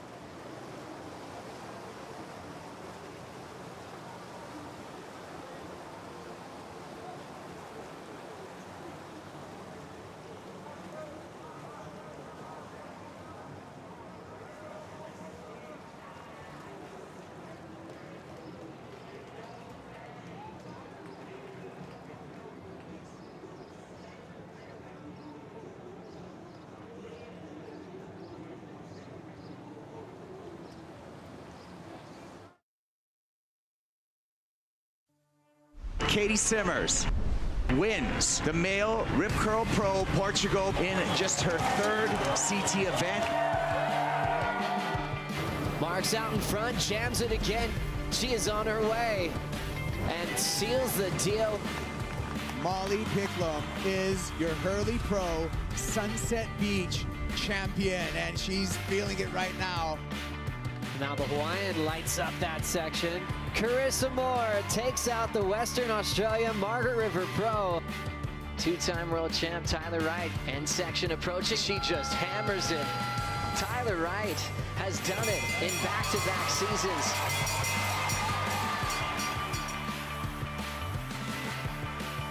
Checking out the current WSL Final 5 picture. Very exciting. Includes both Caroline and Caitlin Simmers. Caroline 4th in the world. Caitlin right behind her at number 5. Swinging through a couple of nice points off the top is Caroline Marks. Decides to set up this tube again, this time a little bit more out in front. Remember, she got taken out by it on her opening right. So she's already improved on her 1.5. A 7.01 or better will already give her the lead. And really the win since Simmers is done with her 2 runs. Recovering from that big backside blow, looking comfortable. Inside pit. Sitting pretty, Caroline Marks. See if she combos it up. There's the first and the second. She likes that approach. Instead of thinking about, I need to do one crazy move on the backhand, she'll throw 2 big backside turns to seal the deal. A job well done for Caroline. Yeah, really well done from Caroline. This is going to be fun to see. Let's watch this replay. Let's look at the Cup Noodle ski cam. Yeah, Caroline on that backhand. You can tell she takes a bit of time on this wave to get those feet settled into the position that's going to give her the most opportunity to get vertical, to find the critical section. Stays within view on that first barrel section. Then she starts to crack it off the top. I think for Caroline too, it was all about, you know, keeping her composure and completing this ride, because we did see her go down on the previous one. She wanted to get this wave complete, put up a good score. She only needs that mid-range wave, mid-range number to complete her rides. Beautiful crack off the top there. Just a 2-turn combo on that inside section. So well done to Caroline. Such a fun backhand to watch. Some of your favorite heroes back when you're on tour, or even currently in that goofy foot stance. Yeah, someone that just like comes to mind instantly is Chelsea Georgeson, Chelsea Hedges, Australian goofy footer. Wow, she won a world title, but I swear she had several in her. I love that choice. A world champion as well. Let's get some insight from AJ. Caroline is riding a Driver 3.0 Mayhem. It's the same model as Griffin Colapinto is riding, but it's a half-inch shorter than what she rides in the ocean. That board she's on in the water, a 5.3.5. Talking with her coach, Mike Parsons, said it was designed specifically for this wave. It's got a little more rocker, so it can make those tight moves. Thank you so much. Matt Biolis, living in San Clemente. One of the most famous surfboard shapers in the world. And he's got quite a stable, especially in his hometown. Caroline loving her equipment. A 7.01 will give her the jump on Caitlin Simmers, and then she could have a victory lap on her left. What do you think, Joe? Gosh, I feel like it's enough. Yeah. I thought she looked great. She looked but when the judges take this amount of time, you're like, okay, maybe there's a couple of things they want to identify as maybe mistakes or leaving points out there, but I thought she did enough. We'll see. Yeah, I agree. I think it was a solid ride, well completed. All the things were there, all the elements were there. Judges agree. Okay, it took some time, but it's official. Caroline Marks is able to get the job done. 7.53 and an 8-point ride. And she will be moving on to the final. Caitlin Simmers doing a great job, will leave this event equal third. And with Caroline getting that news, she knows that she can just do whatever she wants on this left. Yay. I hope she goes for it. Yes.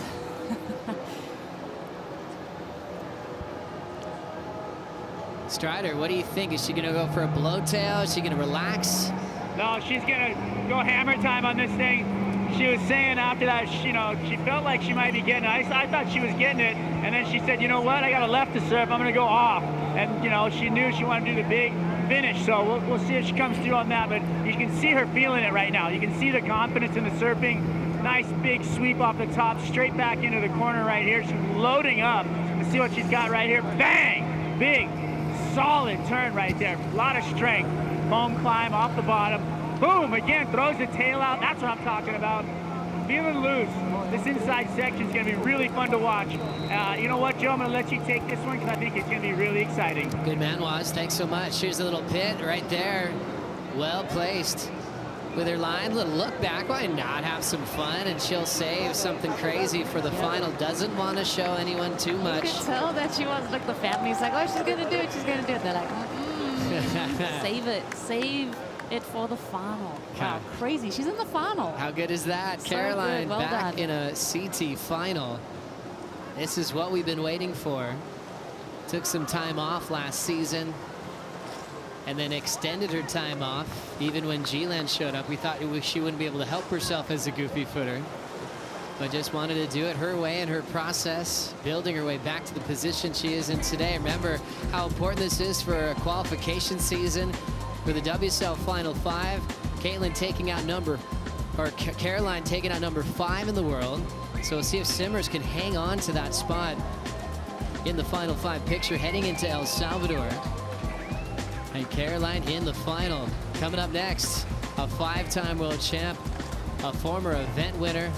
Last time she was here, she was runner-up to Joanne Defay. Carissa Moore headlining the matchup with Tatiana Weston-Webb. Such a good matchup. These guys have recent history. They're really good friends, but it gets competitive, Joey. It's so competitive. I mean, we think about the WSL Final 5 in 2021.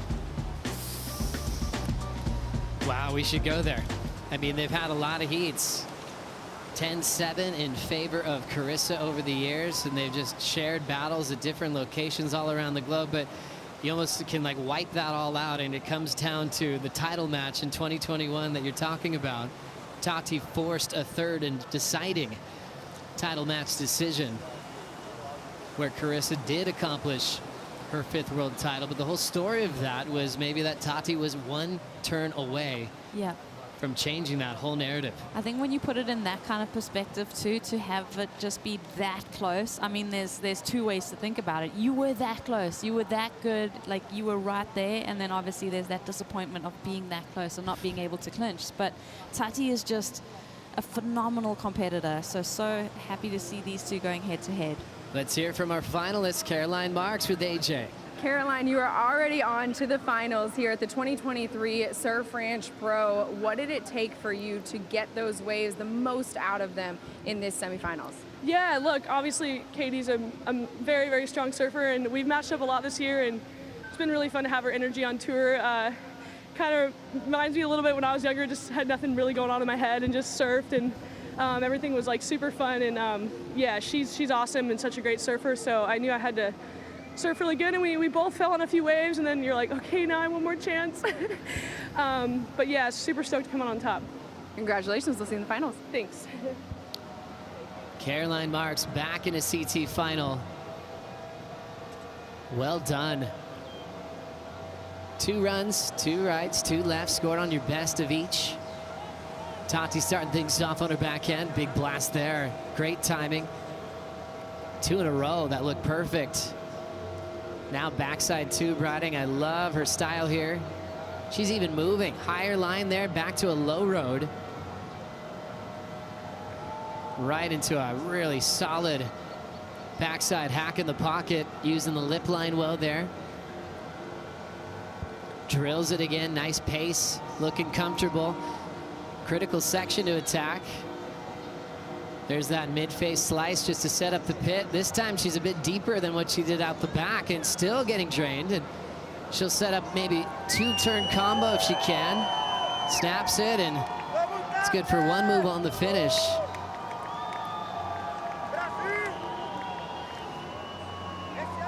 Brazilian fans always on her side.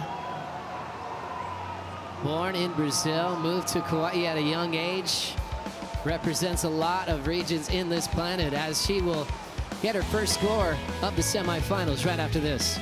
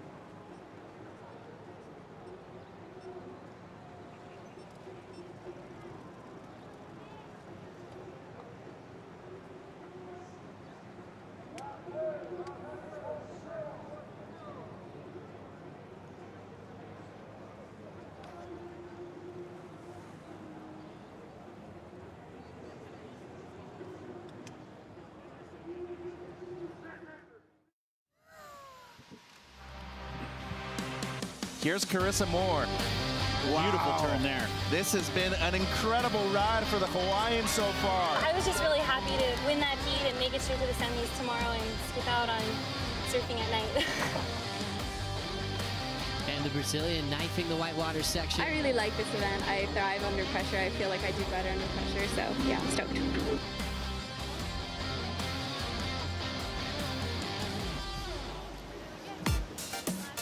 Semifinals time, Carissa Moore having a chat with her husband Luke, and also right behind her there, an amazing surfer in Brandon Gilmed. Brandon, representing Huntington Beach, has been in Carissa's support crew for a really long time. He's got great style as well. Let's get things started. Joe Turpel with Rosie Hodge for the call. Tatiana Weston Webb threw down a 7 on her backhand. Already a big sweep on the left. Second turn solid. Now she's starting to drive. Using a deep bottom turn, crushes that section. Former runner-up in the world, knifes it over the whitewater section, attacking it again. Pushing through these whitewater turns. And now out in front, that's when you have time to change gears, put more commitment in the pocket. And now setting up the barrel nice and early is Tatiana, one of the best tube riders on tour. Gets the exit, and she's been loving that kind of lean back finishing move over the last couple of days. A surfer that changed everything when it came to charging in big lefts of consequence. Like in Cloud Break in Fiji and Pipeline, she pushes the limits. And even when it's a fun head-high tube, you know she's gonna get really deep. She is so good, and I was just paying attention to her positioning on where she started her bottom turn on each of those maneuvers. She's got such a good read of when to start kind of mid-face bottom turn and when to really come around the section and set up her turn and get deep. Beautiful read on this barrel ride, and then the layback on the way out was also super special. Watch as she just touches the deck of that surfboard. I've been saying it, just the body awareness on the way from all of these athletes has been phenomenal. Love that layback maneuver. Did she get on the rail or kind of like squirrely on the fins? So powerful though. Tatiana's looking in charge at the moment. So I think she's going to lock in 2 really good scores, and Carissa's going to have to answer back in a big way. Tatiana Weston-Webb growing up with so much talent around her, from legendary humans like Kiala Kennelly, Rochelle Ballard, who's always in her corner, and just a crazy amount of talent she got to grow up with. Seeing a lot of athletes from the island of Kauai transfer to the championship tour, especially on the women's side. But proud to represent her Brazilian heritage on tour. Her mom, a competitor from Brazil, charging waves like Pipeline on bodyboards for many years.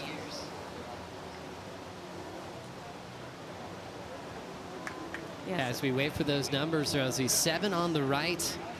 Wonder where we're going with the left here. Yeah, I'm interested to see the score drop in. I think that's the scale is going to be set. There we go, Joey. It's coming in. In the jackpot, 7-7-7 for Tatiana. Great start on her opening run here against Carissa Moore. With that big, cool hat on in the shades, Ross Williams trying to be undercover. Caught him when he was walking in. I was like, so what's the plan? He gave me nothing. Oh, he never gives us anything. He gave me a laugh, though. Yeah. Top secret information. Let's hear from AJ. The action in the water and the temperature here in Lemoore, California. So make sure you stay hydrated if you are on site.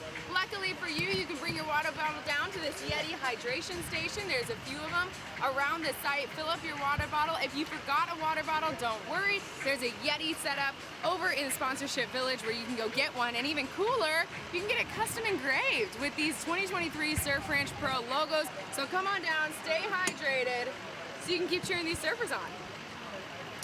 What a great idea. Yeah, it is getting hot. Always good to be hydrated. Big thanks to Yeti. Carissa getting underway here. Yeah, fluid and motion as we see Carissa really digging into that turn right there. Felt like everything else was a setup, gaining momentum down the line. Spend some time in that barrel, Joe. Love that little hook just to get down to the bottom, back to the lip again. So feeling in every part of this wave. Not relaxing at any stage. I've lost count of the maneuvers.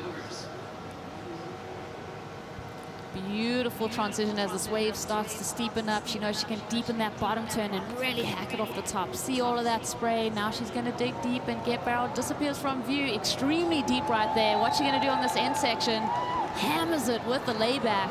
Wow. Unbelievably deep on the inside, right? There was a moment where I was wondering if she did it a little bit too much on that inside tube. But she proved there was more room to move. That was one of the longer tube rides we've actually seen on that right. Yeah, and then to capitalize with an aggressive carve. Yeah, I agree. There's that moment where you kind of see a flash of her in the lip there. That means she's touching a part of the wave. That was a really cool look at Carissa's first ride. Carissa Moore, 27 championship tour wins. When she won in Margaret River at the last stop, she was able to equal the great Lane Beachley on the all-time win list. So a win there, or a win here, I should say, would then break that tie. And then she would just be chasing Steph for the rest of her career. And that's something Steph noted when she was going for her 8th. She didn't want Carissa to get a step closer to her world title number. So love how competitive it is with these world champs. Scores drifting in for Carissa Moore, a 9.67. What a statement.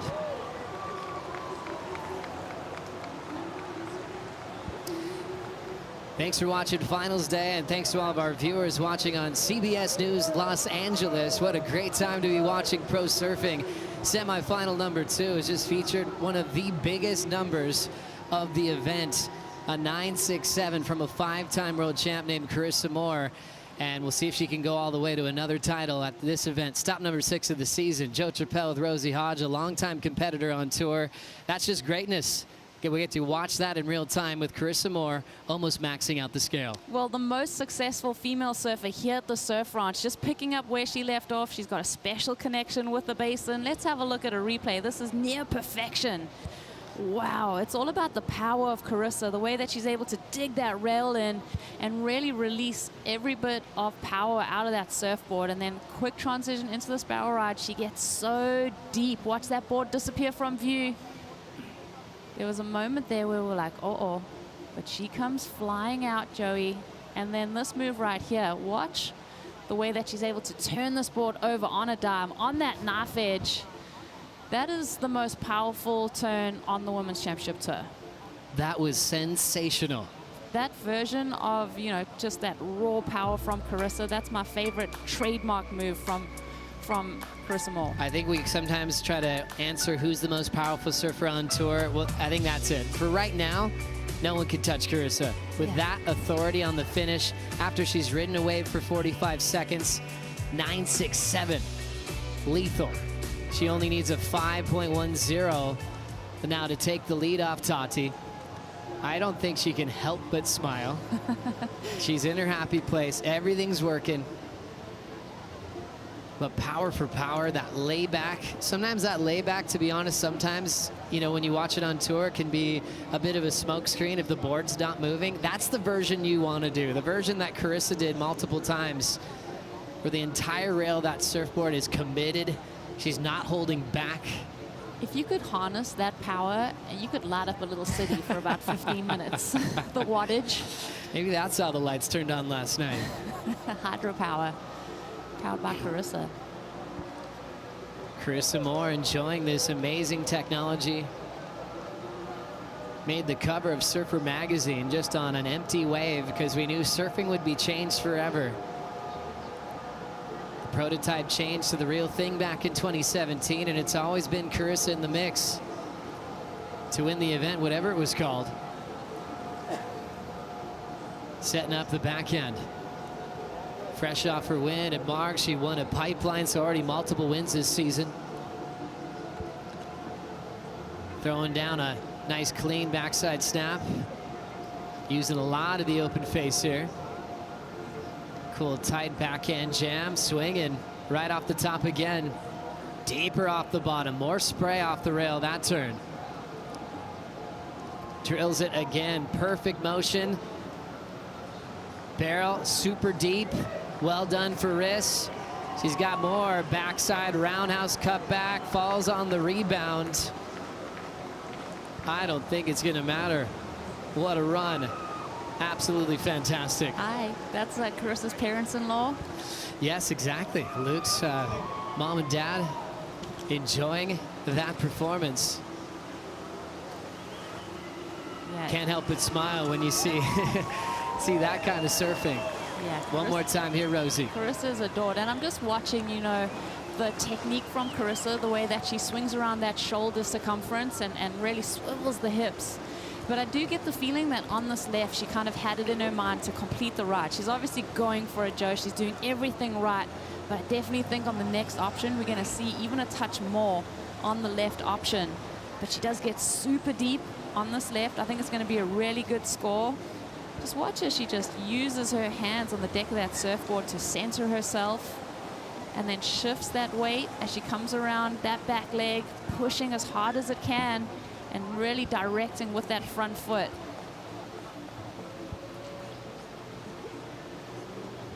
And right there, just the wave going flat under her feet, going down on the rebound, but I don't think it's going to matter. She absolutely weighed it down. A lot of people flying over from the Hawaiian Islands to back their champion. Carissa Moore winning the first Olympic gold medal in surfing as well, which was so fitting because that was Duke Kahanamoku's dream. This year she's going for a 6th world title, and the World Cup this year named in honor of Duke Kahanamoku. And now she'll relax, Rosie. We'll see what the score is, and we know Tati's gonna have to push pretty hard on her final run. Tati does not want to have Carissa Moore just have a cruisy run number 2. She's gonna really try to make her push it in this second run of the semifinal. This is so different for pro surfing because we're in the middle of California.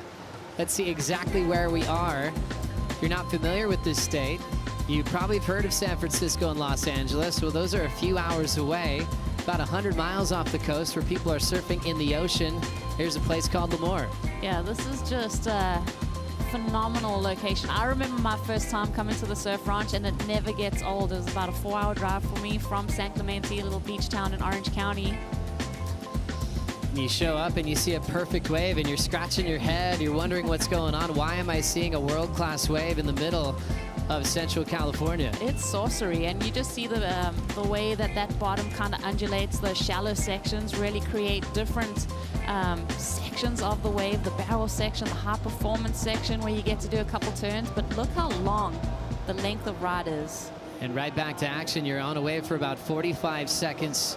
Groundswell power, meaning it's got the power of the ocean. Right here in Lemoore, important ride for Tatiana Weston Webb. She's laying low and goes down. So Tati loses her chance to improve on her 7 on the right. And it's going to come down to the left on her last wave. I think so, but she's in that combo, it looks like, Joey. She needed a 10.24. Well, that was just to take the lead. So now we'll find out what she's looking for in just a moment here, Ro. Got you, Joey. Well, let's see what went wrong, because everything was going right with that turn. She went straight vertical. She knows she's got to put up some big numbers to eclipse what Carissa Moore has just done. And those 2 turns right there were unbelievable. She gets super vertical, but in saying that, a little bit caught behind. And that just spells tickets as she wants to get around that section and pull into that barrel. She had to stay critical. She had to throw it all on the line. So no risk, no reward, and unfortunately there she goes down. So tough fall there for Tati when she was looking to better a 7, and with Carissa having that 18-point total. I think you might be right there, Rosie. Yeah, so being in that combo before we started, it's not even going to be enough to come down to the left. So Carissa Moore is already able to get the win as she will move on to the final with Caroline Marks. What a big heat in the second semifinal. We'll take a quick break. Back for more right after this.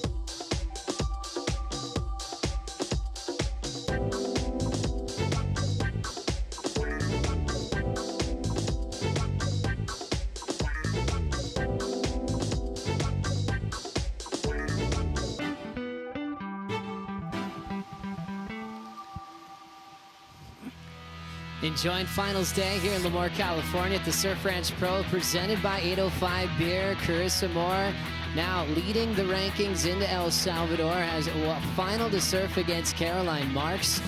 Caroline Marks, the goofy foot from Florida, is exciting. She's been runner-up in the world in the past. Goofy versus regular foot. That's going to be an exciting final. And the way it works out in these semifinals, you have 2 runs, 2 rights, 2 lefts. You count your best of each, with Carissa already taking down the win. We'll get to see Tatiana get her final wave here for the fans. And they can congratulate her on what an amazing performance she's had at this venue. She's done quite well, Strider. Yeah, she has, and she was excited to ride this wave, knowing that, you know, she was in a situation, she was just gonna go at this thing 100%, just have fun with it. As you can see, tails flying, spray everywhere, bang, right back up into the lip. Just gotta get around this section so she can perform on the inside. Talk about doing a big air on the inside. Wants to get barreled and then slam it. I can't wait to see what she does because she's having fun right now. Looks like she's in a great rhythm and she's just going through the roof. Smiles are coming out. Here we go. Joe, what do you think? What's gonna happen? I think she's gonna get barreled and do an air. She got nice and barreled and now she's going for the punt. Fins out, just goes down, but well done for Tatiana.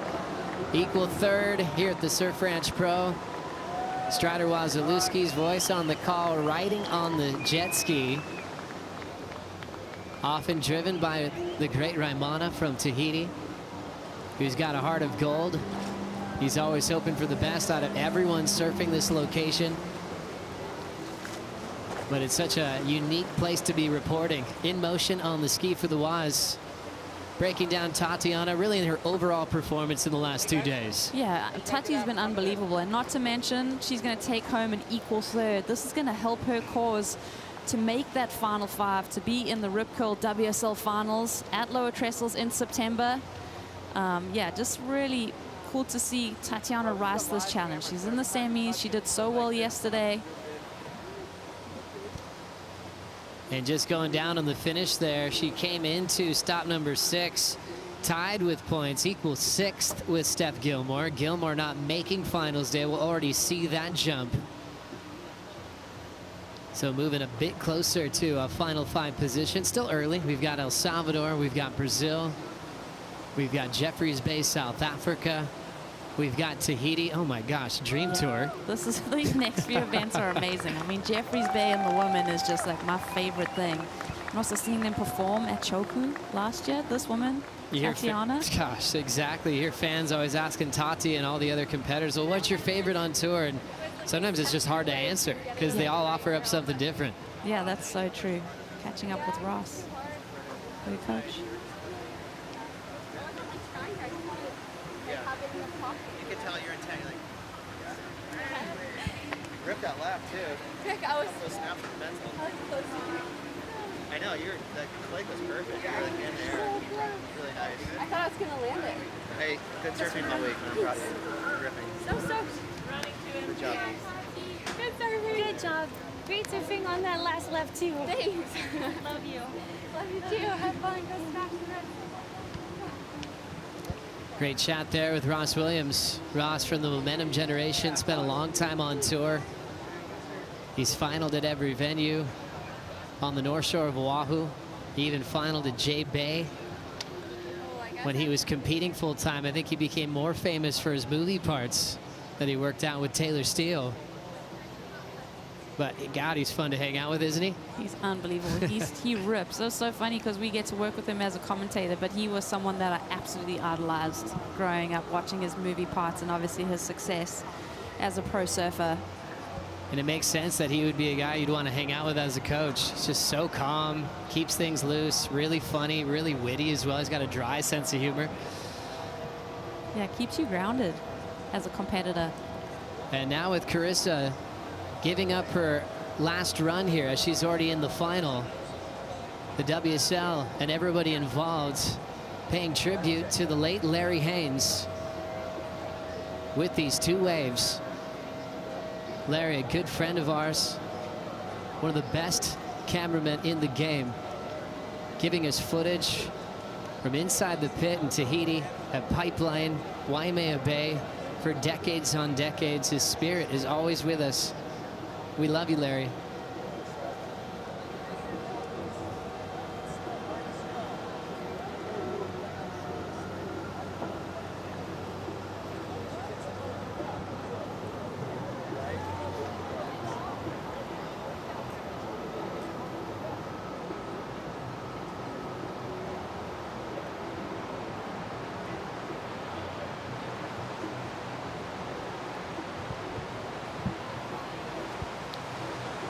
Let's now catch up with Carissa Moore with Louisa Florence.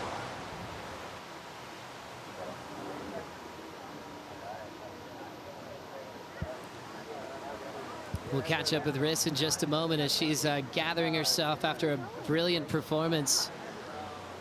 What a beautiful way to honor Larry, but also a smart move for Riss to relax and prepare for a big final with Caroline Marks. Caroline and Carissa at two different parts of their career. The goofy footer from Florida hasn't been in this big final energy in a long time, Rosie. Really looking forward to seeing how Marks is handling it after all that downtime she had last year, which she took off with her own decision. I think it was just so healthy. She's in a really good place right now. She's in such a good place, and to be in the final at the Surf Ranch Pro, I love, you know, the different styles of surfing that we're going to see from these two women. You've got Caroline Marks, who's that goofy footer who's done so well on the lefts. Carissa Moore, her rounded, polished approach, lefts, right, she's got it all. She is the most successful woman here at the Surf Ranch. She's got that special connection, and let's just see. I mean, when you get to this head-to-head final situation, it's so fun to watch them go wave for wave. They're going to get two chances. It's going to be your best left, your best right. That's going to make up your score. I'm really excited because these women have surfed a lot now these last few days. So let's see how that energy is feeling. Let's see how the excitement is going to channel into great performances. Carissa Moore, world #1. What does that mean for her world title campaign this year? This is huge, and I think for Carissa, when she gets into that commanding position where she can feel a little bit of freedom and shed a little bit of the pressure, that's when we see the best of Carissa, and I really cannot wait to see what this final gives us. Carissa Moore staying here locally. Her house is filled with all kinds of games and pool tables. She's been having a lot of fun. Staying focused now. She's with Louisa. Carissa, as I was telling you, the softness that I hear from you right here is completely opposite of your power in the water that just created a very unique situation that took you to the finals. Only 2 waves. How do you do it? I don't really have a good answer. I just, I was actually pretty nervous heading into it, and I was just about taking a couple deep breaths and letting it all go and just trusting in the preparation. I'm going to keep this short because I know you have a lot in front of you. Go rest those legs. Thank you so much. We're going to run these 2 waves that she decided not to run for Larry. So, dear Larry, this is for you. There we go. Thank you. Thank you to Carissa Moore. Thank you, Louisa Florence. And thank you to Larry. Final is set. Before the women, Carissa taking on Caroline Marks here at stop number 6, a big CT event title on the line. Carissa going for her 2nd event win out here. Caroline's been here on finals day, different format this year, but she is looking incredibly hot in these conditions. Griffin Colapinto, Felipe Toledo set up in the semifinals. A lot on the line concerning the yellow jersey in that heat as well. We'll bring in Mitchell Salazar and Peter Mel for the call.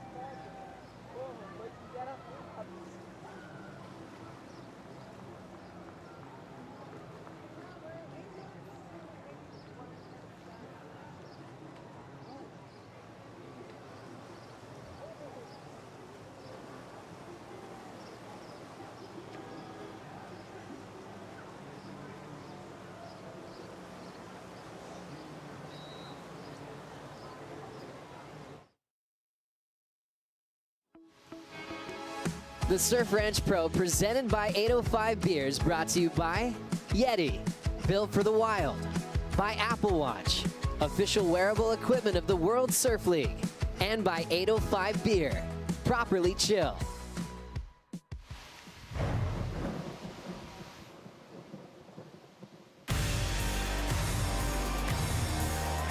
Oh, come on! Ready to bring variety and bring excitement for everybody watching. Felipe Toledo has entered the arena. The young Californian from San Clemente. Strider, how's this angle? Oh, it looks like Friday Night Lights, baby. Yeah. Come on! Wow. Get the Colapinto, ladies and gentlemen. Let's do this. It's a clash of titans in semifinal number 1, and guess who's in here? Griffin Colapinto from the United States of America up against the defending event champion and the defending world champion Felipe Toledo. Mitch and Pete here in the booth for semi 1, and Pete, wow, all I can say, this is going to be a barn burner, and what a way to start the semis for the men. Loving the head-to-head matchups. It's been pretty cool. We've had this new format throughout this entire event. Getting to see head-to-head in the basin has been optimum. It's been a good pressure cooker, but also a good performance enhancer. And Griff going to go first right here. He's the lower seed coming into the semis. He had to qualify through the night session yesterday as Felipe moved through from the opening round. He got a victory there. Here's San Clemente's own Griff. All right, on the driver 3.0 under his feet from Mayhem Boards. It looks good right now. Excellent start to this one. In the pit on the outside. Great positioning here from Colapinto. Back to the open face. Draws the line all the way down into the lip line. Precise attack, that's more like it from Griff. Into the lip once more. And oh, just went big right there. Knew that he needed to risk it. Pete, the average wave score that Felipe carries into finals day here at the Surf Ranch, 8.75. So well, Griffin knows that. Yeah, and I think Felipe knows that as well. And Griffin, obviously, the reason being he's been able to use that maneuver on that section to good points on all of his waves on this right. Beautiful work on the outside section, just building momentum through those turns. The last one right at the last second before it goes into the barrel section. And then here, unfortunately, pressing, right? This is what the finals day is about. You got to poke that nose to get that release of the fins to whip it around. It just didn't get the release all the way around. Look at that again. There's the nose poke. Usually he pulls that off, back foot comes off. And a bit of a bummer start for Griffin in this semifinal. Yeah, pulled it in the quarters against Iago Dora. Could not pull it on his opening right here in semifinal number 1. And we're talking about one of the best surfers from the USA in the last, what, 10 to 15 years. Multiple CT event winner. He has a few finals this year already, and this is actually a rematch the final at the Hurley Pro Sunset Beach, where Felipe came out on top, but it was Griffin that actually had the best wave in that final. 6.33, the opener for Colapinto, and he's going to be holding on to that lead up until this next left. Hey Strider, how'd the opening right look for you? You know what? It looked really, I mean, almost perfect, and then on that inside section, just catching. You know, it's one of those things. You push it as hard as you can push it all the way through, and you got a couple of chances to go excellent, and that's what's got to happen. So right now, he's going to sit back, relax, regather himself, and like just looked over. Didn't even feel like it affected him. He just looked over. The mental stability was there. He just shook it off. Big smile, ready for another one, and he's going to go left. And he knows he's got another chance on the right. So I feel like we're going to see some fireworks. Obviously, this kid's on fire. He's got a good flow going, but does put himself a little bit against the wall when you fall off on that first opening wave. Hey Strider, he's made the semifinals twice here. His average heat total in the 16-point range when he makes the finals day. But then he's been matched up against Felipe and Gabe. Does this look like the best version of you of Griff at the Surf Ranch? 100%. I feel like the confidence is there. I've seen some amazing performances, and I feel like we've seen some transitions into the tube time that were just impeccable. And it's just those drama-filled moments that we want to see out of him. We've seen him in the past, so he's going to have to combo those drama-filled moments into the barrel with the technical surfing above the lip and the big gouges. So interesting when you get to see, and the camera's right on Griffin, and You almost could see the thought process of trying to erase it, and all of a sudden you had a little chuckle in there, little giggle. Look at what he scored just on the outside alone, a 6.33. So had, you know, I want to say a third left of that wave, the end section barrel, and then the one pop at the end where he usually is getting an air reverse. This, though, a huge, huge moment for him right here going left, coming up against the defending event champion in Felipe. It is not an easy task. As I said before, though, Pete, he's had a couple of 16-point heat totals in the 2 semifinals. He's been in here before at the Surf Ranch. And there's the man to beat. So Colapinto about to take off Strider, his first left of this run. All right, let's see how he's looking confident. Shoulders are up. Let's see what he's got. We're going to see him off the bottom. Quick snap right there. Set up. Another power gouge to get the feet into that wax deeper. And there we go. A little bit of a slide of the tail. Now this is where it loads up on the inside. Bang! Right up through the corner. Nice tail drift right there. Another one in succession. As the lip throws out, he bangs it, meets it with timing. Right here on this lip line, you get a little bit of a float as it crumbs, and then it could go to the reverse. Ooh, we didn't like that. That's not what we want to see. Griffin Colapinto, was it the pressure? What is it, you know, what is it? Where is that mental, like, capability got to happen? Well, we break down. We just saw his family on screen right there, Strider, and he still has a couple more opportunities, one on the right, one on the left. But Pete, based off of what we've seen from Felipe, you don't want to leave it up to the last chance that you have out here. No, you wouldn't. Ultimately, the best strategy being you put up good, solid numbers. But we saw that from Tatiana Weston Webb in that heat. In the last one, she looked solid both ways in their first run. And unfortunately, it still wasn't enough. So you got to go big. That is for sure. And that's why he was doing these types of moves. Just didn't get that board back under his feet. And it's going to be basically another throwaway number. And you're thinking about Felipe and what you need to produce in order to get a heat win over him. You know, it's got to be almost 18 points. Yeah, and dropping a 6.33 on the opening right. Don't think the left's going to match that, but still has 2 chances. Great shot right there of the basin. It's a 4.33 on the left. Whoever moves through this heat has a chance to take a yellow leader's jersey. If Felipe moves through straight to the final, he moves up into #1 in the ranks. Griffin needs to win the whole event, though, to take the yellow leader's jersey off of Joao Chianca.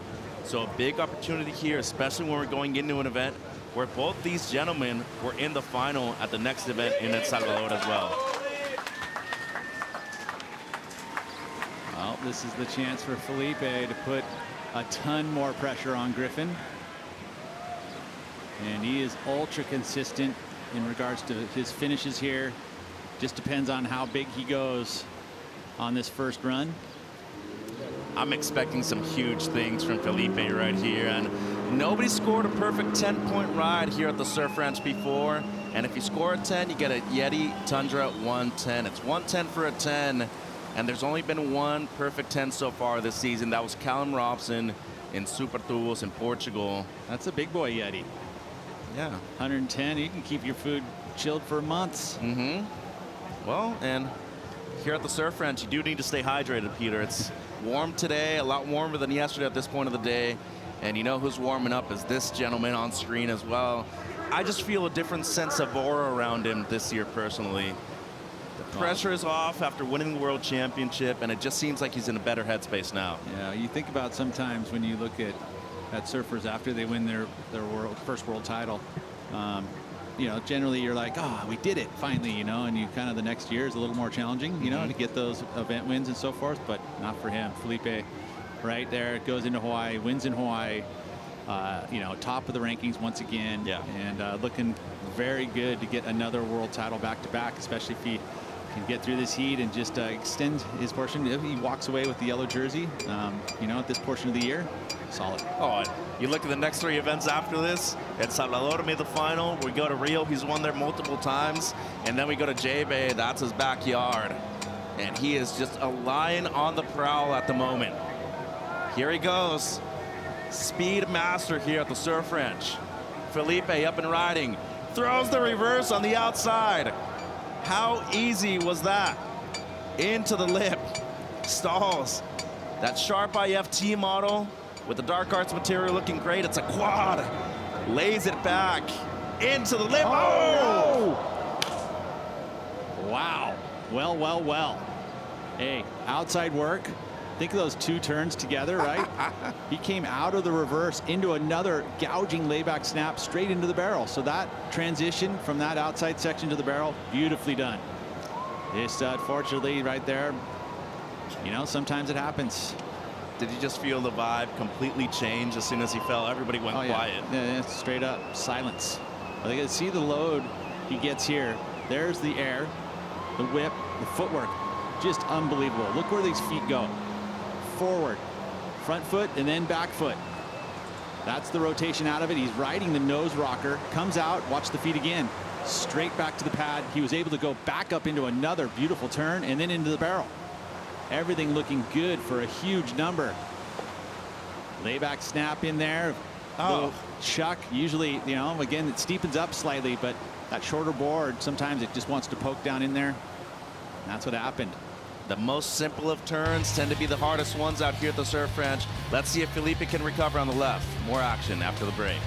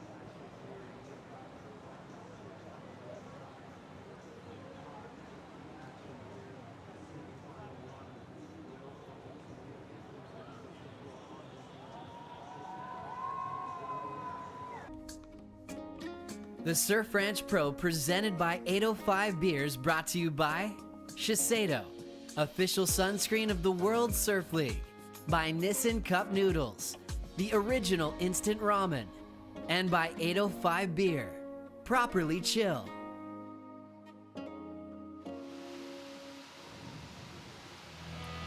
Hands down the best event we've seen at the Surf Ranch so far. The format worked out. Night surfing session yesterday, but we're in the semifinals of the men. As of right now, it's Felipe Toledo dropping a 4.83 on his opening right, needs a 5.84 on his first left to take the lead over Griffin Colapinto. Mitch and Pete here in the booth. 4.83, Peter on the right. Disappointing performance there from Phil. A little bit, yeah, especially when you got Griffin, who posted the 6.33 on the right. So all of a sudden it became very interesting. We'll see what this left does here. Momentum can still be with Felipe if he gets a completion. Truly can. Starting off here, just gaining some speed. Might want to be smart and methodical at the beginning of this wave. Great snap right there. A lot of difficulty in that one. Nearly catches a rail, much better for Felipe. Into the lip, a lot of spray. And he's looking down the line. It seems like the completion is what he's looking for on this wave. Wow, that was a spectacular turn. A lot of spray. Once more. That board looks fast, it looks loose. And the quad, the option here for both the right and the left for Felipe. What a maneuver there from Toledo. In the barrel. Great positioning, not super deep. And he'll end with the pop shove it. He'll pull it too. Again, giving us something just a little bit different than what we've seen previously. That's what you do on finals day to separate yourself. So on this left, good job done by Felipe, getting the completion. And now, solid number for his left. And that must have been 60, maybe 70% at the most for his capabilities. But you got to be thinking at least bettering the 4.83 on the right. You know, and I love the way this wave starts, right? He kind of builds momentum through the wave. The good read, too, in the section where it starts to speed off. Didn't feel like he was getting too rushed, just making sure he got out to that green face right here, pumps away, and then the wave starts to slow up, and that's where he starts to see the tail releases. He looked like he's just cruising the top to bottom, rail to rail. That's what I love to see here at the ranch. Sits back on it, sets up that one. Tiny stumble there, but no worries. And then this. We haven't seen a lot of this from Felipe. They'll shove it all the way around and rides out of it. That was sick. Here's the family's reaction on the big screen. Pop shove it at the end. Everybody loved it. Sophia, his sister. How's the transition right here, Pete? Look where the knee is, on the deck. And then here, gets the grab just to stabilize it. Switches the feet, lands backwards, rides around switch. And pulls it off. We saw him surf and switch on one of his waves last night. Got barreled. Switch foot. I'm going to still keep pushing here. And if you think about switch foot and doing those types of maneuvers, switch in this type of event, yeah, that's the future for me. And straight into the ice bath at the Red Bull Athlete Zone. That's actually Yeti 110 right there. And he fits in one of those easily. 8.5, the opening score for Felipe Toledo. That's cool. On the left, he's got to be happy with that. You like this cooling off right after the heat? Yeah, it works. Well, so far I've never burned my legs out that hard. So monster performance there on the left. One of his best scores on the left for the entire event so far, too. And once again, need to point out the implications of this heat when it comes to chasing #1 in the world. If Felipe makes it out of this heat, moves into the final, he automatically moves up into first place in the rankings. He'll take the yellow leaders jersey. Meanwhile, Griffin Colapinto needs to win the entire event to be #1 after stop number 6. So he knows the situation, but at this point, he just wants to produce, not only for the fans, but for himself, a big number right here on this right. Well, needs a 9-point ride on the right to overtake Felipe, but Felipe's low score on the right, only a 4.83. As Colapinto has dropped some excellent scores before in the past in clutch moments, Peter. Yeah, both these surfers take off in the same zone. They like to get that speed up at the very beginning of the wave, so utilizing the entire wave. As deep as you could get here from Colapinto. Important ride. A lot of energy in this one. Great pace. Will stall for the barrel here. Won't be able to get it, though. And a little bit off rhythm at the beginning of this one for Colapinto. Strider, a bit off pace at the beginning. Yeah, you know what? There was a little bit of a lip line that was crumbling, so he went for the off the top option. So now he's back into rhythm on this inside section. Big sweep off the top right there. Another one tail sliding around. He's going to whip into this inside barrel. Looks like he's loading up, though. He looks like he wants something big off the end here. And a big frontside punt. Can he make it? No. Gets away from him. So a missed opportunity there from Griffin.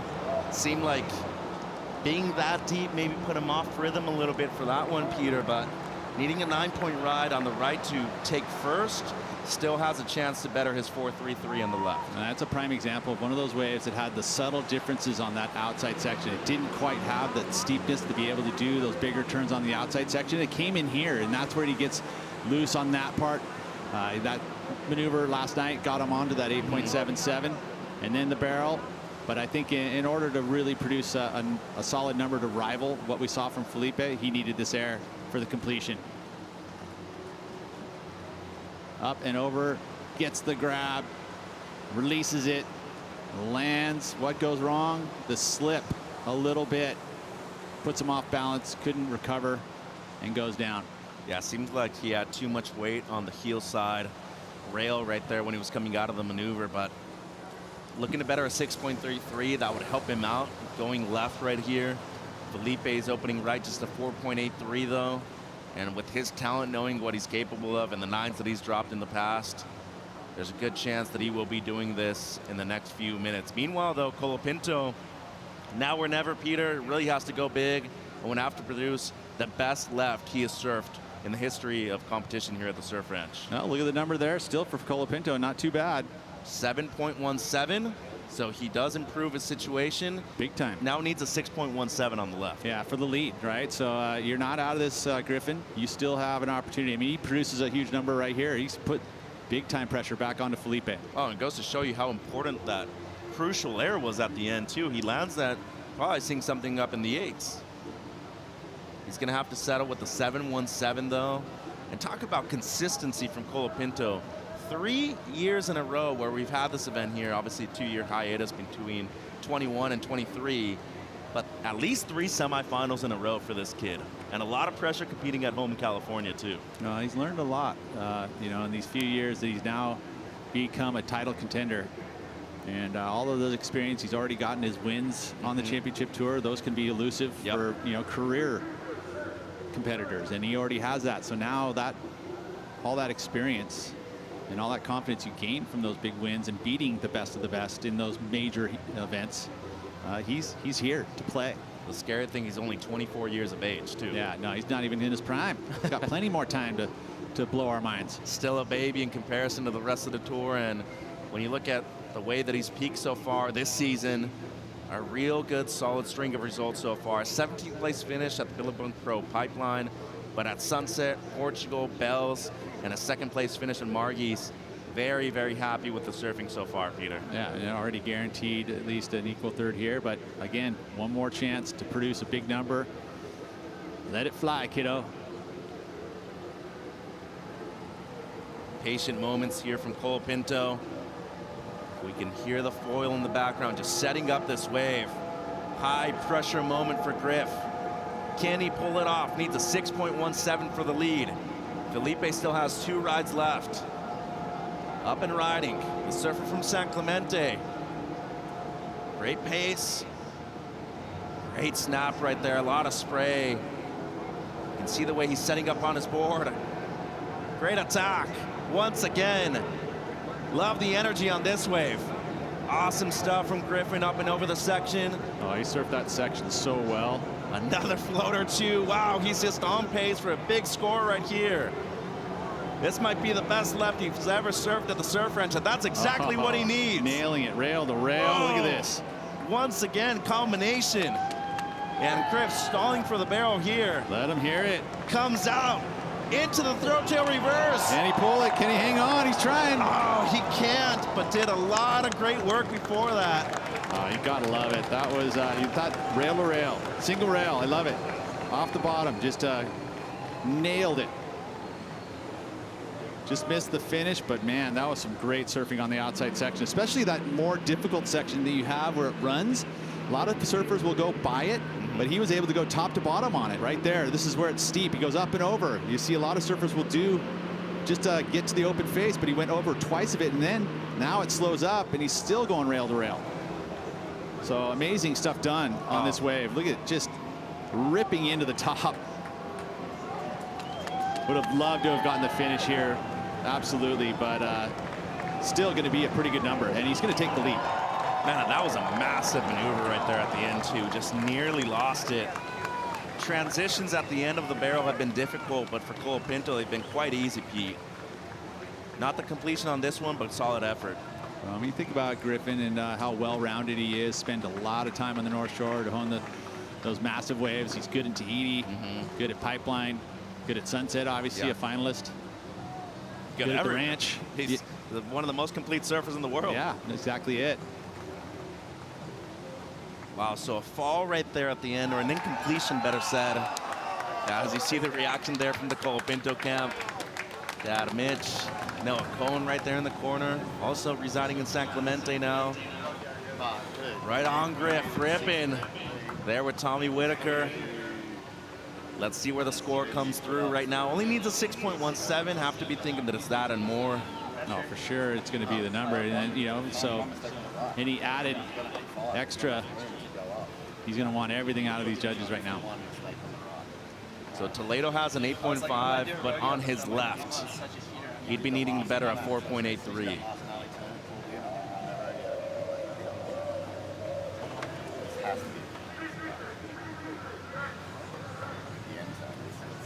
There's the Theragun. Those are another way of getting those legs and that lactic acid from attaching to the muscles. I mean, it's like, oh, if you had vlog and shove it, every part of that. Needs a 6.17 here or better. Still waiting for the score, and they're really taking their time on this one. It's a crucial score for this heat right now, and still waiting on it. And it's through. It's an 8.43. Enough for the lead. Now like Felipe needs a 7.1 on the right. I like that. That was, I mean, because you think about the left and the backhanders and what they've been able to do on that left, that was exceptional, and it was excellent, and they recognized it even without the finish. Yeah. Now, a huge moment in the career for Felipe at the Surf Ranch. This guy might be the best surfer we've ever seen out here. A 7.1 is what he needs on the right. Fast start. Throw to reverse, pulls it with ease. Wow, with all that risk at this moment, too. And a 7.1 is not an easy score to come by. Pulls into the barrel. That's great stuff. Oh, to the open face. Great car from Felipe. Set up snap. He's going to pace himself, it seems, through this midsection. Into the lip. As of right now, you have to be thinking that he needs more. And if he makes the final, he'd be moving into first place. Oh, no. In the rankings. And the yellow jersey might be out of contention now. He gets still better on the left, but wow. Let's do the math, right? So is that 483, is he going to add to it a little bit? Because what that does is it gives him the opportunity to do better on the left as well. So this isn't totally over, but that fall was big. Wow, 2 falls in a row on the right here for Felipe. I've never seen that happen at the Surf Ranch before. Oh, look at those fans are shocked. See what happens here. And I think, yeah, I mean, we were feeling it right here going, oh man, he's had to chase it twice on this midsection, which is an important section. And then that. Just a little misplaced turn. It almost felt like he went in a little tentative thinking about the score in those moments. Well, we talked about it yesterday. A 7 or a 6 is harder to come by than an 8 or a 5. And right there, just digs the rail, goes down, and a missed opportunity. Needing a 7.1. That was on the right for the lead. And look at the reaction there from the family. Oh my, it's going to be a difficult one here to process if he ends up bowing out in the semifinals. He still has one more left to go. Be right back with the last wave of semi number 1.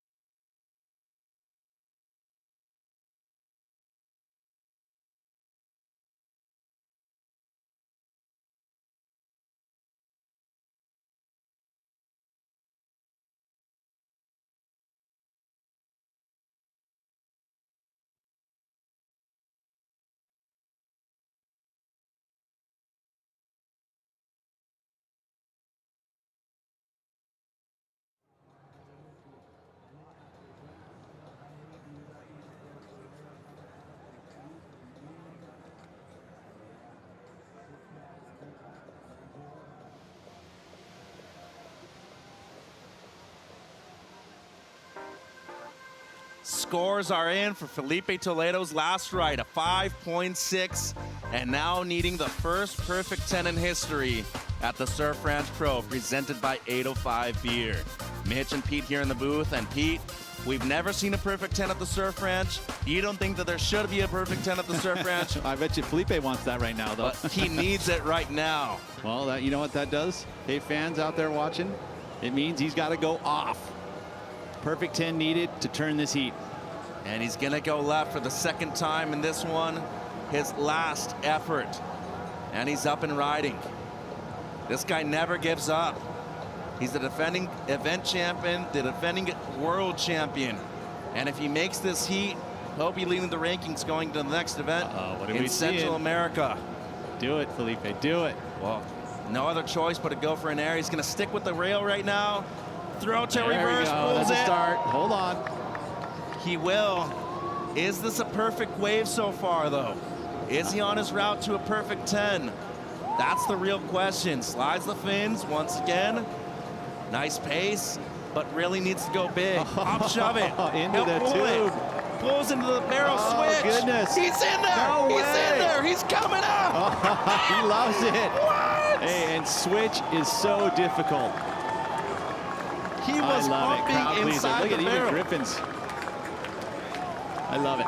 So cool. Way to perform.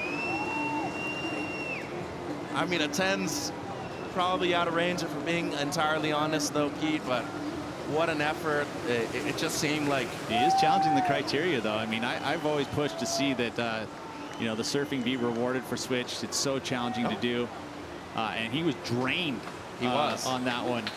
Switch foot, which is pretty cool.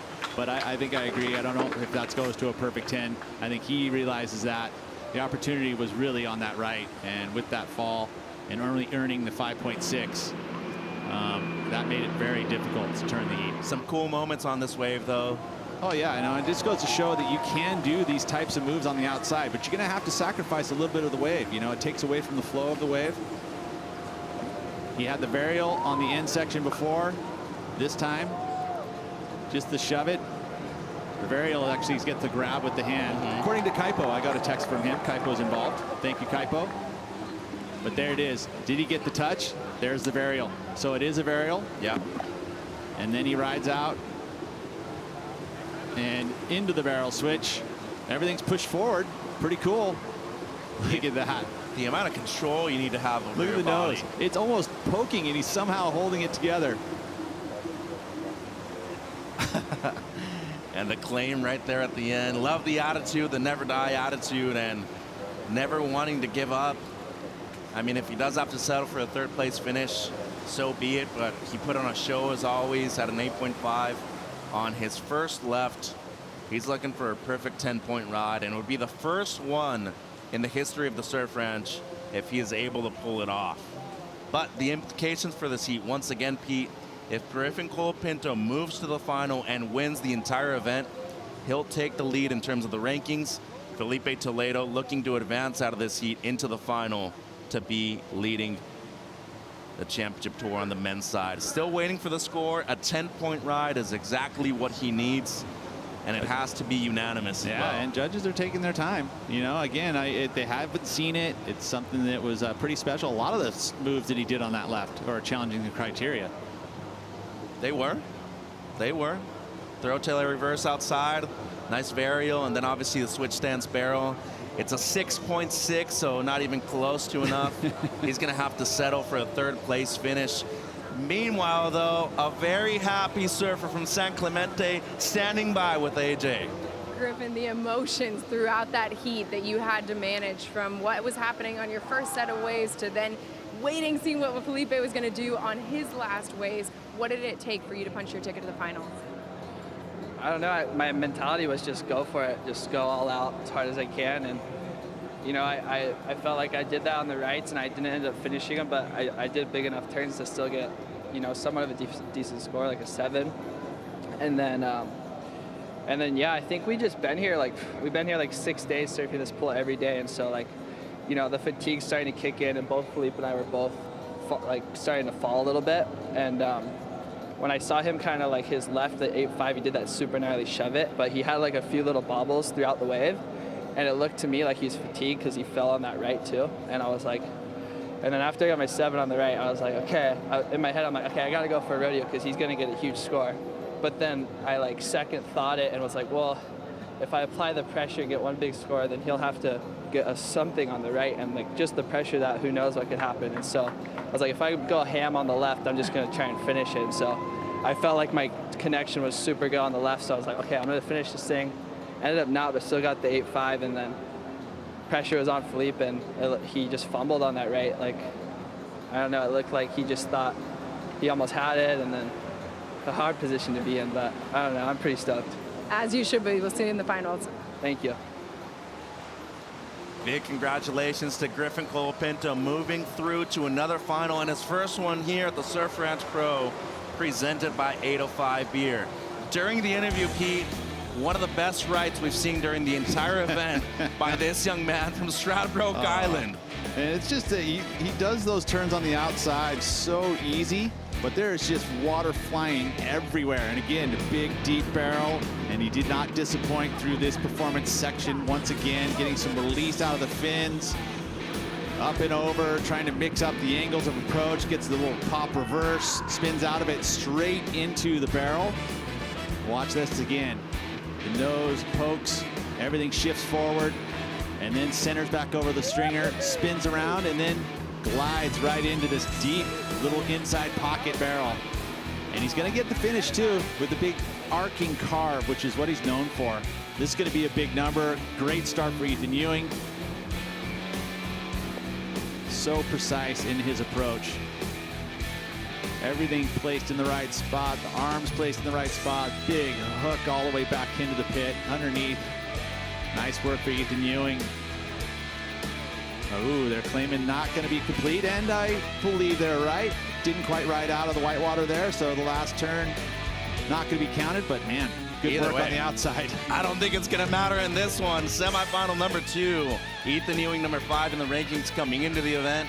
In the red jersey, Italo Ferreira, the former world champ, number 16, coming into the Surf Ranch Pro. And what a start for the Aussie. Ewing probably going to drop a massive score right here. No regard for that wave's life whatsoever. And he drops a 9.03 on his initial ride. Pete, couldn't have asked for a better start for this kid. Not at all. It's exactly what he wanted to do. And yeah, you know, I think that Griffin kind of hit it on the head. This, you know, you're at the ranch, it's hot, you're here early, you're trying to manage your physicality throughout these 6 days of practice and the night sessions. And so, yeah, I get to the finals day. I mean, yes, these guys are you know, trained athletes. They're giving everything they can, but it does start to catch up. You know, the lactic acid, as much as you can work to get it out of your system and out of your muscles, it's there. And it hurts. Yeah, I bet it does. Strider, what do you think about that opening ride from Ethan? I think that it was, I gave it a 9.5. I'm sorry, that was just ridiculous. His pinpoint precision in the lip, that turn he did, then hooked it under the hood really quick, the in transition 3, then to finish strong. I mean, that was incredible surfing. He's got on the back of the ski. I was like, dude, you are an animal. And he was just looking at me going, I can't believe I just did that. He was so stoked. Now he's carrying over. I just told him what the score was. He's going to paddle into this one. Let's see what he's got on the back end. Off the bottom, quick snap off the top, sets up the pace. Goes into another one. Off the bottom, slams straight up through the lip. Beautiful turn right there. Precision on the backhand for Ethan Ewing. Pushing hard, a lot of water moving. Wow, are you kidding me? Those whips are insane. Timing on point. Nice float over the top of that one. Straight back up into it. Here's where you start to slide the tail. This is where he loves this section right here. Bang, throws that tail out again. We knew it was coming. Guys, I want you to take it away. Talk us through the rest of it. Well, getting barreled right here, Strider in the pit. Great positioning after a throw tail turn. And once again, goes for the reverse at the end. And both rides complete for Ethan Ewing in his first run in semifinal number 1. He is hotter than the California asphalt right now, Peter Mel, and I'd have to say he's looking unstoppable in this heat. As we look at the Cup Noodle ski cam right here, how'd you like this one? I loved it. I think we're going to see excellent numbers again. So his first run going to be way over 16 points. He had the 9 to start this one on the right, and this is going to be another excellent number. So this is exactly what you want to do to put pressure onto Italo Ferreira. Use these sections nicely. You know, he identified that he had to chase and get some open space there, so he chased it a little bit, but it wasn't too long, and able to get into those moments where he knew that those 2-turn combos or 3-turn combos were going to come for him, and he did it. You know, right here had to come from behind to get the open face barrel, and deep. So yeah, a little bit of downtime there, here and there, but all the sections were utilized to their best potential. They were managed, and This kid has just been managing his performances so well. Victory in the qualifying round, surfed in the quarter against Gabriel Medina. Ended up winning on a tiebreak, had the highest score of that heat. Yeah, you can see everyone's legs are burning, and there's all different techniques on how to manage that. The big difference in this heat in the semifinal in comparison to his quarter, he's going first instead of second, so he's not playing catch-up the whole time. As laying out right now is Ethan Ewing, and trying to listen in to what his dad's saying.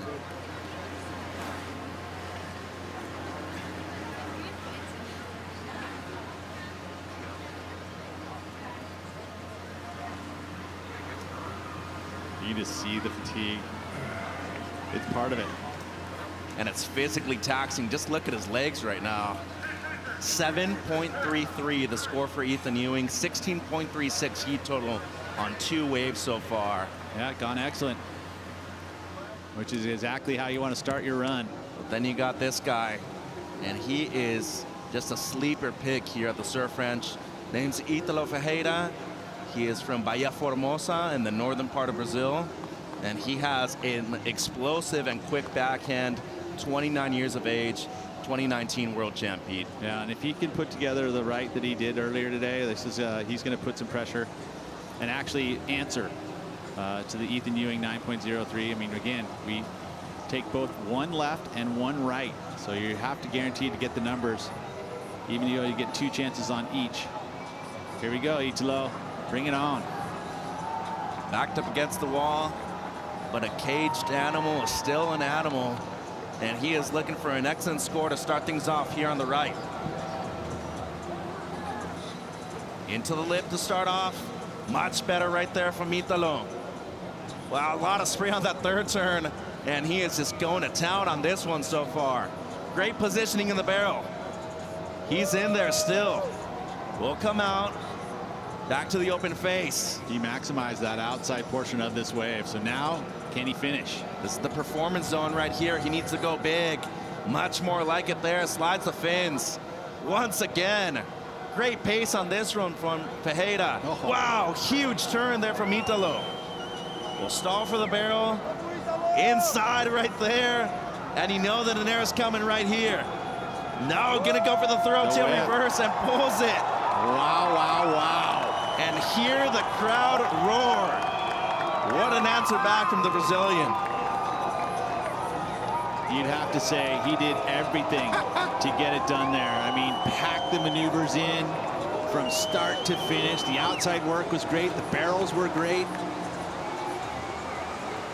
That was solid, and a great, great answer to Ethan Ewing. What a heat. Well, it needed to be. It needed to be at this point. And he just came up with a huge performance. So looking to drop an excellent score to get back into this heat is Ferreira. Coming back right after the break with his first left. Don't go anywhere. Be right back.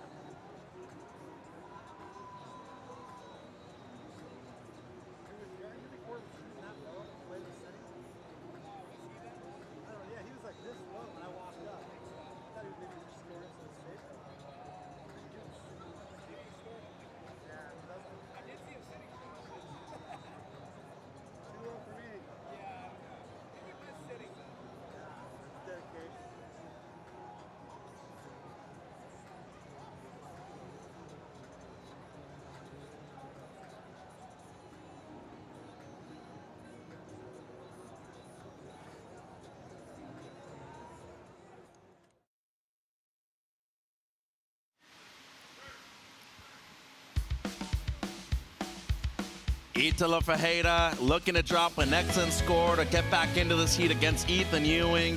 And what a start to semifinal number 2. Might be looking at the heat of the year right now, Pete. Stellar finish right here from Italo on the right. And he did get the completion at the end there, and we're still waiting on the score for Italo. So they've been taking their time, doing comparisons, obviously. Well, and during the break, scores have dropped, and he's gonna like it. Throwing up the peace claim right there. He's like, I got more. Get me over to the left. Gets an 8.43. Look at the scoreline right there, right on the money, Pete. Well, now that's a good number for him on the right. So, you know, you think about him on the left, very well and capable of putting up huge numbers. So now we get to see what he's going to do on his forehand. A 7.94 needed to take over the lead. So looking basically for an 8 right here on the left hand, and has dropped a couple of 8s in the last 24 hours on this ride here. Italo up and riding. A lot of speed, a lot of power. Down the line snap, much better right there. He is just electric right now. He's feeling it. Hammering it. Throw tail reverse, down the line, pulls it. Oh, floats it. Up and over the section once again, throws the tail a bit more. Oh, he is just in control of his board and so his awesome. body right now. On another level, he's a freak and has one more section gonna pull into the barrel right here. Excellent positioning coming out, and goes for the forehand air reverse, incomplete, but only requiring a 7.94 at this point of the heat. What do you think, folks? That was pretty cool. I mean, there was a lot of surfing being done on that outside section. He just glided over. There was no downtime. This is a crazy heat, Pete. It sure is. Love it. Bring it on, the entertainers. Check this out. Just zephyring off the top on that outside section. That's a difficult section, and he was going up and over with the fins flying and the air reverse. Comes out, glides up over the foam again. That's that midsection. See with the footwork again, nose pick. Actually touched the rail there, so make sure that board stayed under his feet. And then jumps back. The footwork to get back and get back up over the foam. And again, this time riding fakie. Riding the nose of the board, no fins. To make sure he keeps his momentum down the line. Only error really is just not completion on the inside section, but man, such great surfing outside. Went for the big air reverse here at the end. Oh, you see the tip of his board. He just went too far up and just too limited area to land that thing. But we did see big numbers come from an incompletion on the inside before. Griffin did the same thing. So we'll see where this number goes. And you're scored based off of what you did and not off of what you can do. And Italo waiting for the score. 8.43 on his opening right, waiting on the left now. So if you get something better than a 7.94, that means that Ethan Ewing gonna need a score. And it's an 8.17. It's through. So he's in the lead now, 16.6 heat total. Scoreline right there, Pete, goes up to an 8.8 even with the highest judge. Close to a 9-point ride, but drops an 8.17 as the average. Now Ethan Ewing needing a 9.27 on the right. So yeah, again, you know, he can make up some numbers on the left, but ultimately he has a chance to take back the lead if he's able to get a 9.27 or more on the right. So a close heat here. You see both numbers at 16 points, an excellent number. Italo with 16.60. Ethan with the 16.36, so separated by 0.24. 2-4, quarter of a point. Unbelievable heat. I mean, Ethan Ewing starting off with the 9, backs it up with the 7.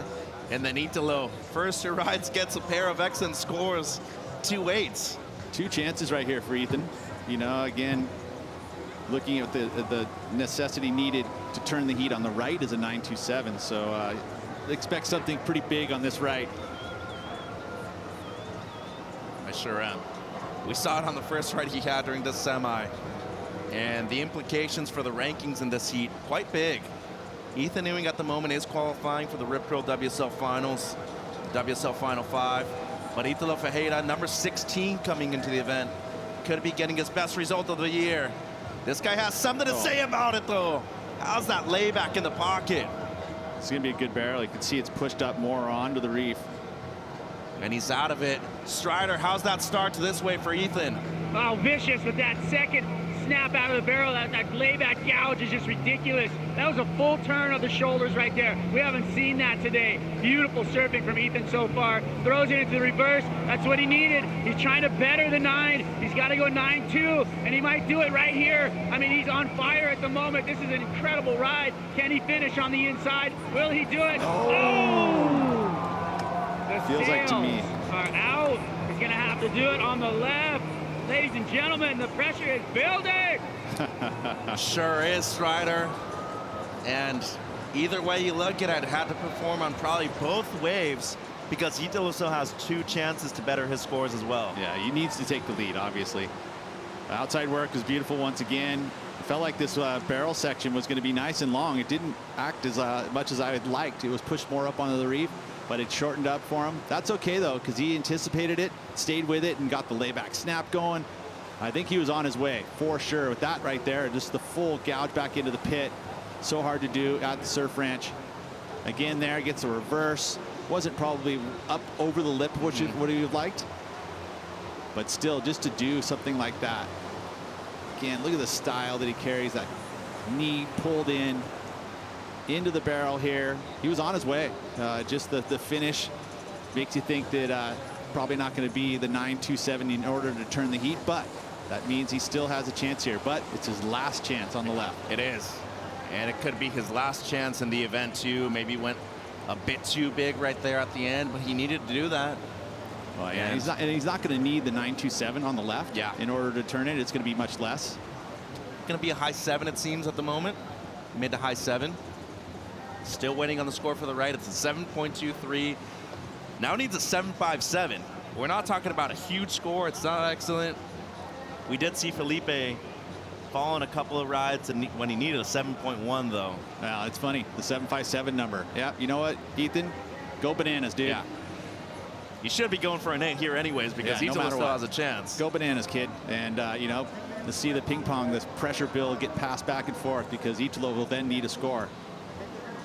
I think he's been proving a lot of people wrong, though, when it comes to how you can surf and how you can approach the surf ranch, though. A lot of people don't necessarily think that a lot of rail surfing will do such well here. He's proven them wrong, Pete, and making it to at least the semifinals right now, has a chance to get to his 2nd final this season. 7.57 the number needed, and if you remember the 7.33, a bit casual through a few parts, but he didn't get the finish at the end either, and that's what a crucial part of this wave really comes down to. And it is.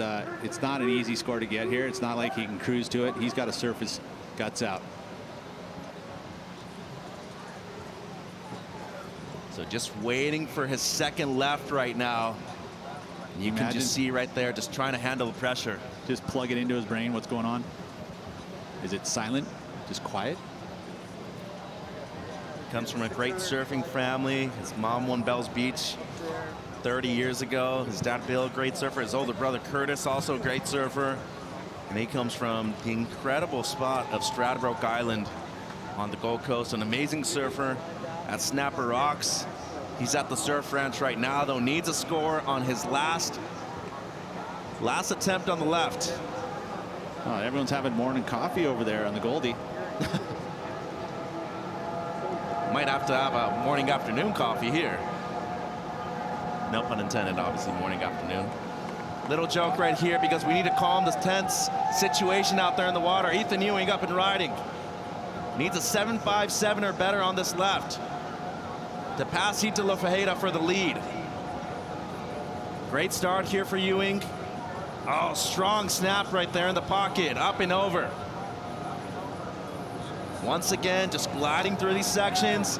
Throw tail reverse. Can he ride out of it? Oh, he recovers, but is he too deep? Oh, no. He is.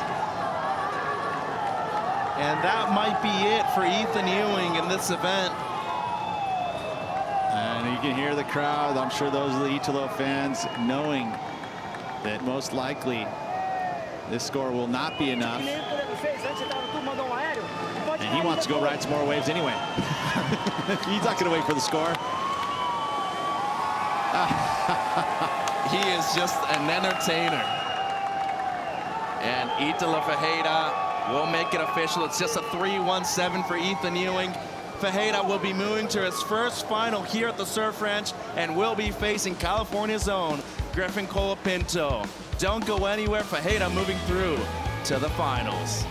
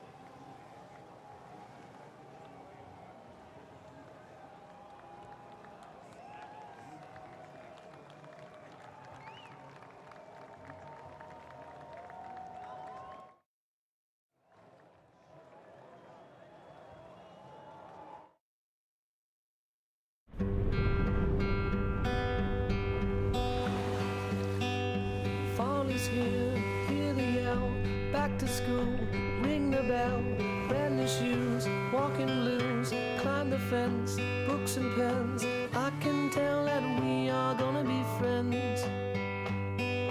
I can tell that we are gonna be friends. Yes, I can tell that we are gonna be friends. The ocean makes up most of our planet and plays a crucial role in our health and survival. Unfortunately, this precious resource has been under threat for far too long. And now more than ever, the ocean needs more friends. Go to surfrider.org, sign their pledge today, and become a friend of the ocean. Look at all these happy surf fans enjoying finals day.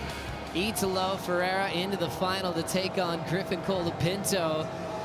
Doesn't need his extra run. Wonder how people are going to take this on, and of course it makes sense that Italo's not going to slow down. Joe Turpel with Rosie Hodge. What is he doing here? He's just having a good time, just parking it in the barrel. I love the way that he just ran in and kind of skimboarded the wave off the boat ramp. This guy has got like so much energy. I want some of it. Like, it's so like a bomb or something. It's so fun to see when everything goes together for Italo, when that hyperactive energy comes through with a big performance. It's been a long time since he's been in a final. Yeah, he's definitely, well, let's see that. But yeah, he's had to regulate that energy a little bit, Joe, through his career and really find the sweet spot of settling down and doing his best surfing and finding those big numbers. We've seen him kind of come on as an exciting rookie. 2015 making finals, he was very quiet, almost reserved, even with that high energy overload. And then the world got to know him when he won a world title in 2019. It came down to a final decision at Pipeline. Whoever won, him or Medina, became the world champion. And his whole profile changed. We're seeing a special rhythm that he has right now here with the Basin. Yeah, it's fun. I mean, he's really built throughout this event. He had that clutch performance in the night session. Coming into the quarterfinals, he did extremely well. This semi against Ethan Ewing has been phenomenal. So, you know, Italo's in the final. He's going to be coming up against Griffin Colapinto.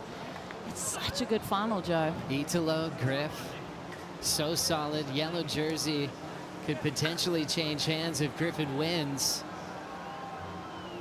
Italo just working things out on those rotations. Catches so many waves in the ocean, it would make sense that this would feel a little bit more normal just to stay really active. There's a heat in Newcastle. He caught 17 waves in a heat. It was wild. Strider, how you feeling? We're feeling good. Italo's on the back of the ski, wants to save the legs, said he's not going to take this next lap. Italo looking good though, looking psyched, very focused. How you feeling?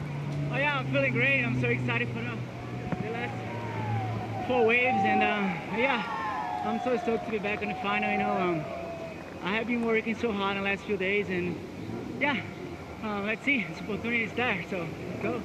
Let's go! Strider Wazlewski reporting on the back of the ski. Italo lets go of the sled. When he got the score last night, he started jumping fences. As he in the made basin. finals day. Yes, he was climbing the fence on the basin. Gets the news he's in the final. He does the backflip, like you said, just skimboarding off the boat ramp. He's always just dancing with that fine line of getting so radical and going, what could possibly go wrong? He's in his groove again, Joe. I mean, how's he sitting on the rankings? Like, what's this position looking like for that Final 5 picture? All of these events count now as we move into this next part of the season, and all eyes are on the Rip Curl WSL Finals. I love that you brought that up, because when I looked at finals day, the one man that really stood out far down on the rankings, which is kind of different, is Italo coming into Stop 6, 16th in the world. Wow. So it wasn't Final 5 talk like you expect out of a world champion. First final appearance of the season, and it was also first time he got to that quarterfinal berth all year, and now he's got a chance to take 10,000 points and try to close the gap in the WSL Final 5. Well, we think about, you know, him even coming into the mid-season cut. He wasn't safe until that very last event at Margaret River. So he's had a very different season. And now as we transition, there's definitely been that shift. First event back after the mid-season cut, he's in the final, and opportunity is there to climb that leaderboard. Well, the wild part about it, we're going to have a new champion for the first time in history of this event. Gabriel Medina out earlier today to Ethan Ewing. And then Griffin Colapinto getting past Felipe Toledo in the semifinals. So we've had this routine script. Medina or Toledo, they're out of the contest now. It's up to Griff or Italo to see who will be the champion at stop number 6. And cool to see a natural footer in the final.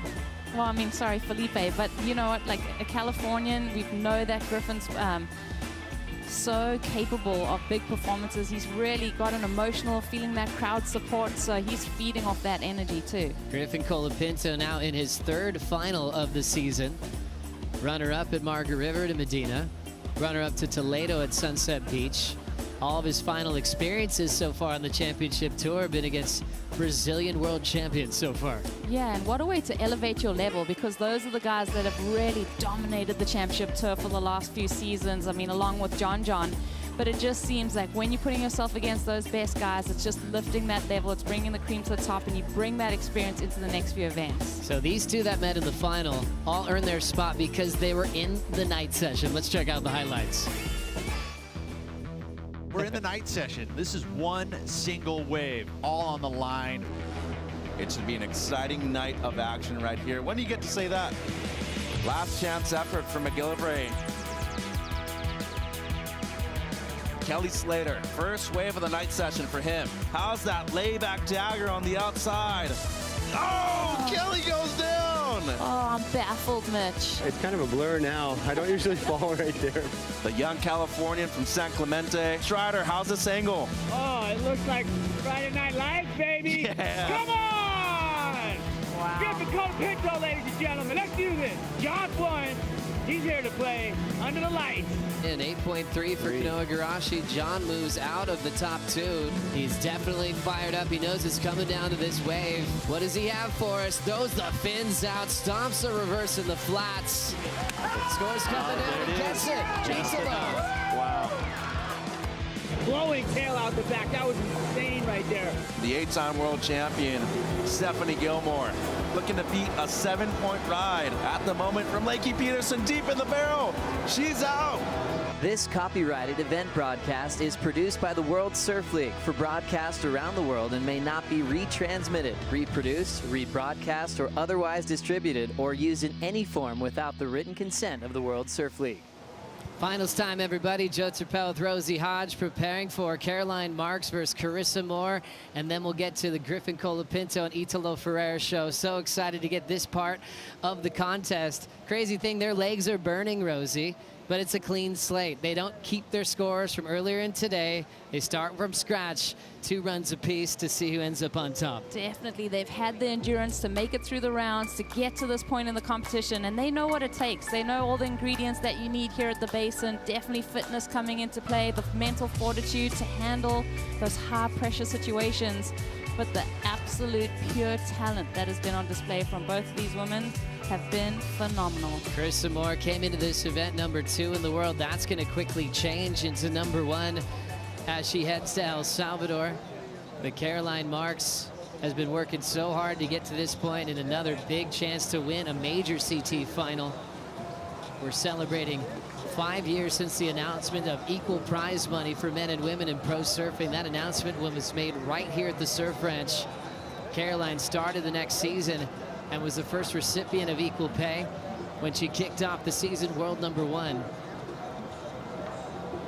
Let's start this final. Caroline Marks on her opening wave.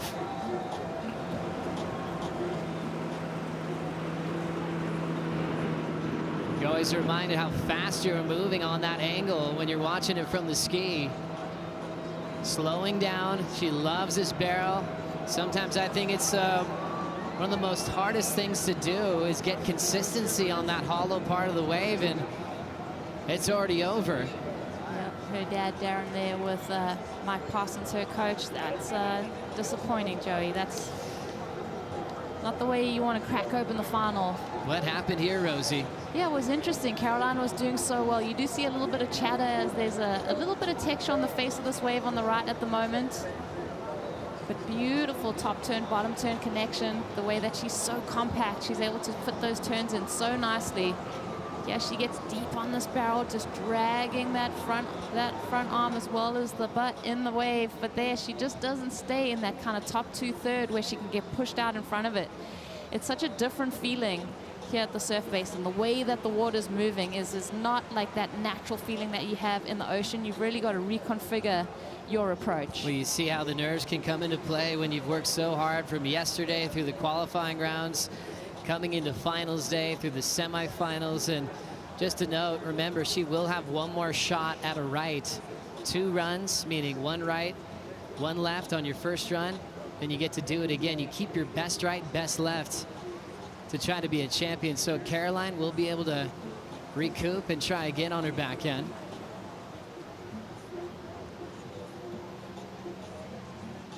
Carissa Moore talking things over with Gilmet. Preparing for another final here at this great venue. Let's catch up with Ethan Ewing with Louisa Florence. Ethan, I was just joking that you guys give us heart attacks, and you were just telling me you're super tired, but I want to say thank you for the show. It was a show. Yeah, it's been such a fun 2 days. It's I did this event a few years ago and didn't do too well, but yeah, I've just been having so much fun. It's a really challenging wave, but yeah, it seems like everyone's putting on a show, which is cool. You feel like you worked enough on your legs for El Salvador now? I think so. I think I'll have to lay down for a few days and rest. But yeah, looking forward to the next few events. I love El Salvador and Brazil and J-Bay, so look forward to it. Keep up with it. Thank you. Thank you. Thanks so much. Oh, he's one of the best additions that we have on the championship tour. Definitely a future world champion, figuring things out quickly. A champion at J-Bay, at Bells Beach, and his best ever, and maybe you could say the surprise all-star from this event, because he was here before and we didn't see much of him in his past start at this venue. But wow, he's definitely one of the favorites from here on out. Yeah, he did. He highlighted that too in that interview, just saying how badly he did in the previous event, and that he has, in a lot of ways, in his career, I mean, even thinking about where he is now in that Final 5 picture, I mean, he dropped off tour after his rookie season, so he's had those ups and downs and those character-building moments. Ethan's done so well. And moving on to El Salvador, which is a great right-hand point break. That's really going to do well for Ethan Ewing's approach. His wins so far have been on running rights.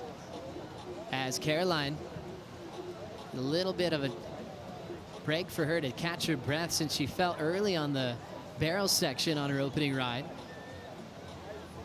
But I think what always is memorable from Caroline is what she does on the left out here at the Surf Ranch. Yeah, definitely her strength, and I think that'll settle the nerves if she's able to get a complete ride on the forehand. It's like you said, she does get another opportunity on the right, so that can kind of lessen the blow a little bit. We got to see her so young. Jessie Miley Dyer, the chief of sport, even gave her a wild card at a major CT event when she was still 13. Youngest to ever qualify. Former runner-up in the world, and knows what it's like to represent USA in the Olympic Games. There's the snap to get things started for Caroline Marks. 2 turns, and now she highlines for a bit, setting up a third blow. 4 snap, just projecting down the line. Energy just always moving down the line on this wave, not towards the beach, which you're used to. Rips that one in the pocket. There's the climb. Now she might start opening up here. There's a big hook. Another nice tight carve for Caroline. She might put herself nice and deep here.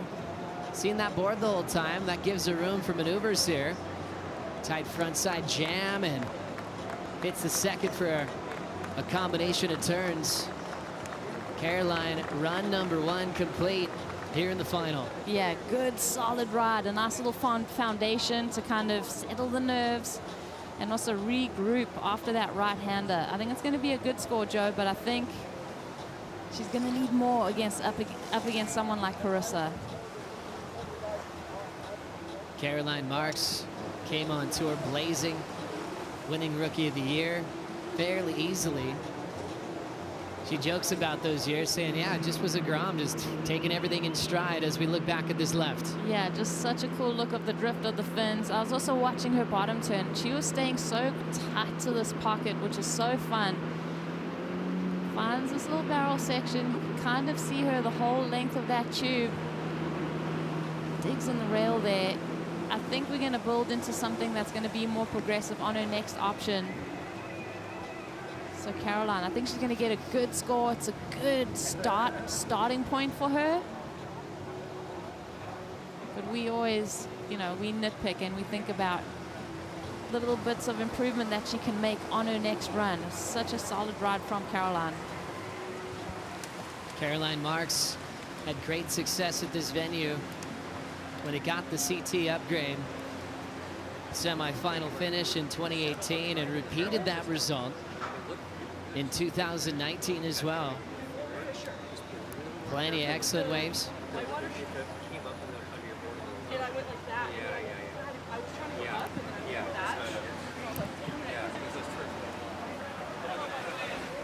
So on your way. Those 3 turns were like, those 3 turns were cycling on the right. So yeah, just do that again. Yeah. Hear the voice of Mike Parsons. Yeah. No, but I mean, if you want to play that Caroline, yes, for sure. Because yeah. Caroline Marks, 7.5. 7.5. 7.5. Okay. I think you got a little more to give on the outside of the left. For sure. Your points were insane on the middle, the release and the barrel, but even the release when it flaps, you want to stay on the rail right now. It says super straight line. I tried to. Yeah. It was loosey-goosey right now. Yeah. But it was sick. I had like the whitewash. Yeah. Maybe like that other one on the other left, you were right below. Yes, for sure. Right, starting to turn a smidgen lower. Absolutely. Such a cool opportunity for Caroline Marks to talk to her longtime coach, Mike Parsons. Parsons, longtime competitor. He's won events like in Newcastle, famous for a big wave career. That's insane. As we look at Carissa Moore starting off her first run in the final, attacking already. Now slowing down for the barrel. Carissa Moore now #1 in the world. Looking for a 6th world title this year. Snaps it again, looking solid so far, Waz. Well, that turn straight up into the corner. There's that arc, then back into the lip. I mean, the powerhouse is going at it. The Hawaiian punch in here on the inside, bang! That was some great surfing right there. Love that turn right there where she turns the shoulders, kick stalls into the tube ride, leans forward, getting that speed. Can she pull through? And she does. Here we go. Big gouge on that layback snap. Drops the wallet, and that is Carissa Moore. Represent the Moore. That's right, Strider. She loves it here. Shock is for everybody watching here on hand and around the world. One of those popular surfers for good reason. Amazing human and unbelievable talent when she's performing. Yeah, so third turn there on that outside section, stalls for that barrel. So as soon as she makes it out that barrel, she's already eclipsed what Caroline was able to do on the right-hander, and she just speeds through. A lot of flow. We know about the power from Carissa, and it's all about the linkage too. There's no downtime in between the turns. She's all about transitioning through those moves and making this just one long dance. I mean, 45 seconds you ride this wave for. That is a long time to be on edge, to be in that crouched position. It's no wonder your quads are burning come the end of it. You're so low down, managing all that body weight that you got to push forward and pull back in order to burn off the speed and accelerate when you need to. Goes for that beautiful painted Carissa layback, putting everything into that wave. You can just tell by her face and the way that she's just grabbing her quads right there. She's giving it her all. That's my favorite turn right now. Yeah. That one she did in the semifinals, I could just watch that on repeat. You can tell with her technique, she can push at 1,000%, and it's always in control. It's super radical. And she's done turns like that her whole career, but there's something different about it now. It even got better. Carissa Moore scores in. Excellence already, 8.6. So doesn't need much for the lead change on the left. She looked incredible on that one, was. 0.6. I gave her an 8.5. She wondered what she got, and she's like, I'm terrible at giving myself scores. But one thing she wasn't terrible of is getting as deep as she could in that barrel. And she was like, oh shoot, am I gonna make it? And then she leaned forward. You saw all the weight shift go forward and her come flying out in that big layback gouge. So really looking solid, really looking strong. But she identified that there was little things that she wants to make up. There was little mistakes in there that she wanted to better herself on. So she knows mentally that she can do better. Already with a solid score, going excellent. Let's see the left. What about the quiet time, was in between waves? What does it feel like now that it's finals time? You know what? It feels really good. I go to the wall, everybody's excited, but the athletes finding a really great place just to kind of relax. And by this time in their game, they found a place in their mind, because there's nowhere here to actually get quiet, so they have to do it inside, just close their eyes, breathe, and find that quiet time to really relax themselves and tell the body that they can still go and keep going, because there's so much blood rushing through their legs. I mean, she did like 6 or 7 stretches on the back, on the legs, just pulling her feet up and getting all that blood moving back through. It's just insane to watch, you know, the athleticism of them and how they actually get to their other side of it. Thank you, Strider. I think the best way for these surfers to calm down is when they get big numbers. They're like, okay, everything's working. I can relax now. I have a feeling Carissa's feeling the flow after an 8.6. As she's setting up her left, looking for a 28th championship tour win today here in Lemoore. Just kind of S-ing her way off the bottom and off the top, now attacking the lip. Things really start moving. Sometimes it feels like this wave increases in size at this point. Now you get this little whitewater coping to deal with. So you can float it, hammer it, try to mix up your turns. Carissa doing well to hug the pocket here. And now she's going to identify that it's changing gears, hollows out, pulls in, gets the exit as she sets that rail down, backside roundhouse fade. That's been her go-to finishing move after the pit on the left. Great start in her opening run. Her family's loving it. Yeah, and then so they should. I mean, 2 complete rides. She's already got the 8.5 in her scoreline. That one's going to come in a really good number for Carissa. All smiles. Carissa Moore, great job in the opening run. She'll have the advantage into run number 2 here in the final. Let's see if Caroline Marks can catch up to this momentum right after this.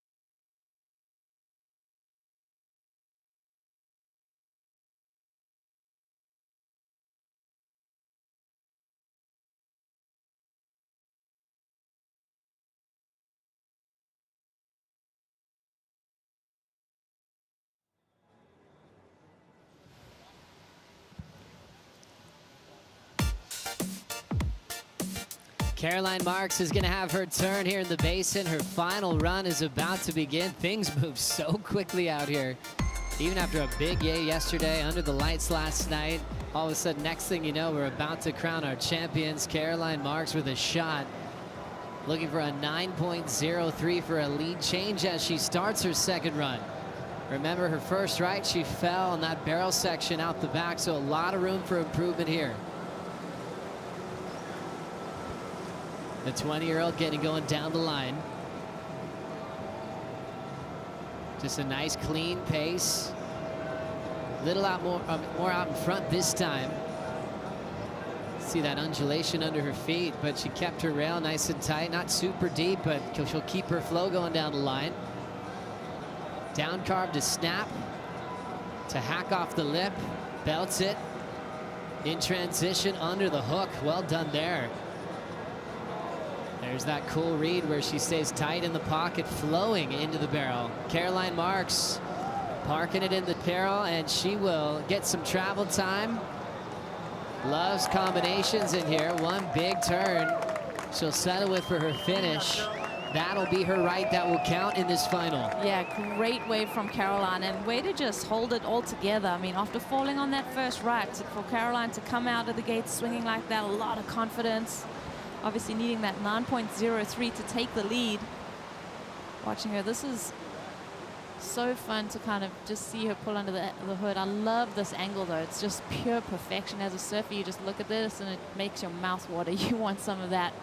As you see, she's hammering on that backhand. Caroline's vertical attack here is something that just is so critical and crisp and clean. The judges will definitely be looking at those individual maneuvers and identifying just how critical she was in the lip. Like you said, she was a bit more out in front of it. Didn't want to make that same mistake of getting caught. Watch as she drags that bum in that front arm just to manage that speed. There she recognizes she's got to get up quick in that tight transition on this inside section. Drifts the tail. Beautiful wave from Caroline Marks. So Caroline getting a lot of improvement there, and we'll see what it's going to come down to on the left. She was chasing a 9.03 for a lead change straight on that right. But what a feeling for an athlete on tour, knowing you have one more perfect wave. And it's all up to you to perform to try to get a championship tour event title. Done some great work for us. We talked about the first huge win that was monumental with equal pay on the Gold Coast. Also dangerous at North Narrabeen in that shrunken season when the world was changing. Always a threat when she can go straight up on her backhand, but her forehand progressive element that she's been highlighting in the lowers left has been so fun to follow. We'll see if she's going to need to reach for it here on her last wave. Yeah, and there's room for improvement on that 7.5 on her forehand. So she's got that within herself, listening to the download from her coach, Mike Parsons, just telling her to get more aggressive on that end section. We'll see what the takeaway can be after that little chat, and especially after completing that right-hander. I think that's really going to alleviate some of that pressure, and that's going to maybe be building up inside of her as she heads into this last ride of the final for Caroline. Her last ride has just dropped in, coming in at a 7.93. So Caroline now needs an 8.6 on the left. So she already had the 7.5 on her first left, needs to go for on this final left. This is her last shot to try to take the win off Carissa Moore. And if you're listening to that number, Caroline's probably digesting that. I need that 8.6. That's just a point higher than my 7.5. You're like, okay, get more critical on that end section. A couple more flowy turns out the back, drift that tail. So we'll see what she can do. Mike Parsons went over the game plan for this final left on how to make those improvements when she was on the boat ramp. And here she goes, Caroline Marks on her final wave, chasing an 8.6. Setup work to get this one going. Trying to achieve a 4th championship tour win. Nice off the bottom, little redirect. Whitewater crumble starting to show up. She's attacking it. Lays into that one in transition. She'll fade. Climbs it one more time. Now she'll really unload down to the bottom. Fits in one more move before it goes hollow. Has some time. She's being patient. Not really barrel. What's she going for here? There's the big reverse. Caroline Marks went for it on the finish. Just couldn't bring it down.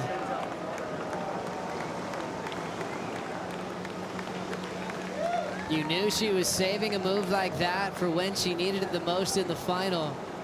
The projection was there and came oh so close to pulling one of the most exciting finishes of the event. What'd you see, Rosie? I love this wave from Caroline. The flow from the very beginning, everything about it. She stayed out in front of it, but she was able to do those big flowy moves. She was engaging the rail, and you knew when she got to that end section, she wanted to keep something in her legs so that she had the power to explode and get progressive. So the way that she timed that, she wanted to get out ahead of it. So close. That outside rail just getting grabbed there without being able to do the full rotation. That you have to do it so quickly in this little cupped out section of the wave. That trough, it's so steep. She had it all going for her right there. It just gets taken away from her on that rail. So close to a massive move. Remember, Caroline Marks chasing an 8.6. Judges talking it over for what she did accomplish on that wave. And I think they are ready for a decision. Caroline gets a 6, not enough. Carissa Moore takes out the Surf Ranch Pro, presented by 805 Beer, and now moves to number 2 on the all-time win list with 28 championship tour victories.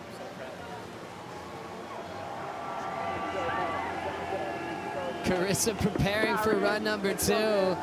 Now she can jump off and just celebrate. Maybe the best way to enjoy a victory when you have 2 perfect waves at the Surf Ranch with no consequence. Well-deserved win once again for one of the best to ever do it. Oh, congratulations, Carissa Moore. Just incredible to see her throughout this event. I mean, she has been, you know, not a single blemish on her performance. Winning her opening round, going straight to the quarterfinals, dominating, straight to the semifinals, dominating that one, and now here in the final. I mean, look at those 2 scores, Joey. Unbelievable.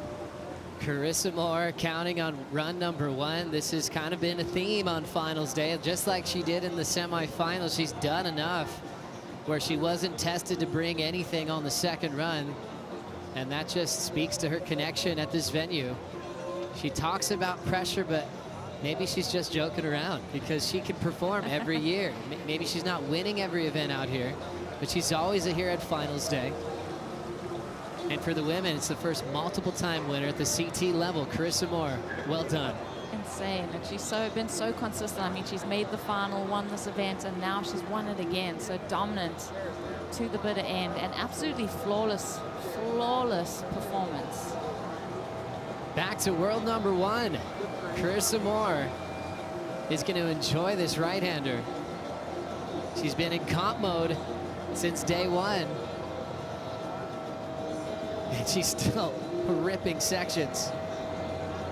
Nice and barreled for Riss.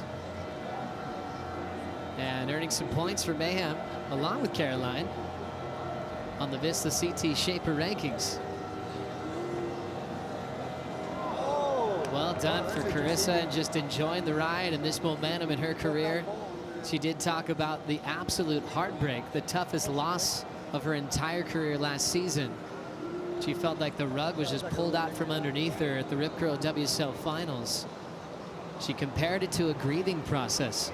About a month, kind of shut her phone down, went to one of the outer islands with her husband, said had every emotion come to her, and then had to finally digest it and say, let's do it again. Yeah, I mean, and that is just the heart of a champion, just going through those motions and And going through all of that, I mean, every single season you're seeing these athletes pour their heart and soul and everything they have into competition. And I love that Carissa's able to show us that little bit of vulnerability and show us what it takes to be at the highest level and what it takes to gather yourself up after those tough losses and how to celebrate. And that's why there's so many people here today to celebrate with her, because we all feel that heart, and you can't help but be a huge fan of Carissa Moore. Let's send it down to Strider. Thank you very much. She's celebrating with the wall right now. Carissa Moore, amazing performance here at the Surf Ranch Pro presented by 805 Beer. You are the champion, and you're also back to world #1 wearing the yellow jersey in El Salvador. Oh my gosh, I'm so stoked. I didn't really imagine it to go quite this good, so I'm really, really happy. And I have a lot of family and friends here, a lot of family and friends watching all over the world, so I really appreciate all the love. Thanks, you guys. Well, you went excellent. You're surfing amazing. You know, this place is known to pick apart your surfing, and you know what? You had the least mistakes in your surfing, and you are the champion because of that. No, thanks so much, Strider. It's a really, it's a perfect wave, but it's really difficult to ride. You know, it always takes a couple surfs to figure out the timing again and just to calm the nerves, but I was really happy that I just felt really, really good, really stoked, and I just love the reggae music, the Hawaiian music. All the Hawaiian people here really bring the aloha. Well, congratulations. Can't wait to see you on your last wave of the event on this next left, and let's see it. Thanks. Woo! There you have it, your champion here at the Surf Ranch. Carissa Moore takes it home. What a crew, what a great family support crew she has here. All celebrating. Kent and Lori, they're so psyched. I love it. And that's that special thing when you get to do that and share it with your family on the road. Carissa living her dream. Yeah, it's been so fun to watch Carissa's career and just see her win those 5 world titles, obviously, but also the way that she gives back. She's got the Mo Aloha Foundation that she has set up in Hawaii, just really fostering talent in the young woman coming up and inspiring so many people. So aside from traveling the world and surfing and being this top performing athlete, she's also giving back, and you know, that just shows the kind of character and heart that she has. What a year. 3 wins this season. Wow. For Carissa Moore, winning at Pipeline, dealing with handing over the yellow jersey to some Australian competitors like Molly Picklum, the young gun that's so fun to watch, and then to her longtime rival of Tyler Wright, winning at Margaret River in that final with Tyler, and now going back-to-back in transition from stop 5 to 6 with so much to look forward to this year. Victory laps continue on run number 2 of the final for Carissa.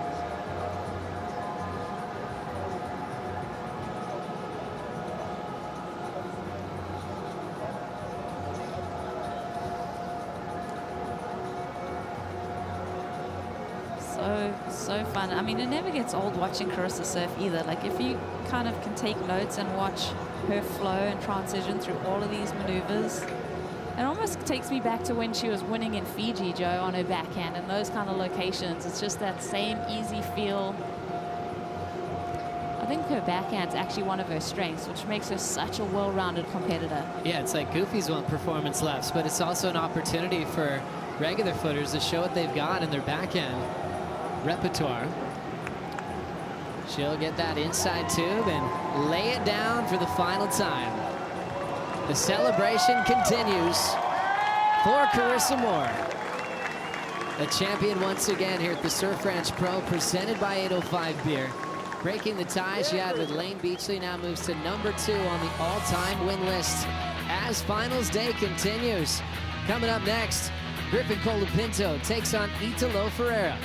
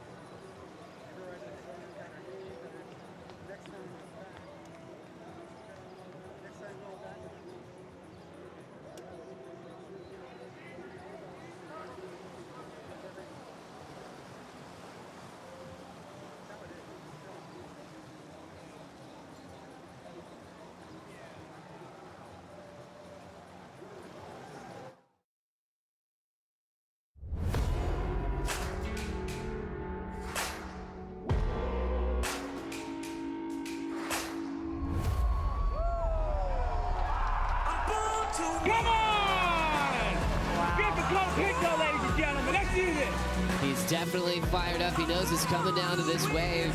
Scores coming in and gets it. This might be the best time he's ever served at the Surf Ranch, and that's exactly what he needs. Nailing it. Wow, wow, wow. And hear the crowd roar. The stage is set. Welcome to the final. Griffin Colapinto taking on Italo Ferreira. 2 runs to decide a champion. And we'll have a brand new champion here at the Surf Ranch on the men's side. Griffin getting started. Down carve, sets up the barrel. He wants a little bit more of this first section of the tube. Job well done. Off the lip, super silky smooth. He can just throw those fin ditches on demand. Cool little redirect, throwing down the variety. Back to big lip bashes there for Griff. Water going to the sky. Here comes that wrap, just turning all that power down to the bottom of the wave. Tube time, Griffin into daylight. Will throw the fins out, loses the finish. But a great start on his first wave of the final. Joe Turpel with a Coldwater Classic champion from Santa Cruz, Peter Mel for the call. Griffin versus Italo, USA versus Brazil.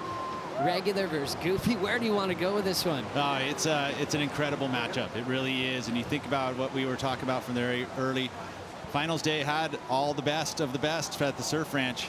And right now, the last two are these two surfers, Italo and Griffin. Griffin, great start. Again, just so paced and so well surfed all the way through the entire first 3/4 of the wave. Actually, let's go even to 7/8 of the wave, because just the fall at the very end. But the fin ditch is so clean, keeping that momentum, that big drive back into the bowl. You see him underneath here. And, you know, the only misstep really is this last little error. He's been able to get enough points amassed on the outside to go excellent, even without the finish. So we'll see where this one goes. But trying to get that nose pick, see that foot jump all the way to the front of the board. But it didn't work out for him, goes down. But the surfing done on that outside section, solid as can be.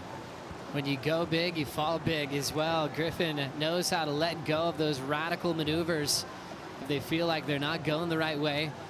What a great start for the final for this guy from San Clemente, California, who's completely changed his reputation in the past 2 years, especially when he started winning 2 CT wins last year. Now to his 3rd final appearance of this season, Pete. This guy could go a long way this year. He sure could. You know, and he seems to be getting better and better. And all this experience that he's been dealing with as finals and semis and close heats and world champions and the Surf Ranch, and he's been able to deal with it at all.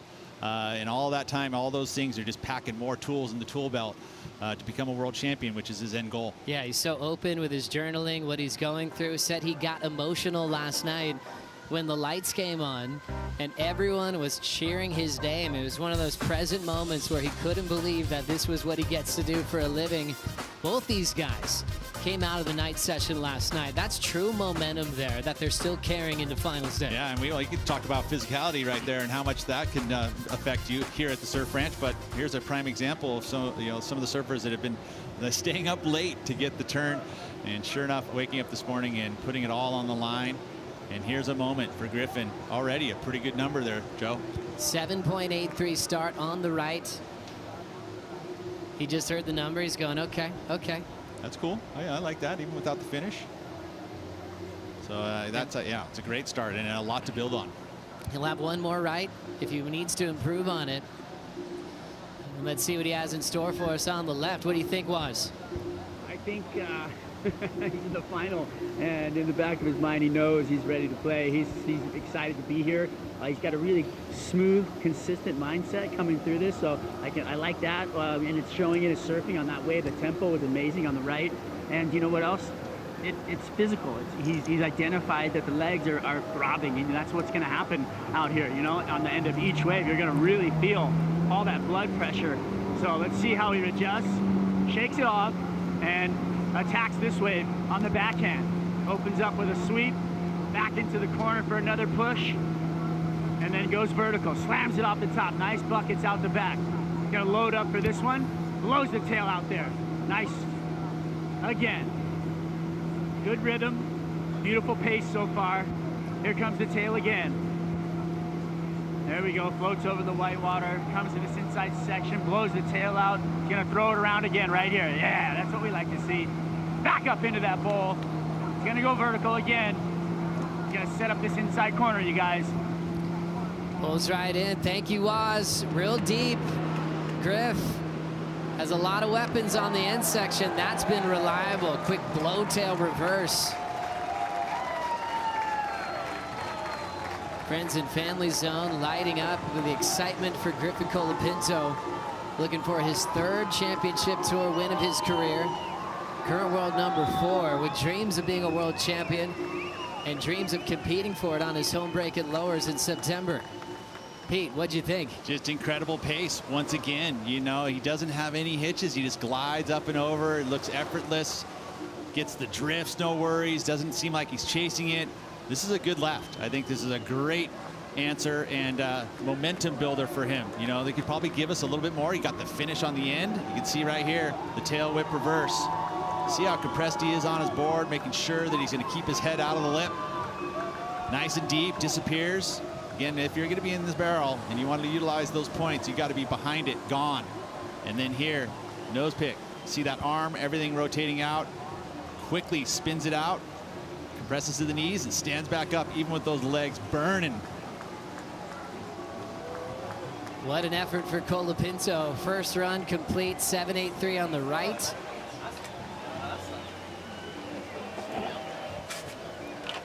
Talking things over in the Red Bull Athlete Zone with Tommy Whitaker. Tommy had a big finals day. Yeah, he's done well, hasn't he? Tommy's like Captain Good Vibes. One of the sharpest surfing minds in the business. Spending a lot of time with surfers like Jake the Snake Patterson to work these mastermind programs to bring out the best in the next generation. I think they're just as satisfied, maybe more, in their coaching roles these days when they see the success. Numbers in. Griffin Colapinto watching the tape. He'll hear an 8.7.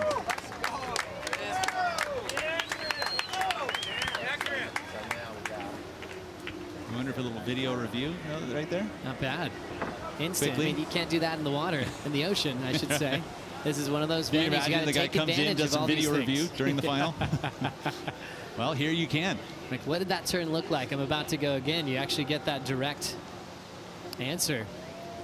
Wow, what already excellent numbers. I mean, that's what the surf ranch is all about. You get 2 perfect waves, so you can go out there, and if you execute, you're going to get excellent numbers because it's an excellent wave right there for you on demand. This man did a lot in a short period of time, accomplished 7 CT wins. He's trying to tie John if he gets an 8th today, but it's been a while. His last victory was at Narrabeen back in 2021.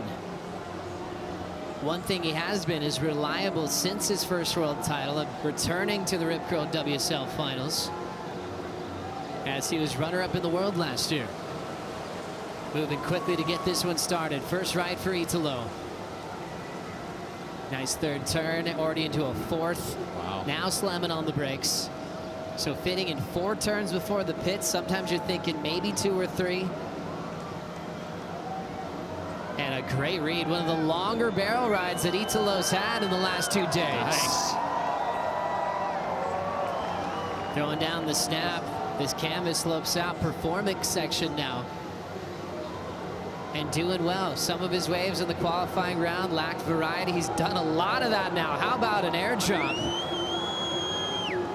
Deep again on the end section. He's got more. Winds up, slaps the reverse. And there is the bravado, the energy, the showman out of Italo. Making eye contact with the fans. Oh, that was awesome. You have to say that I feel like on that right, I mean, start to finish, every section utilized in a big way. The outside 4 turns getting stronger with each turn. The barrel seemed like it was extra long. Italo looking energized, Strider. Yeah, that was incredible. Absolutely nothing went wrong on that wave for Italo. Italo's now breathing through it right now. You can just see the intent. There's nothing but pure focus right now. And as you saw when he came out of the tube, the way that he looked into the camera, it was like looking right through somebody's soul. It was just, he stole every little piece of your energy. So I loved watching that. I love to see how he surfed that. And as you can see right now, he's focused on where he needs to be and what he needs to do. Doing a great job. He made eye contact with the fans, but he's trying to stay in the zone while Strider's hyping up that performance. And that's a really cool part about this event. You're on the sled, you hear all the hype from the fans, you're digesting it, and you got to get back to business. Here's the replay.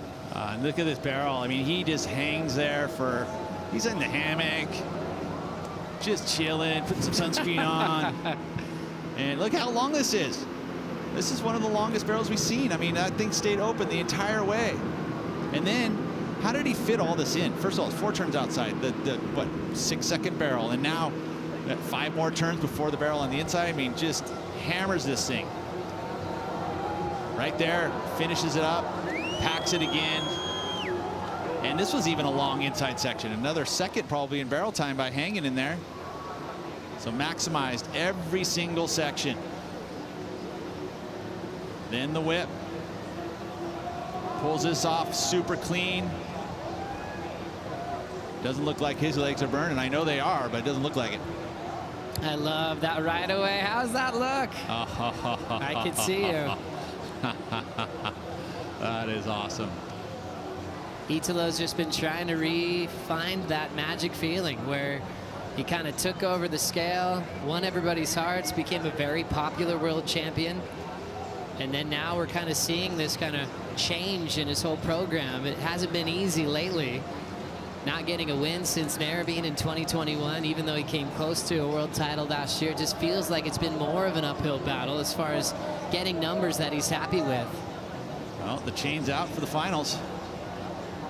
Chain's out and also the score's out, 8-1-3. Nice. Well done. So he just beat Griff on the right. Griff's right was a 7-8-3. So an 8.41 gets him the lead change after run number 1. Women's final, Carissa didn't need her second run. We'll see if things will change in the men's final, putting pressure on their last waves of the contest.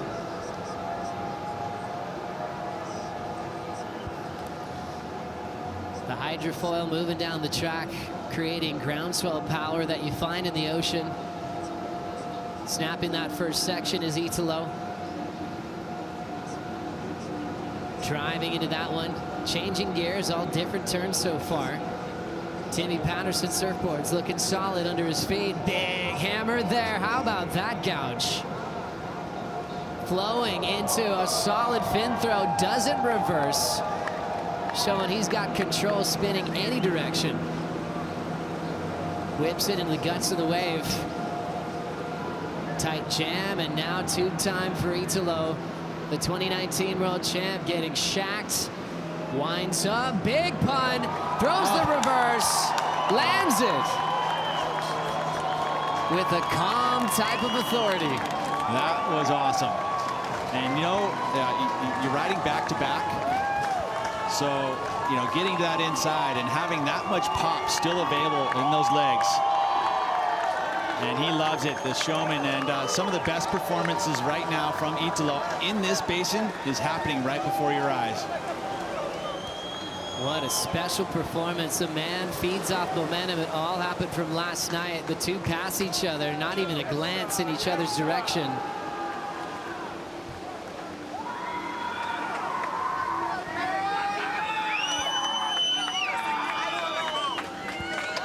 This is why you compete, for moments like this. Feeling it. Pushing each other, pushing the sport.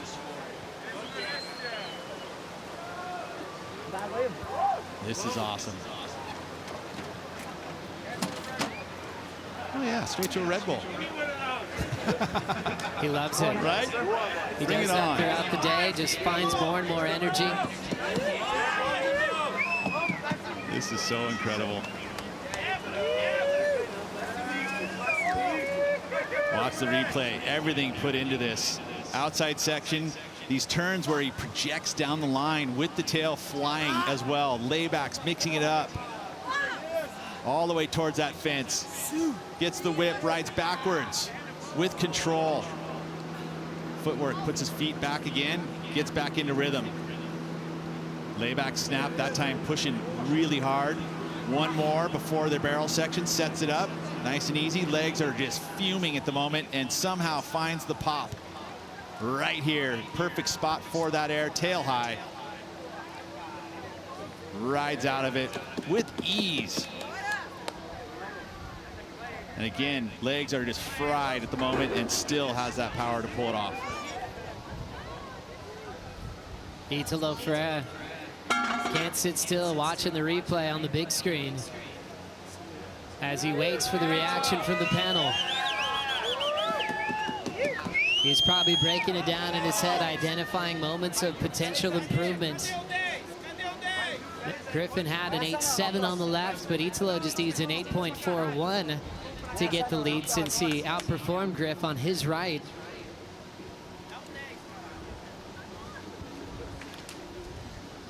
And numbers are in. We get the lead change.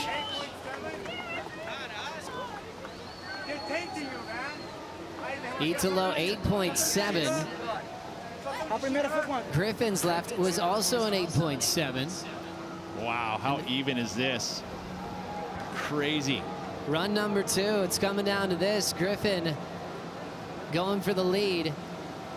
Needs an 8.13. Carve to start. Nice tight carve again. Third move, snap to slide. Super smooth into the barrel. Automatic now after the last 2 days with that transition for Griff.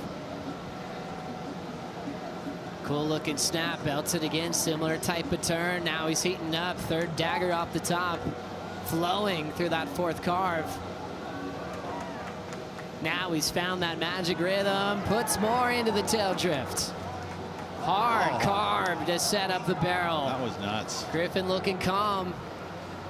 What does he got for a finish? Going for a nice frontside punt, he gets it.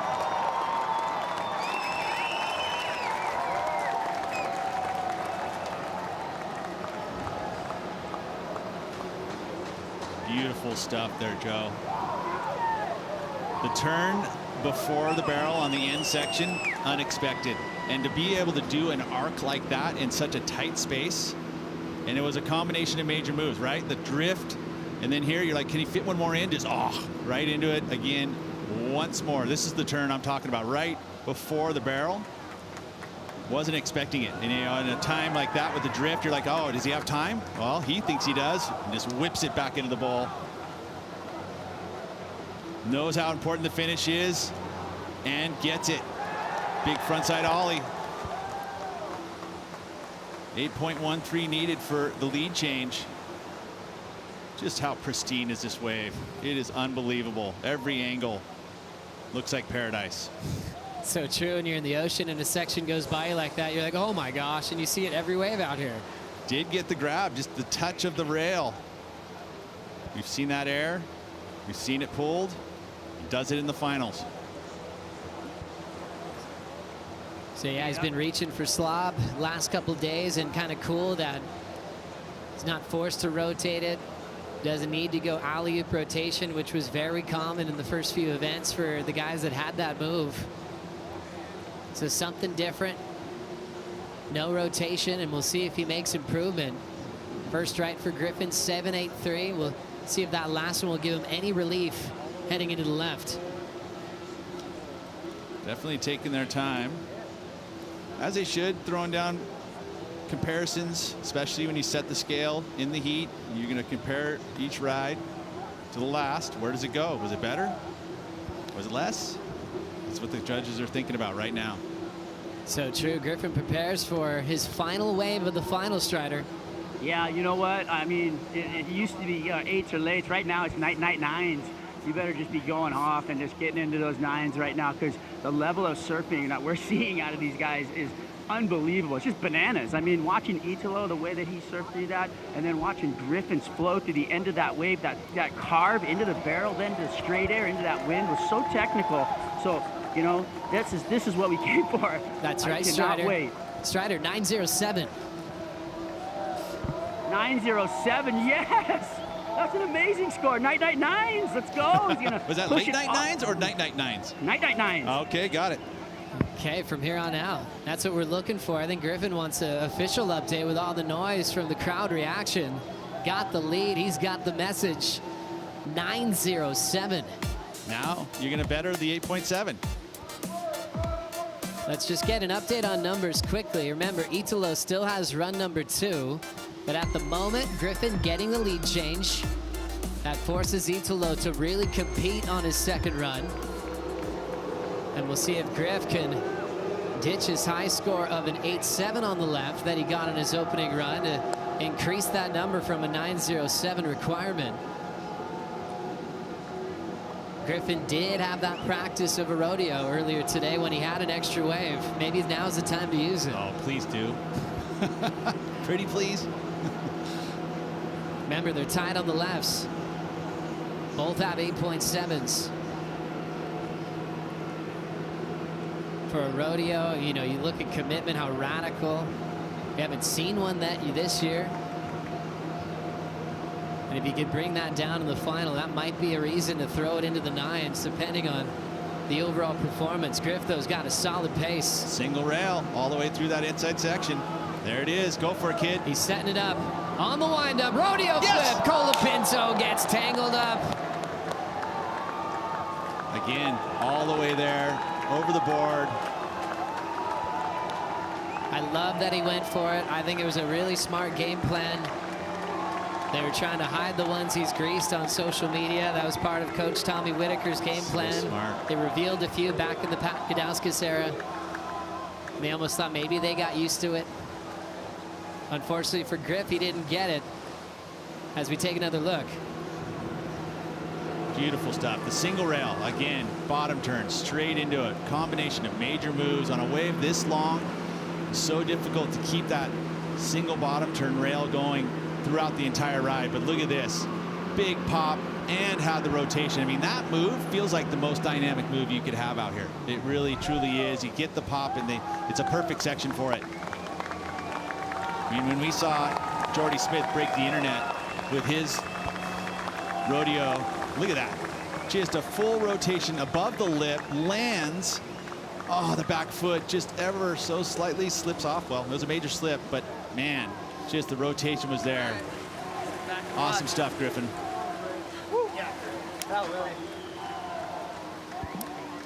Nothing changes for Colapinto's total. But this always feels good. Standing ovation for Colapinto as we reset the situation on the line with Italo with one more run. Griffin last score 7, so that's a throwaway, but what about a total? 17.77 combination in the final. It's for Italo. He's got one more right, one more left. Right now chasing a 9:07 to go right for the win. If he gets it on his first wave, it's over. We'll see if he needs 2, Pete. Well, we've seen the Superman attempt on the backhand attempt, right? So maybe that's an option towards that end section. We got a lot of stuff you can think about here. We'll see what Italo can do, but his best performances right now for me are happening right here today. So this is an opportunity in these last 2 waves to take the lead and the win. What an experience for Italo. He knows he has 2 more waves. It's all up to him. It's not like the ocean's going to ice him out, not like a competitor's going to out-position him. It's a format that they're still getting used to, but Italo enjoying the pressure. And I'm just looking at so needs the 9.07. This actually is the best opportunity because his low score here is on the right. The 8.13, and as soon as we switch over, it's going to take that number higher if he doesn't better the 8.13. So this is a important ride right here. At least got to better the 8.13 to keep it alive. Or else he's going to have to probably go close to a 10. I think the crowd got this wave moving on the hydrofoil. Their energy is unbelievable, but that's what he taps into. Going for an 8th championship tour win and trying to keep all the victories in Brazil here in Lemoore. Italo throwing down some great backside turns, exploding on that one. I love that smooth transition into the barrel. Still traveling, got a really lengthy tube on his first opportunity. Strider looking good so far. Yeah, looking amazing. You're so fast and crisp. I mean, the wind is howling right now, so that's going to play into this entire wave on the inside. Beautiful straight up lip line slam. Throws the reverse down right here. Joe, take it away. What's he going to do on the inside? He's got room, air drops, packs it, almost hits his head. He's got control. Here comes the windup. Backside blowtail reverse. How you feeling? Gotta love it. Answered in a huge way. The reverse, mid-wave.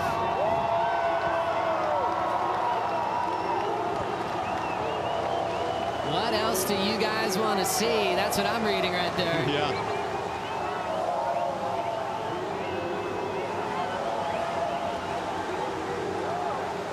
The entire scaffolding is shaking with the energy coming from the crowd today. The whole basin, that's right, he wants it. This is unbelievable, Strider.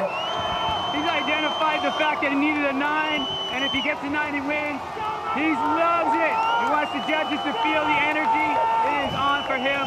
Italo Ferreira feeling the energy right now, waiting for the number. Night nines, we called them, because that's what they need now. Right now, 9s. 9s all day. You got to have 9s to win. You need what? 9. Just 9. Well, just 9. 907? No, not yet. 907, that's it. That's what you need, 907. He needs a 907. No, not yet. We're still waiting, Italo. Yeah, there's a lot of hype going on, but he's ready Come for on, the that score. was the best one. Come on. Will it come down to one more wave, or is it already over, Pete? I don't know, man. Look, he surfed this wave so well with the wind, too. I mean, it did. It started picking up towards this inside section, and he did everything. Look at that little whip. No worries. Pulled it with tons of speed. Fits in another turn before the barrel and gets the finish. Man, he put everything, his heart and soul, into this one. Did not expect that coming out of that section. And to be able to fit one more in, tucks in. You talked about touching his head. Oh, this little millimeters that kept him going, and somehow finds the energy for the finish and gets it. Unbelievable. This is such a cool final. That wave was just a great example of how he's been rolling lately, Pete. Been doing backflips on the dock, jumping over fences. He's always just teetering on the edge of maybe disaster. But that rugged, raw, impulsive approach is unbelievable. I don't know. Are the judges ready? Needed a 907 to close things out against Griff.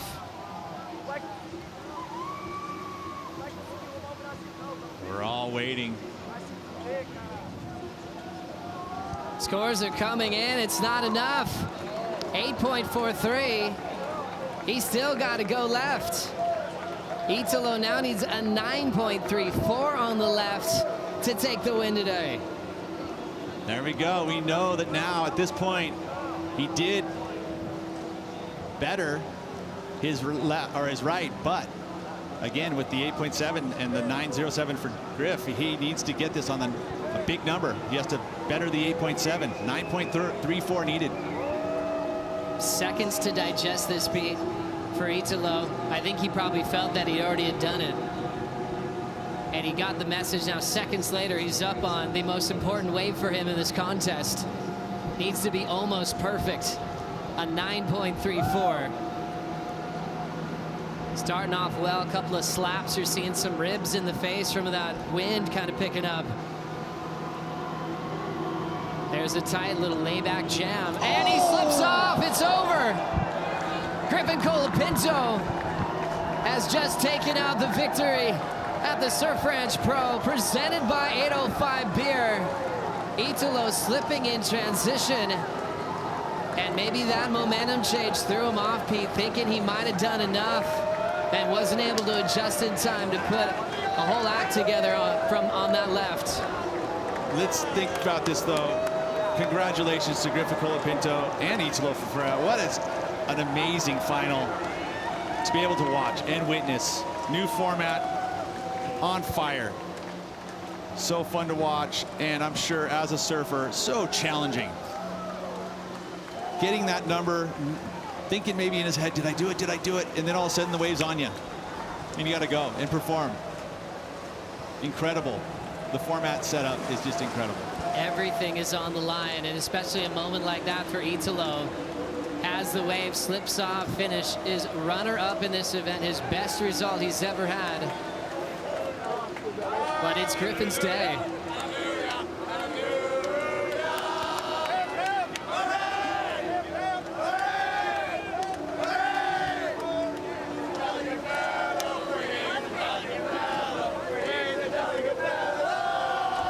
Which nobody can deny. Thank you, Pete. You're welcome.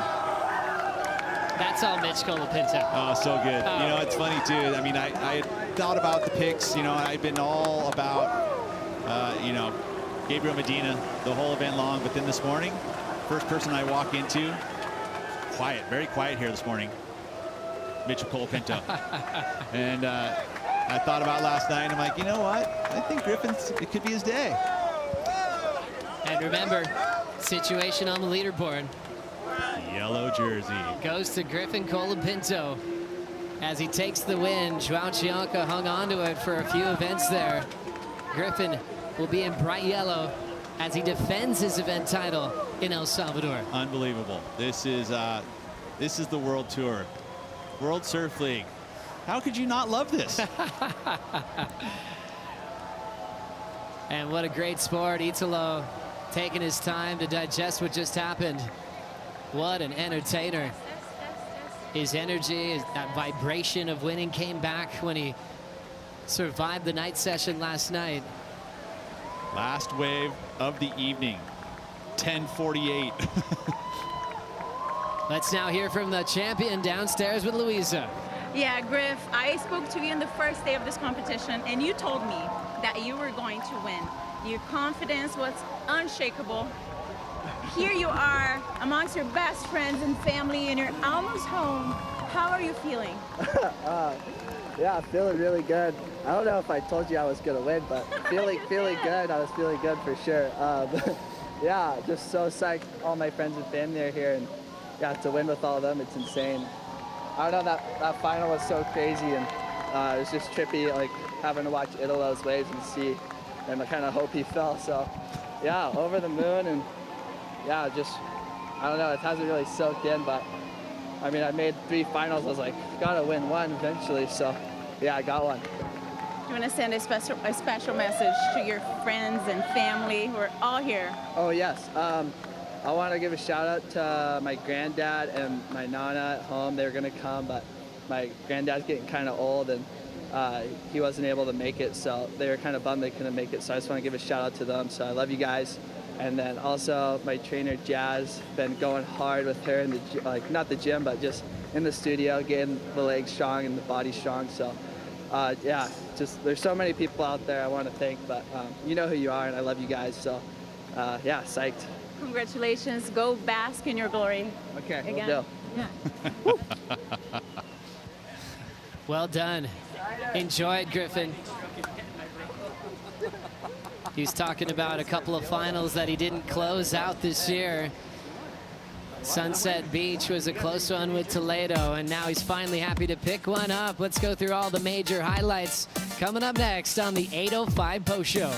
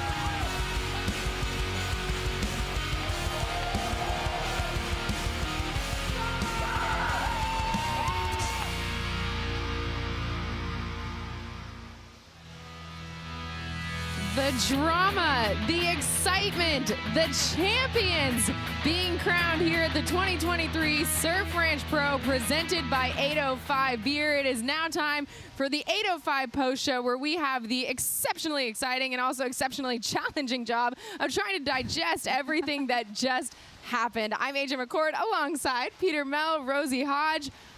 In just a few words, instant reaction to everything we saw on finals day. Well, that's, yeah, we could talk for hours probably about it all. I need a Theragun for the tonsils. But I'll tell you what, overall, that was the best Surf Ranch event we've had. Oh, hands down. Hands down. I mean, I know I'm still buzzing from it, but the reality of it, the format changes, the excitement from very first wave all the way till we just saw the last final wave there. Unbelievable.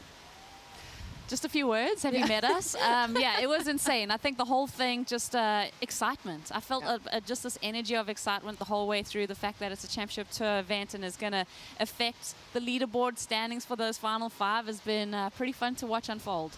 Let's talk about the event that is here again for the first time since 2021, the 4th running of this Surf Ranch as a CT event. And we had so many heats to get through today, but let's first dive into the women's bracket, because this is where it all started today for the women. So you had Caroline Marks against Katie Simmers, Caroline moving on, and then Carissa Moore, who knows how to win here, taking on Tatiana Weston Webb, and it was Carissa Moore who moved on and won this event her 2nd time doing so, and the Hawaiian just looked so stable. She sure did. It was awesome to see. You know, again, just she has this way about her when she puts the jersey on.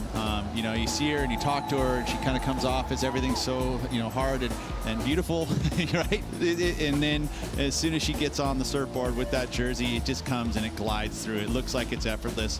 She did it both, again, on the lefts and the rights, which is so important in order to win here, because you got to be able to get excellent numbers going both direction, and it's not that way for every athlete here. You have to be able to have that arsenal. Just flawless. I think that's the word that comes to mind when I look at Carissa's performance here. I mean, she won in the opening round. She skipped out on the night session, dominated her semi-final against Tatiana Weston Webb, and then the final was just so beautiful. She was able to get to another gear, which is so crazy to see her temper her performance and then really excel in the finals. Speaking of jerseys, Pete, she's changing hers to a yellow one. Well, we're going to have that both on the men's and the women's, but she's pretty used to yellow, I will say. You know, but it feels good. Look at that. She looks so excited, and you got to love that with the crowd here. Being able to play into the crowd literally before you go and catch a wave is so much different than anything we're used to, especially for the athletes. The 5-time champ adding a little bit more to her list of accolades. This is her 28th CT win, moving her into 2nd on the all-time list. She had split that spot with Lane Leachley briefly, but now it is all hers, and she is chasing the one and only Stephanie Gilmore. It's so cool, and they're still both here. So, you know, they expect to get a couple more wins in their career stats, but this one right now for Carissa, she can soak it up. As she should. Rosie, what's the biggest thing that you saw in Carissa's surfing that you're looking to her carrying forward? Well, I think Carissa, with the 5 world titles, the Olympic gold, you always ask yourself, what's motivating her? And I definitely think someone like Steph is motivating her. She wants to rack up more wins so she can get that all-time list. And then, you know, really start to chase after those 8 world titles that Steph has. Whew, and it's just one win at a time. She moved one win closer here in Lemoore, California at the 2023 Surf Ranch Pro. Let's dive into the men's action that we saw today, because you want to talk about some drama. My goodness. So we went all the way from quarters, semis, and finals, and take a look at everybody there. But Griffin Colapinto coming out victorious. You had Gabriel Medina and Felipe Toledo, the only men who had won here previously, getting knocked out in the quarters for Gabriel Medina, and then semis for Felipe Toledo, for Griffin Colapinto to come out on top. Let's check out how Griff got it done. Yeah, they got it done on both, again, the lefts and the rights, and dealing with the pressure, playing up into the crowd, utilizing the aerials and the consistency, but he just had such great tempo. You know, the surfers that ended up here on finals day had the best tempo, obviously. Yeah, it's some that had little points of differences, and one thing about Griffin was he was able to find on finals day a little point of difference throughout every single heat. And I think the way his road to the finals day, having to be in the night session, having to do the leaderboard format, and having to push himself in that, potentially gave him the momentum to win here today, because that's where he really started to find his groove. Exactly. I mean, that's exactly it, because even his qualifying heat, he just didn't look totally settled, right? And it took that 8.77 in the evening to really turn the screws, get himself onto the top of the leaderboard, and get himself into the quarterfinals. And that was really where the momentum shift happened. And that's where he said he felt that emotion. He felt it from his friends and his family, and I think he could really internalize that and bring that into the present moment. And that's something Griffin has been so open and honest with us about, especially on this season, is about how he's learning how to utilize those emotions and make them work for him. And you see him soaking in all the good ones right now. And you think about, I mentioned this during the final, like, you know, these experiences that are so much different and so much more stressful are just experiences that he's going to be able to use going further forward. And, you know, his future, obviously, in his mind, is about a world title. And, you know, he's got event wins already. He's been able to do that. He just needs that berth into that Final Five and get a chance right in his backyard. And so that is how we wrap up our 2023 Surf Ranch Pro. We have so much more to bring you here on the 805 Post Show. Goodbye to our friends on CBS News Los Angeles. We were so excited to have you joining us for this event. We hope you enjoyed. For the rest of you, let's send it down to Joe Turpel for the awards presentation. Thank you so much, AJ. How's it going, everybody? You guys are absolutely incredible. What a great showing for stop number 6 of the World Surf League Championship Tour. Absolutely loving the performances this year at the Surf Ranch Pro, presented by 805 Beer. And now into its 4th edition at the CT venue, introducing a brand new format and doing it under the lights for the first time. How cool was that? The pressure was real, and I think it made a lot of sense that our men's final came out of that night session to perform here today on finals day. Also want to bring back up that special anniversary of announcing equal pay for men and women that happened 5 years ago right here at the Surf Ranch Pro, just showing WSL's commitment to the progression of women's surfing. How cool is that?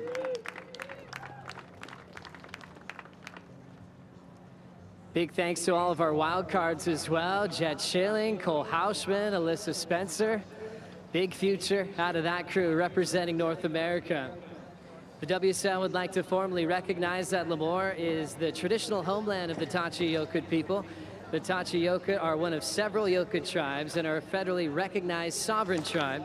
The Tachi Yokut are one of the 5 tribes that live around the Pa'ashi Tulare Lake, the lake that is reawakened just 6 miles south of here. The Tachi Yokut Santa Rosa Rancheria is located on the original Tachi village of Wiyu, and today is the site of cultural regeneration and economic engine in the Central Valley. We thank them for hosting us in their cherished homelands and would like to pay our respects to elders past, present, and emerging. Thank you so much. We'd like to extend our thanks to the whole Tachi Yokut community. Thank you to the local community here in Lemoore. Thank you to the staff here at the Surf Ranch that does so much behind the scenes. You guys are absolutely incredible. And also, thank all of you, the fans out here that made the trip to Lemoore. You guys are amazing. You made this event so special, and including all of our fans watching all around the world. Thanks so much. Big thanks to our tour partners, 805, Apple Watch, Cup Noodles, Pacifico, Pura Vida, Red Bull, Sambazon, Shiseido, Surfline, and Yeti. Thanks for the support. Wonderful human beings up here. WSL CEO Eric Logan, and also Chief of Sport Jesse Miley Dyer to help with the trophy presentation. How'd you like the lights, Jess? Loved it. Her favorite part for sure. Let's now get into the trophy celebration. Let's hear it for our 2019 world champion, one of the fastest surfers in the world. Runner-up in the men's final, Italo Ferreira.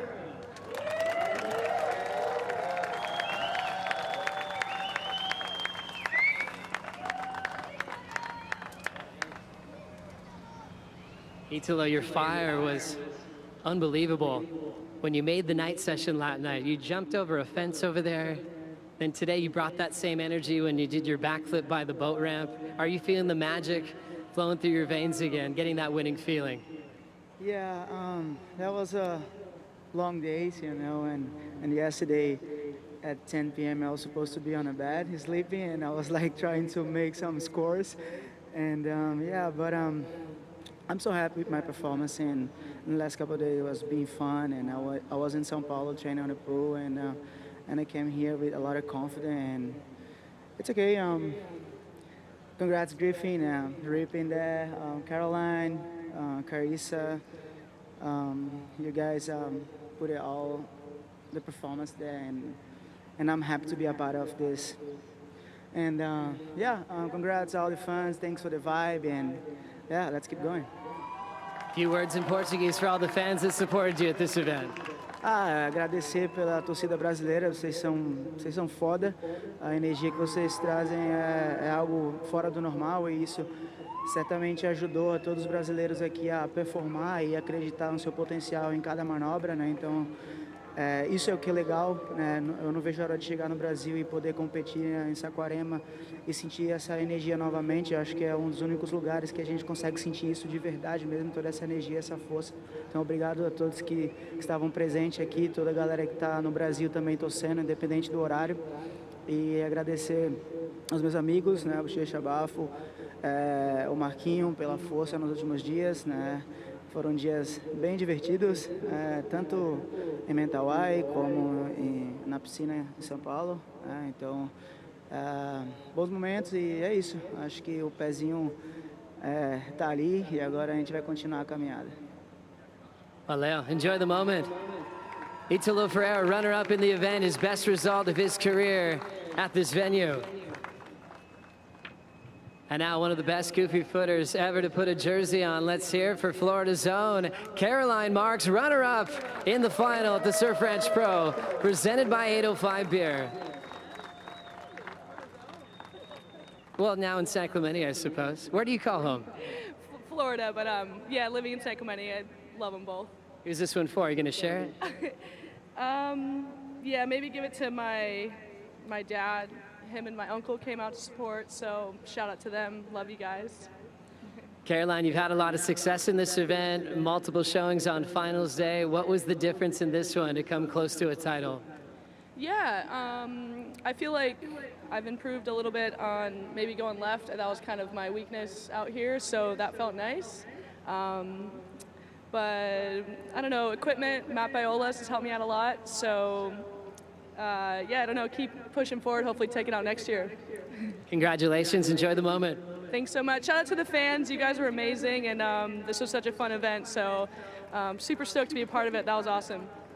Caroline Marks, your runner-up. This guy's been on a heater this year. Third final showing, first win of 2023. Let's hear it for your champion of the Surf Ranch Pro, presented by 805 Beer, Griffin Colapinto.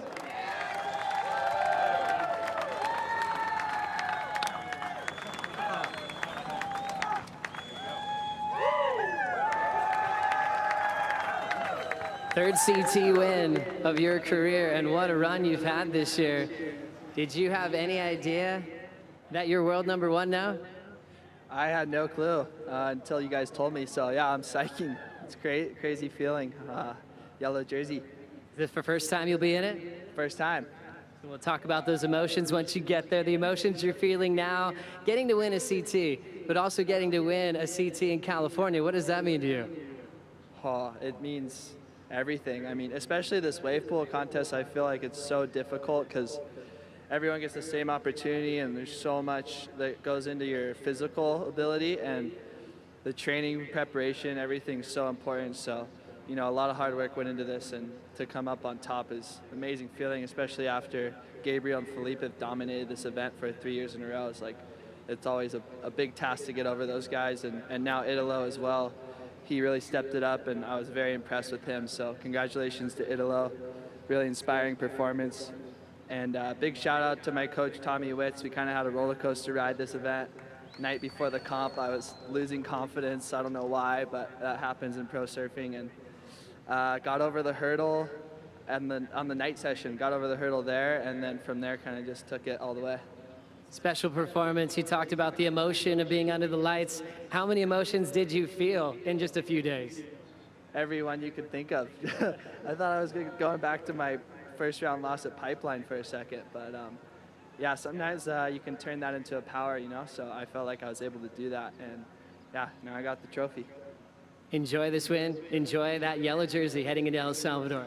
Thanks, Joey. Yeah, Griffin Colapinto taking it out for the first time in his career here at the Surf Ranch. And that leaves one champion left. She's won 5 world titles, back to #1 in the world as well. Let's hear it for Carissa Moore.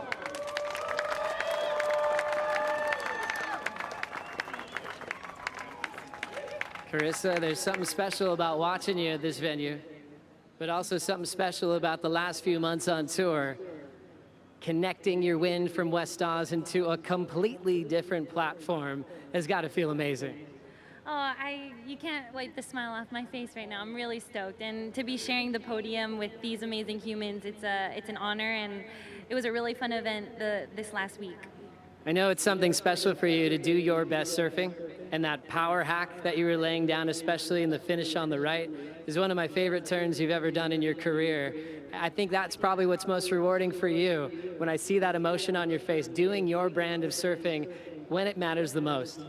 I think you hit it on the head, Joe. I think for all of us as athletes, like, we just want to surf to our potential, and I definitely think, you know, there was more to give for me out here, but I felt like I was happy, I was stoked, I was present, and that was what matters the most to me. Did you enjoy the new format? It was really, it was kind of nerve-wracking, to be honest. I was really happy to skip out of the night session because I like to go to bed early. Well done. Enjoy your moment. Enjoy your yellow jersey. You've got it back.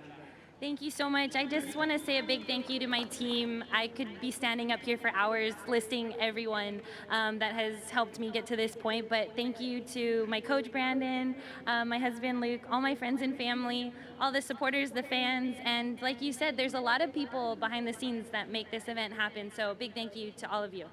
Let's hear it for all of our champions, our finalists of this great event. Thank you to all the fans. We'll continue with the celebrations here and get our photo opportunities and continue with the 805 post show upstairs. We'll send it to you, AJ. Thank you so much, Joey. What a cool trophy presentation. Can't wipe the smile off my face either, just with all 4 of those athletes doing the best they absolutely could. 2 champions on the, or a new champion on the men's side, and then you have both Carissa and Griffin taking that yellow jersey into our 7th CT stop, which is just about a week and a half away, heading to El Salvador. So really quick turnaround, but you know these athletes are stoked to get back in the water, and that's gonna be a really fun event. But before we get into that, let's take a look at what the rankings are going to be like as we head into our 7th CT stop. Looking at the men's Championship Tour rankings leaders. First and foremost, you see Griffin Colapinto moving into that 1 spot, taking the yellow jersey from Joao Chianca, followed by Felipe Toledo, Ethan Ewing, Jack Robinson, Medina, John Florence, Ryan Iago, and Leonardo Fioravante, rounding out our top 10. Pressure is on to make that Rip Curl WSL Finals Final 5, and on the women's side, we have Carissa Moore back in the yellow jersey. She is taking it off of Tyler Wright, and then Molly Picklum, Caroline, Caitlin Simmers rounding out our top 5, but do not count out those ones on the bottom half of that top 9, or top 10, excuse me, for the women, because a lot of talent in that bottom half of the leaderboard as well. So a lot of things to look forward to here as we move into this. Like I mentioned, we're heading to El Salvador next. What's the biggest thing you want to see these surfers carry into the next event? That winning feeling, and I would really like to see the performances that I just saw out here in the basin brought to the ocean. El Salvador, that wave there at Punta Roca is a beautiful right-hand point break. This time of year, lots of swell, so we expect to see quality waves. That's fingers crossed, of course. We are dealing with Mother Nature. It's different from what we see here. But ultimately, I want to see the performances. I mean, it's just been each event. I've been part of this for a very long time, and watching the level of surfing, where it's going, with all these different venues that we have, it's been incredible. So keep it up, surfers. you know what, the focus shifts. I think we get that mid-year cut, and there's, you know, that field gets trimmed down to 24, and now the real focus is the Rip Curl WSL Final 5, and it's fun to see the shuffle on the leaderboard as we hit those different events. And I love a perfect right-hand point break, so I'm really looking forward to Punta Roca and seeing what the guys are able to produce. Let's see exactly what we do have to look forward to, because everyone cannot wait to get to El Salvador. Draushianka makes it through there. Chumbinho.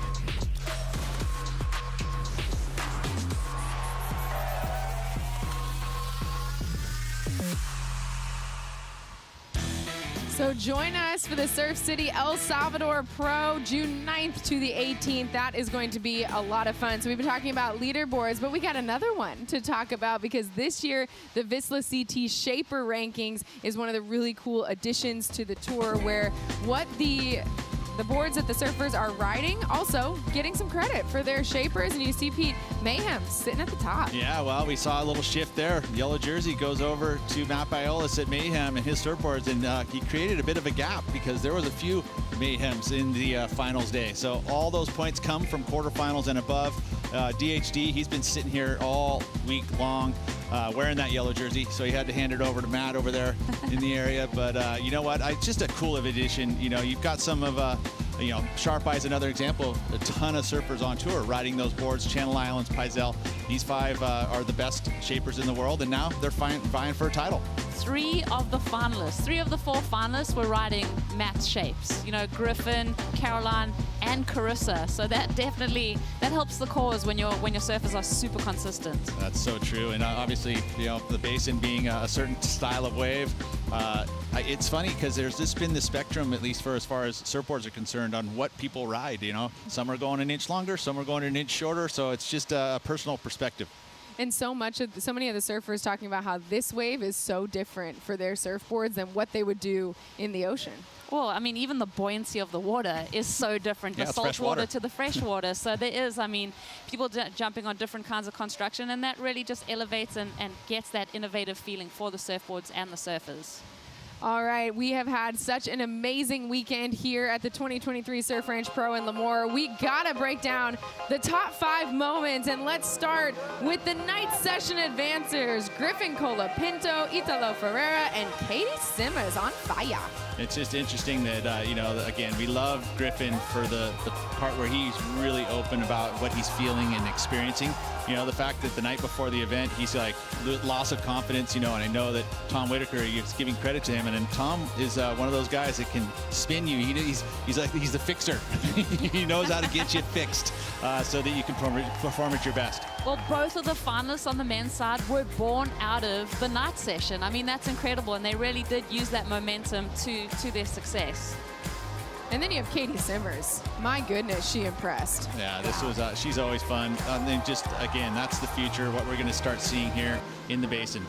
And then let's talk about number 4. This was Ethan Ewing, but we're watching Gabriel Medina because this man is a force to be reckoned with here at Surf Ranch. And Ethan Ewing had the task of taking him down.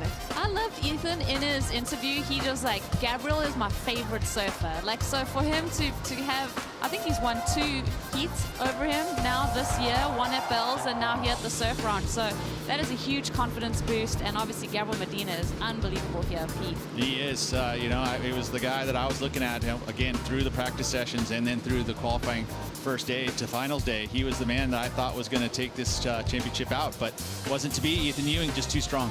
Ethan, I mean, he's one of my favorite surfers, like so easily pleasing on the eyes, but yeah, he's made huge improvements at the Surf Ranch. So many surfers pushing the envelope here at Surf Ranch. Iago Dora leading that charge, dominating this left with a 9.37. And I just love that the surfers identifying that the left is a place that you could all grow a little bit. You know, the right's perfect. It was designed pretty much as a right, you know, and the left just kind of happened to be perfect as well, luckily. But it's not as easy as surfing the right. Not as much variety there, so you got to kind of mix it up. And all of these surfers lifting the elevation, and now I think most of the tour can get big numbers. And speaking of getting big numbers, Griffin Colapinto doing exactly that on his way to his 2023 Surf Ranch title. First CT win for him of 2023. Well, just the fact that Griffin had to answer back to Italo. He was put in that runner-up position. He got the 9.07, I think it was, to clinch the win. Italo had to answer back. He just missed out on that score. So fun little back and forth in that final. On the women's side, it was somebody that we are used to seeing dominate here. Carissa Moore taking that #1 spot in our top 5 moments. Yeah, as that well deserved, right? So she is the most consistent on the women's side at this venue. And it showed once again. She was able to refine her performances too, to be able to elevate her game in order to compete, because everyone else is getting so much better too. So she's still there, still producing big numbers so consistently, and it's so hard to do. And she's amazing to be able to do it. And she just does it with such poise, such grace every single time. Like you said, Rosie, she acts like it's so hard, and then you see her surf and you're like, you're making that look easy. Yeah. I know. And to be able to pace yourself too on finals day and bring your best, I mean, that's something it truly is a skill that she's honed. So Pete, I'm going to put you on the spot. So much to digest from the last day and a half. We've had like 23 hours of broadcast, 18 of them straight. Give me your final thoughts on the 2023 Surf Ranch Pro. Big credit, I believe, and I said this last night too, but big credit to Tours and Competitions, because this venue has been one that's been a very challenging addition to the Championship Tour, because you have to have it so similar, you know. So the format changes was a huge success here. For me, it made it way more exciting all the way through, from the heat formats to the night session, which was just such a new addition and cool, to finals day head-to-head matchups. Format killed it.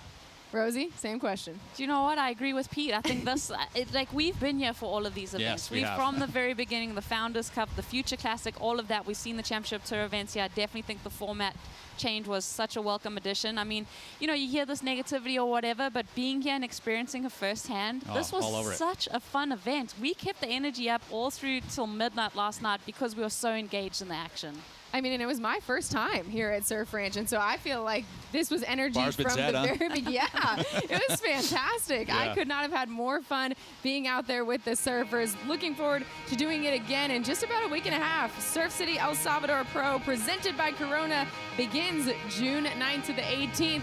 We'll see you then.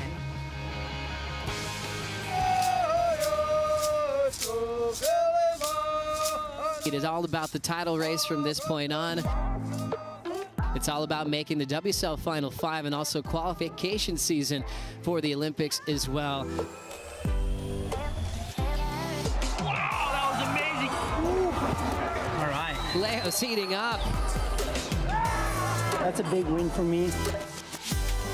Wow, that's my goal. Bring variety to this wave. Make people excited about it. That's what we've been waiting for. Felipe Toledo has entered the arena. Iago Dora, and this is what makes him gnarly.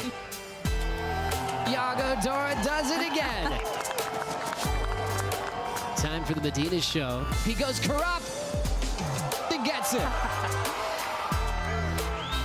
This has been an incredible ride for the Hawaiians so far.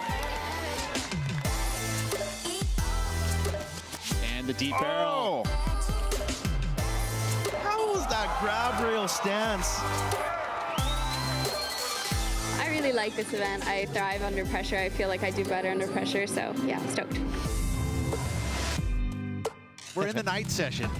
This is one single wave, all on the line. Oh, Kelly goes down! Oh, I'm baffled, Mitch. It's kind of a blur now. I don't usually fall right there.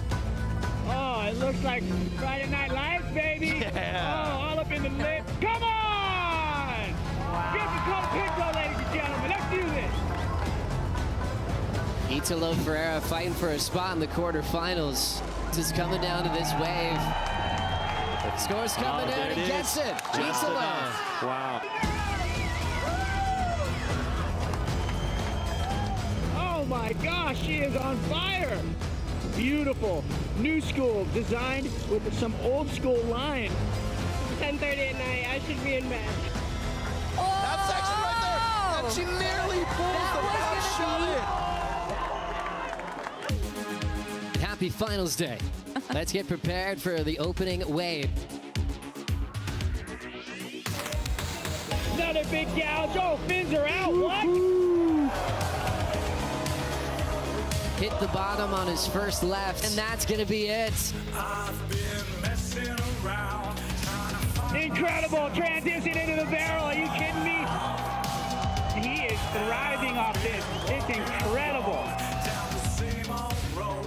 Bang, bang. Needed an answer back, and he gets it right on the money. He flips the heat. And Gabe Medina is out. Easy money here for Italo Ferreira. Everybody's favorite surfer, Caitlin Simmers. Big, up shove it. Into He'll the pull tube. it. Pulls into the barrel switch. Goodness. He's coming up. Gonna have to settle for a third place finish. Congratulations, Carissa Moore. Just incredible to see her throughout this event. Carissa Moore, Griffin Colapinto takes out the Surf Ranch Pro, presented by 805 Beer.